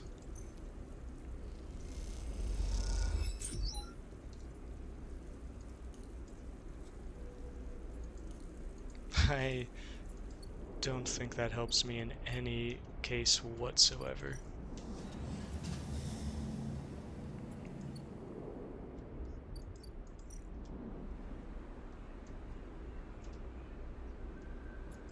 Yikes, I think I might have messed up there heavily, but what do I need? I need 1 intuition. Is the yeah, I can't farm the fungus, I don't have the... I need a skill upgrade. I need +1. I got the spores, and the spores were not the things that I needed. I have no idea what these are for. Plant them? Oh, I can plant them at this if I clear it, you mean?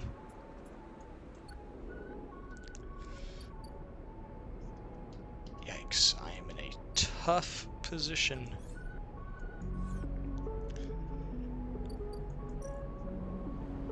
It's fine. See what happens. If I get 2 tomorrow, I can do that. It's fine. We'll make it work. We will make it work. I'm just worried what Ethan's gonna do to us tomorrow.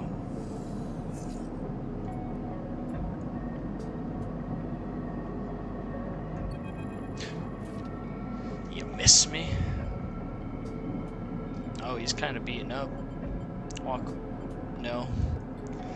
Look at him. He's paler than usual, hunched. He is sporting a black eye and more than a few cycles of beard growth. That's no way to greet an old friend. Friend? Well, colleague? This is big, really big stuff about you. Seems more jittery than usual, on edge. You remember how SNARP canceled the contract on you? The contract I was gonna collect? I remember. Well, I'm guessing you were pretty happy about that shit. Overjoyed. Me? I lost everything. Let's not worry about that. What'd you think that? And so, did you think that was it? Stay silent. Well, it was, except... What if old SNARP gave the bounty to someone else? Someone who was even more of a shithead than yours truly. What a disaster that would be. Who? That's the question, isn't it? Ethan fishes around in his pocket for a slip of paper. I've been speaking to some friends, you see, some colleagues about what went down, and it turns out SNARP canceled all their bounty contracts, the whole lot. Seems they brought someone in-house, some guy who did so well on their last contract they got offered a job. Apparently he made a hit on this ship called the Winter Wonderland or something. He was smuggling sleepers out from SNARP's big corporate nose. He killed the crew and blew the ship. They called him Hanwick or Maywick or something. Well, I forget. You mean Winter Light? That's it. So you do know about all this. Pat you on the shoulder, then you'll be very happy to hear what I'm about to offer you. Given this new information I've brought to light, it seems like you are in need of some protection. Wait for the pitch. I, meanwhile, am in need of assistance in kind. It turns out I upset some people at the compressor last time we were there, the owners, and they say they'll space me unless I work off the debt. Seems they are that kind of businessmen. I would pay them, but I got nothing. Then work it off. You should be glad that I came here and I told you this. You think anyone's out looking for you? You are a contract, a name on a list. I'm sorry. I'm sorry for being a shit. I'm trying to kill you and whacking that thick skull of yours. You think I want to go up against this guy? But us? We don't have a choice. So keep me from getting killed and I'll do the same for you. We can help each other. A straight 50-50 deal. I'm not asking for a favor. I'll think about it. I'm at the compressor every cycle, working. Just think about Maywick. Think about that cold-eyed SNARP shit on his way here from the core systems. That should give you the motivation you need. Ethan swaggers off down the corridor, throwing his jacket over his shoulder. Can't wait to be working with you. We can be on friendly terms, but I'm not gonna hire you, sir. So, Novita, I need to know, how do I get How do I get how do I get gorilla caps? Do you know where gorilla caps are? I know they're in Greenway. Is that the mushrooms that I need a higher Intuit to get? You don't remember? Shucks. You think so? Double shucks. I have to wait 3 more days for you? You gotta be kidding me.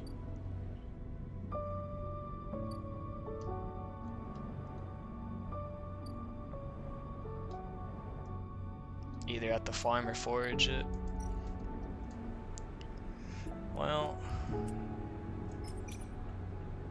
how's this looking?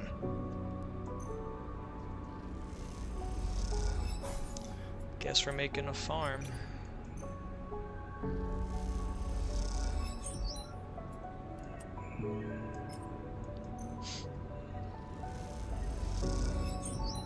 Cool. I am fully aware that I am starving. Sometimes we just gotta take some L's in life, you know? I just need to get some more intel on my Yatagen agents, and we'll be good. Get one more and he'll give me a syringe. Right? Caster. Yep. One more Yatagen data and he'll give me a stabilizer, so I'll be fine. Just gotta hold on. Just gotta hold out.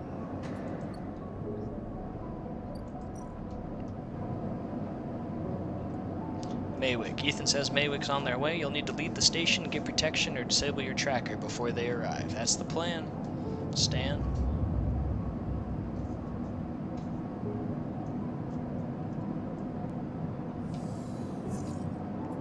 Sweet. Okay, so leave. We need a Yatagen agent. Cool. 1, 2. Extract data.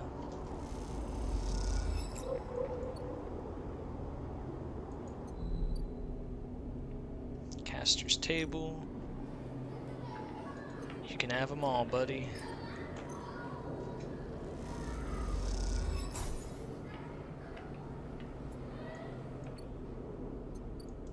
If I do another 5, no.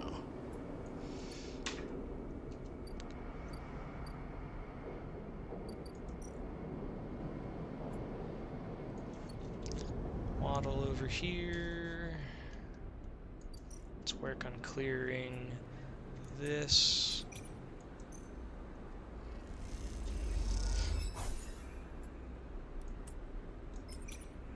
Oh, 50% negative? I gotta take the chance. You gotta be shitting me.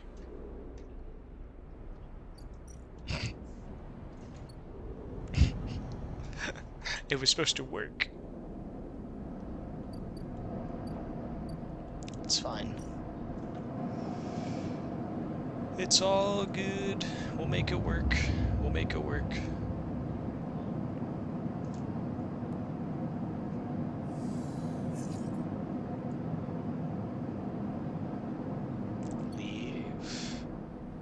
I've also have not found Sabine again, wherever she might be. Maybe I'll find her, maybe I never will, who knows. But what I do know is we are getting some flowers, some plants.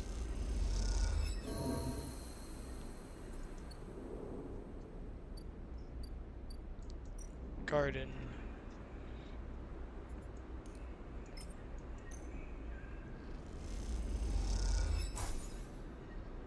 Oh, I need more.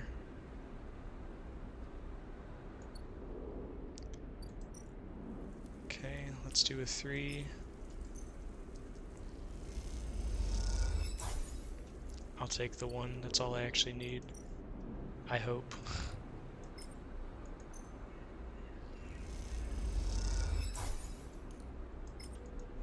We'll find out. So what's this gonna do?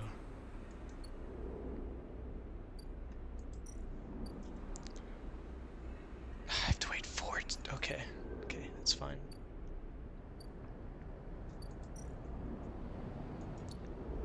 Let's go do an engineering, I suppose.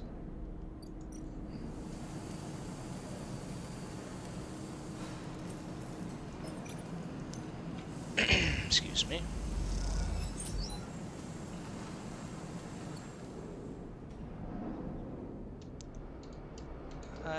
Let's get some food in my belly.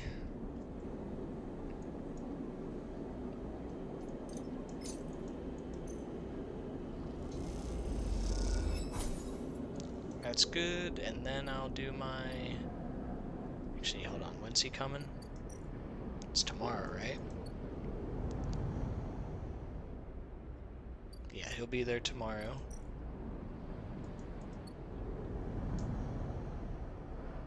Let's use your brain. Yeah, okay.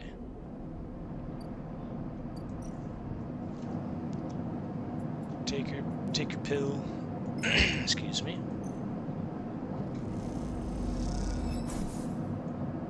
And go to bed.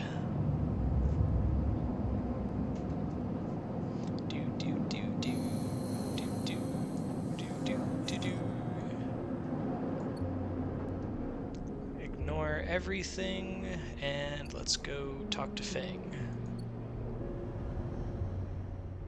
I made it work. Fang, hello, buddy.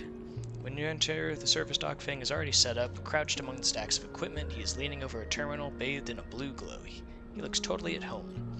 Sleeper, what do you think? Turns out not everyone in Haven Age is set against me. A couple of my old system pals managed to ship me some of my old gear. Gestures at the pile of blinking hardware. Nice kit. Does a mock bow. Any updates? Fan beckons you over. He has a set of scans of the wastes on his terminal with heat maps of activity overlaid. A chunk of the derelict rim is blotchy with red light and orange marks. Does this look like a wasteland to you? Fang shakes his head. There's hundreds of Conway machines out there, all lined up in concealed hangars and a whole underground factory facility to support them. Arden's got a crew out there putting them together. They must have shipped them in piece by piece through the shipyard, ready for assembly. Why? They're planning something no one needs, hundreds of heavy-duty reclamation drones, to run this kind of operation. Maybe Arden masked this whole thing as an effort to clean up the waste, but there's no way this is all about pulling scrap off the eye. And why is Conway in the mix? I bet no one in Haven Age even knows another corporation is setting up on the station. They aren't stupid either. These scans are the best info I can get. The wastes are cut off from the eye, cloud of networks, and the Greenway's in a total Zark zone. No data can come in or out. I can try. No use, you need to enter the cloud, and there's no cloud to speak of. That's why I'm going to pay them a visit. How? You forget, Haven Age come in and out of their all cycle. I should be able to get in, as long as no one sees me. Okay. But I need you to help on the outside. Help disable security systems and cut me a pathway through. There's no cloud access, but if I can get inside, I can open up nodes in their network and we can work in tandem. It's a massive facility buried deep down there. Miles of corridor and ventways wrapped around cargo bays and hangars, so it'll take more than a few cycles to work through it. But as long as you keep them off my back, I know I can rip what we need out of there. Pulls a handful of ripper worms from his pocket and hands them. These are the last of my little helpers I managed to salvage, so make them count. Modified them slightly this time, so they'll feed their data threads back into the system they're tunneling into, creating a nasty little feedback loop. We run it just like we did with the agents. Hack the nodes, I ping to locate the ports, then slot the worms. It's gonna be more waiting. Points to a fuzzy silhouette of the buried facility. Here's the entryway. This is where you can get access and slot the first worm. That'll fry their perimeter systems and get me past the first cordon. What I need from you is to keep your eyes on the facility after you kick things off. You see me pop up a security system, a server bank, you need to break in and slot a ripper to disable it as soon as you can. If I can't, you miss a system, you wait too long, then you're gonna find me. Simple as that. I need you focused on this one, so I'm gonna let you fire the starting gun. I won't go until you slot that first worm. I'll leave your tracker running on the terminal here, so you can come back if you want to see my progress. Got it. Don't worry, you can run rings around their protocols. I've seen it. It's all in place. You just need to make your own preparations, then slot that worm. Just don't wait too long. I'm getting bored of all this sneaking around. Once I'm inside, I'll get the proof we need to end this whole thing, no matter what. We can't take longer than 6 cycles on this thing, remember that. Oh, and one last thing. If I get caught, or you can't reach me, or run out of time, there's one thing I need you to do. What? You can take whatever I manage to pull at that point, all the data, all the stuff you have, I've set up here. He points to a pile of terminals. Repurpose the Doc's SOS broadcast system to beam out wherever you put it in. Anyone with a terminal, a slate, or a server on the eye will see it. That means Haven Age. Yet again, the hub, everyone. No matter what, Harden isn't snaking away this time. I've got a bit more to do here, but the moment you slot that first worm, I'll make my move. Well, how do I slot that worm? I'm ready. Promotion.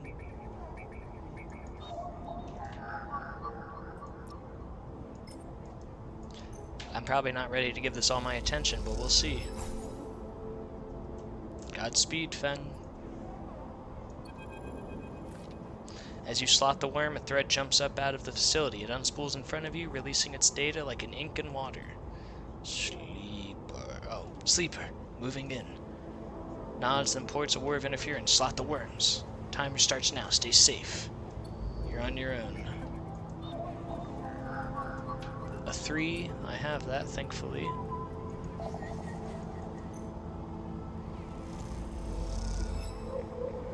Cool. Oh wait, I have 2, 3, 4, 5. I have almost everything actually. Wow.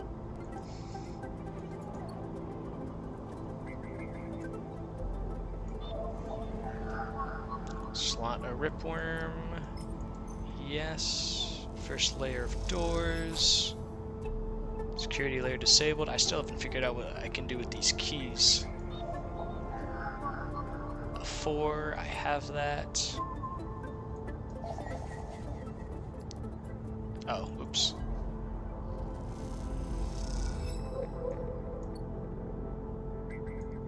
I don't know if I have another 4. Oh, I have a 5, thank God.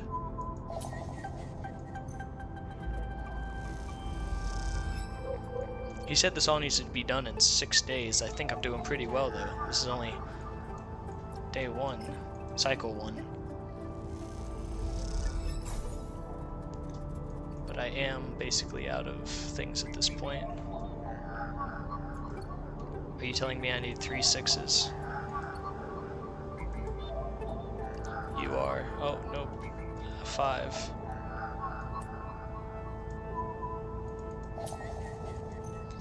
Okay, so...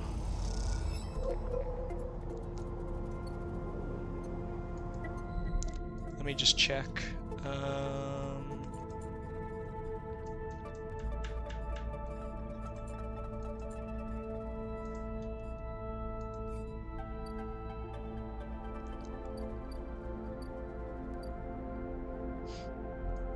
Is this how much time we have? Yeah, how much time I have left to help Fang. That's fine. That's plenty of time, actually. I did literally all of them this first day. Almost all of them. We'll go back, we'll have some lovely little food. Go do some engineering work. Maybe get a scrap and make a house, we'll see.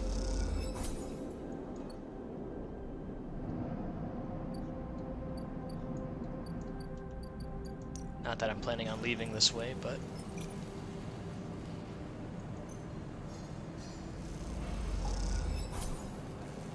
one more. No scrap, unfortunately. Bedtime, bedtime, bedtime, bedtime. And I have plenty of time before Maywick even gets here. I need 2 6s. Or if I do a 5, I can up the whatchamacallit. That's amazing. That's honestly amazing. That's like, oh my god, such good luck. Holy hell. That's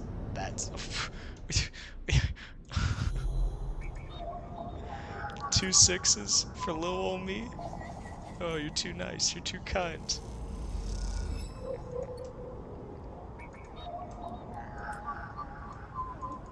What are the odds of that? That's wild. And then the last ringworm. Ripper worm. Oops. Different kind of worm.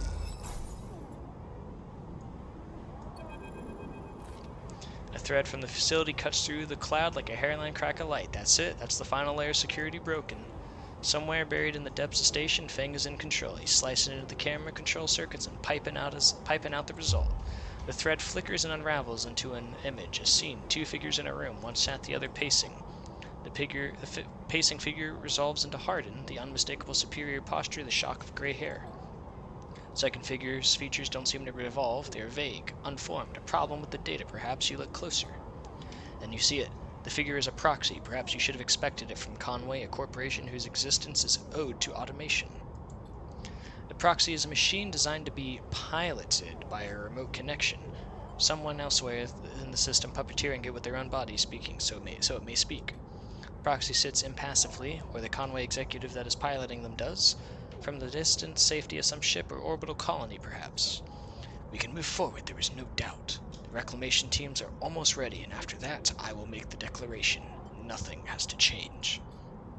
Proxy leans forward, its movement stilted, uneven as if its body was being refracted through water. But things must change, Hardin. We need further assurances. I have been informed of a breach in one of your closed networks in the low end. You have been careless. Hardin waves the accusation away. We have been stretched. A breach was detected, yes, but no data of value was lost. Our board is concerned, Hardin. A drop in our value would be unwelcome at this time. Proxy leans back, its posture dominant. If the reclamation of AE-1 is contested, then we could be drawn into a compromising legal position. Hardin approaches the proxy. There will be no contest, not from Solheim, who cannot muster a defense, not from Haven Age, who will fall into line below me. He crouches in front of the seated figure, eye to eye. And to the people of this station, refugees, gangs, spacers, all either opportunists or degenerates. Haven Age is no longer strong, no longer united. No one here believes in Erland's vision, nor has the strength to enact it. I sat across from him at the negotiating table. He was forceful, eager, weakened by his ideological convictions, perhaps, but a great man nonetheless. The place no longer deserves to bear his name. The eye is crippled. It cannot survive. It is a ruin filled with squatters and outlaws. They will be lucky if it spins in 100 cycles. You will mill forward with the reclamation, because otherwise you will lose your advantage in the system. Without your advantage, you will lose claims on the remaining palladium. Oops, wrong voice. One moment, comes a response from the proxy, and its head drops to its chest. Hardin steps back and paces once more, awaiting the discussion taking place elsewhere in the system. You watch Hardin pace as he considers his future. What goes on within a mind like that, in the mind of a man who would burn all those around him for a path to some imagined golden end? The proxy lifts his head. We are happy to proceed. We will legally claim the station formerly known as Solheim AE-1 as salvage within 6 cycles. Haven Age is to assist with the transport of the illegal residents to Conway housing and labor facilities. The proxy judders to its feet. Conway will also claim 70% of the raw outpost of the reclamation process after losses have been accounted for. Hardin nods. I accept. The proxy reaches out to shake his hand like a marionette, and then the recording loops. You watch it play out a second time, gripped by a horrible fascination. There is bluntness to the conversation, to its blatant disregard for humans as anything other than objects. Things to be moved, to be used, to be fed into structures, crushed, and losses accounted for in the cells of tables, the margins of ledgers. You realize now that you are no different than anyone else on his station in the eyes of the people in that room and those like them. Each body here can be recast as a piece of property, a tool, an expense, an acceptable loss. In one moment they can be named a citizen, a sleeper. Celebrated, protected, in another, the very idea of citizenship can be used against them. That is what it means to be living in proximity to a system like this. No longer, not while the eye spins. You gather the recording, pack it into a polygon of purest light, and you drift down into the service dock like a falling leaf and find the relay. It only takes a second to place the polygon of data, then recording into the relay system Feng prepared. Then you watch it as it bursts a web of threads heading into the black, to every network device on the eye. Let's see what the power makes of a man. Upgrade point complete.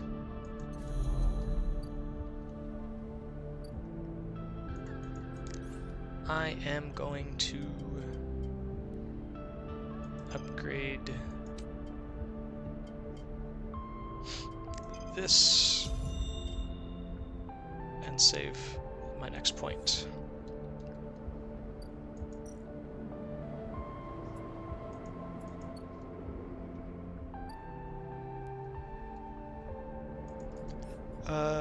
Maybe we just, would I, like, maybe sleep? Is that what they expect me to do? Or is there something here that I can do? Is that scrap still there? Yeah, it is. I'm gonna do this engineering. I wanna buy a scrap. Oh, that tells me what I can get? That's cool, I guess.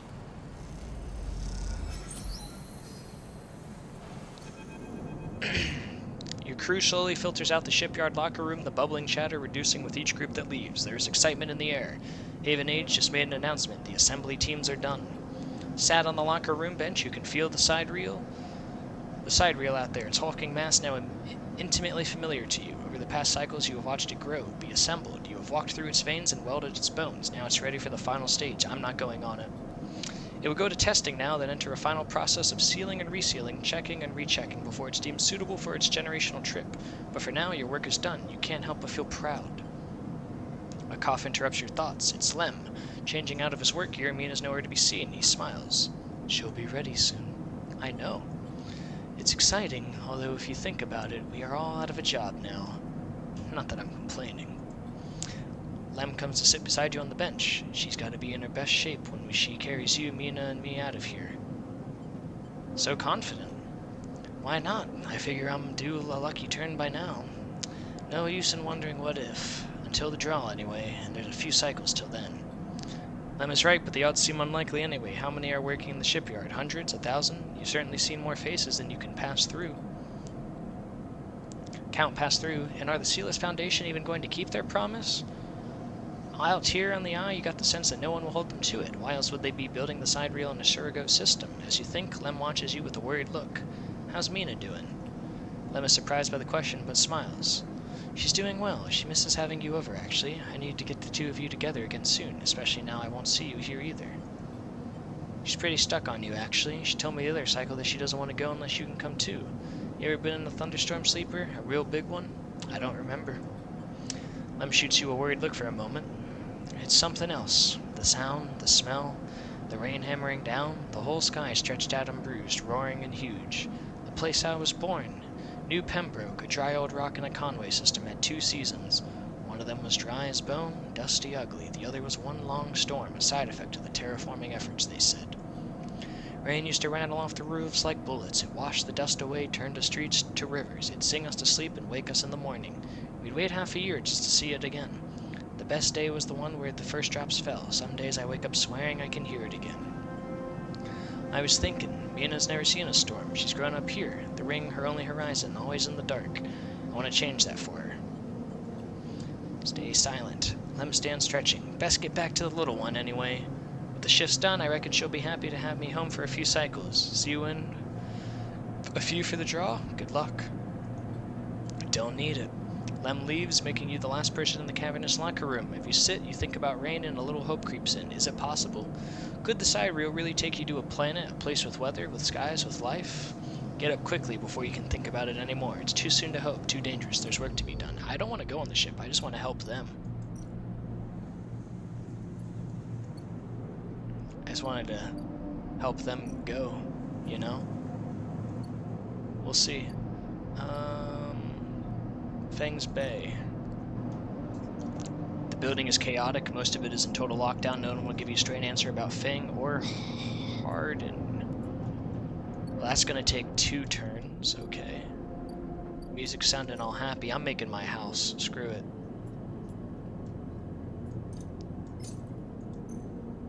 I'm buying a house. I'm celebrating.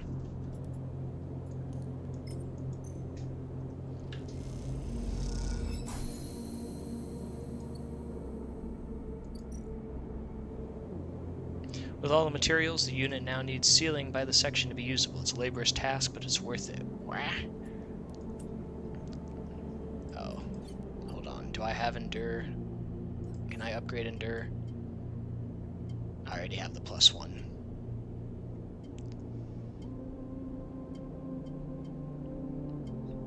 Okay. Well, let's work on building a house.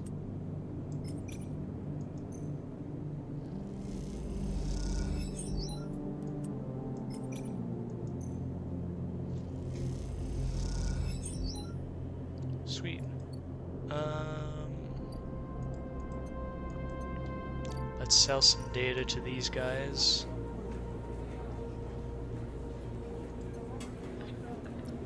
They can have it.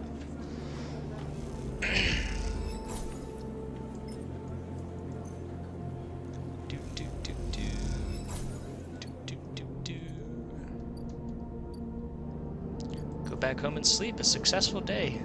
That's the rotunda. Oops. End cycle.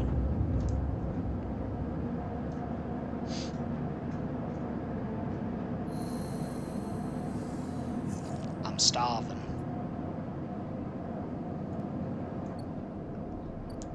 We do have to wait. Oh wow, look at that. It's being moved. I do have to wait a day for that to kick in.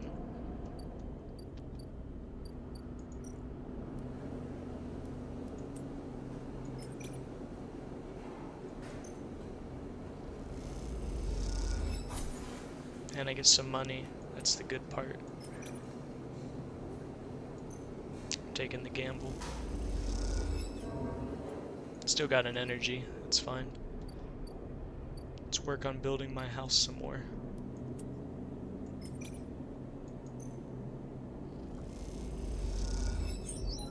One more time.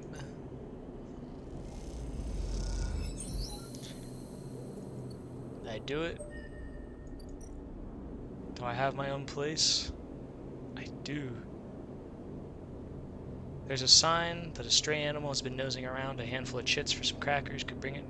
Get a cat? Absolutely.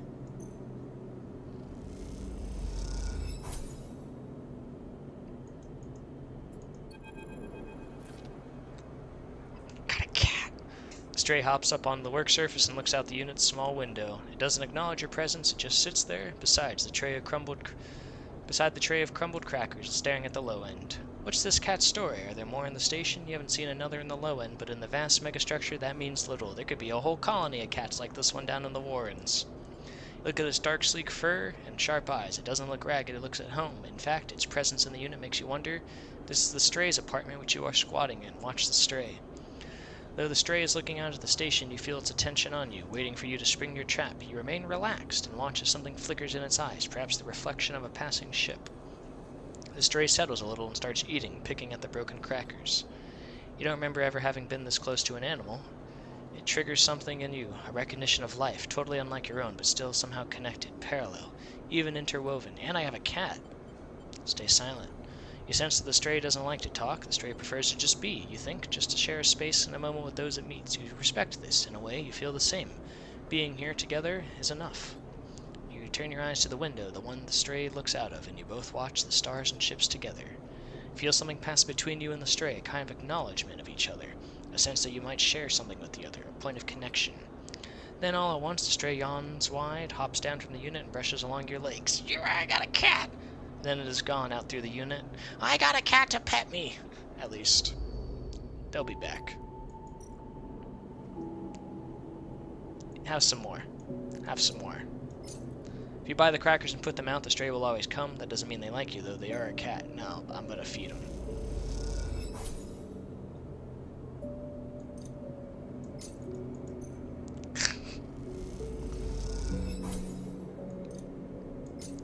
Feeding this cat all the way.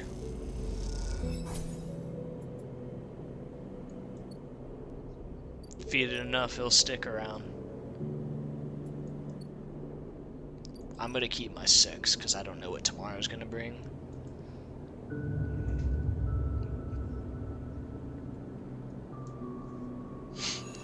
But then we're gonna go see what's up with Fang.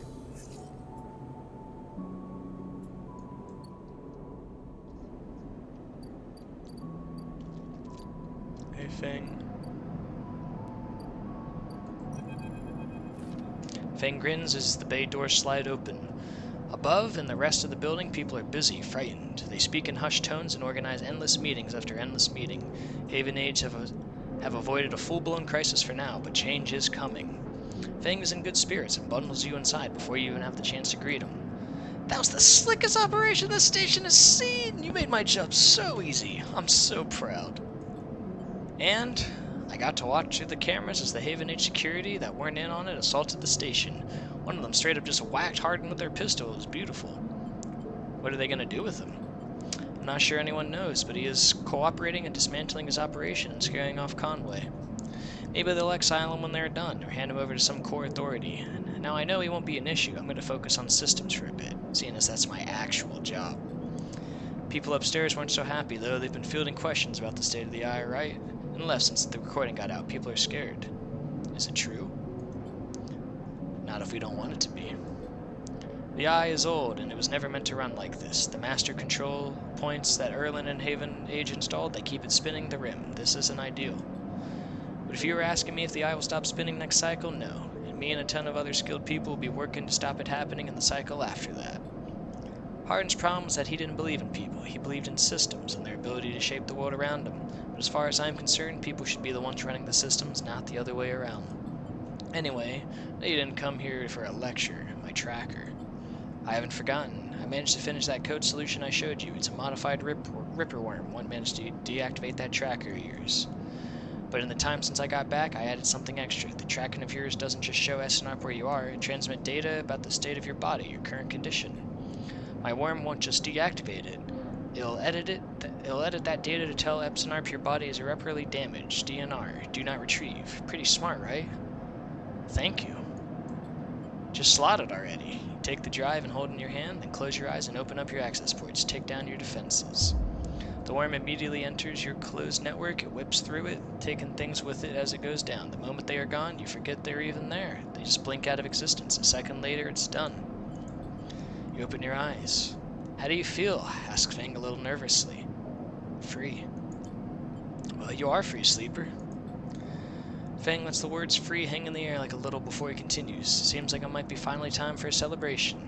Fang wraps his arm around you. Jenna still owes us those drinks. He laughs and you join him, and later, when you leave, you feel deeply thankful for having such a friend.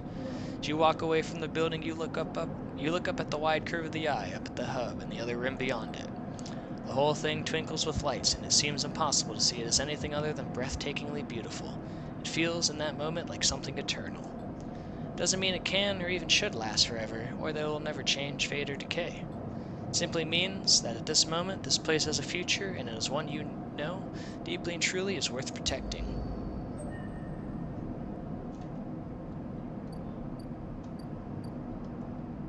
Did I beat it?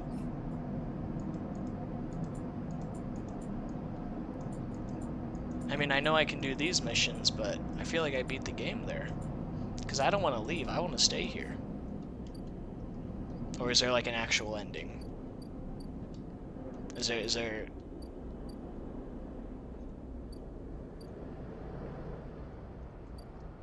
Is there more to do? I'm not...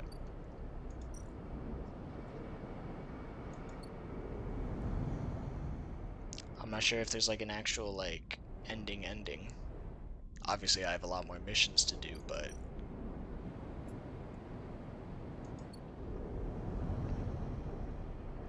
there is an ending.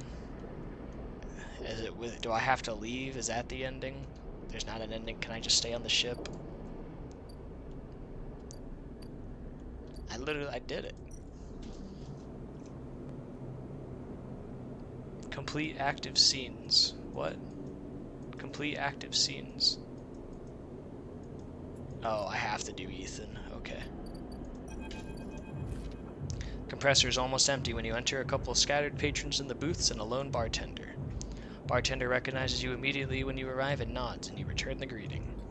You know that you already won't find Ethan here, but you had to be sure. With your tracker reporting you dead, he wouldn't have stuck around. You look at the empty stool, his stool, you smile. You can imagine him on it with his slate chirps, letting him know that you target tracking is dead. You can imagine the screaming and swearing, too.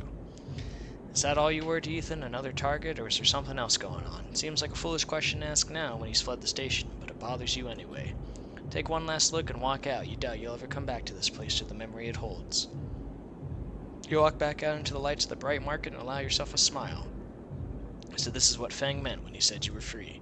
You could get used to this.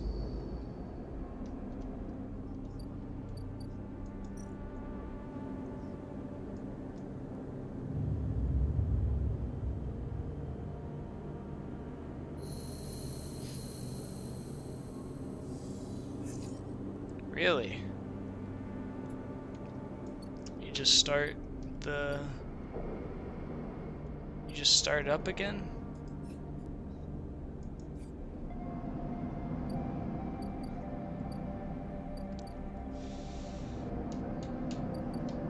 Dang, I thought that was gonna be the end of the Dude Man journey.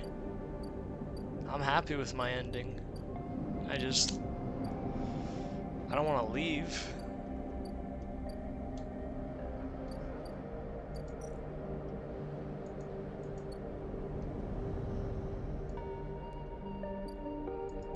My garden is done.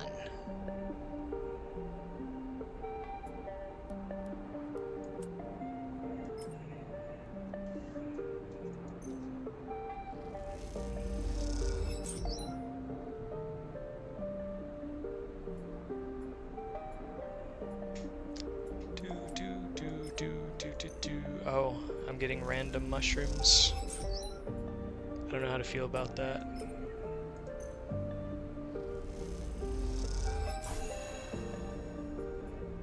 Oh, I got 2 Gorilla caps and I need 1 more. Rip. Okay, can I farm the mushrooms on their own now? I can. Let's get a perfect. Deep in a vent core, you find the amber caps of Creoles. In this micro-ecosystem, they are protected. Sweet.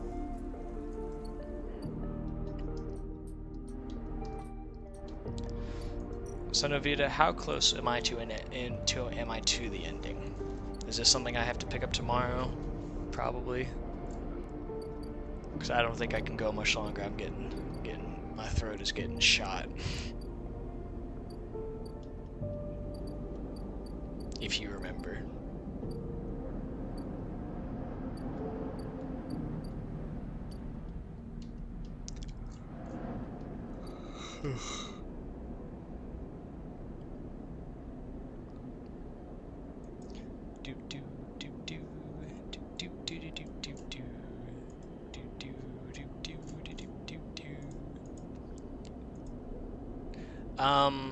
I was asking, am I close to the actual ending, if you know? Because I could go a little bit longer, but I don't want to go super long, because my throat is getting really,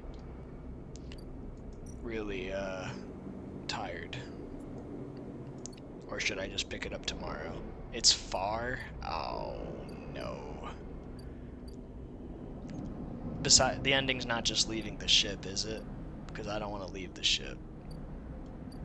Or the station.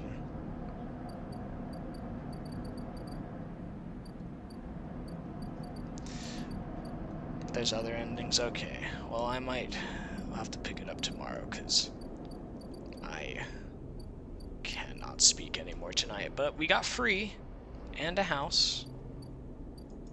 I'll take it. Yeah. That was fun. I was a little worried because I didn't really know what the game was about. I truly didn't look at it at all. Like, I just went into it blind. I was like, oh, there's a lot of reading. Ooh, but it was fun. It was actually interesting. I'm going to go ahead and end the TikTok and YouTube streams first. Thanks to everybody who lurks over there on those platforms.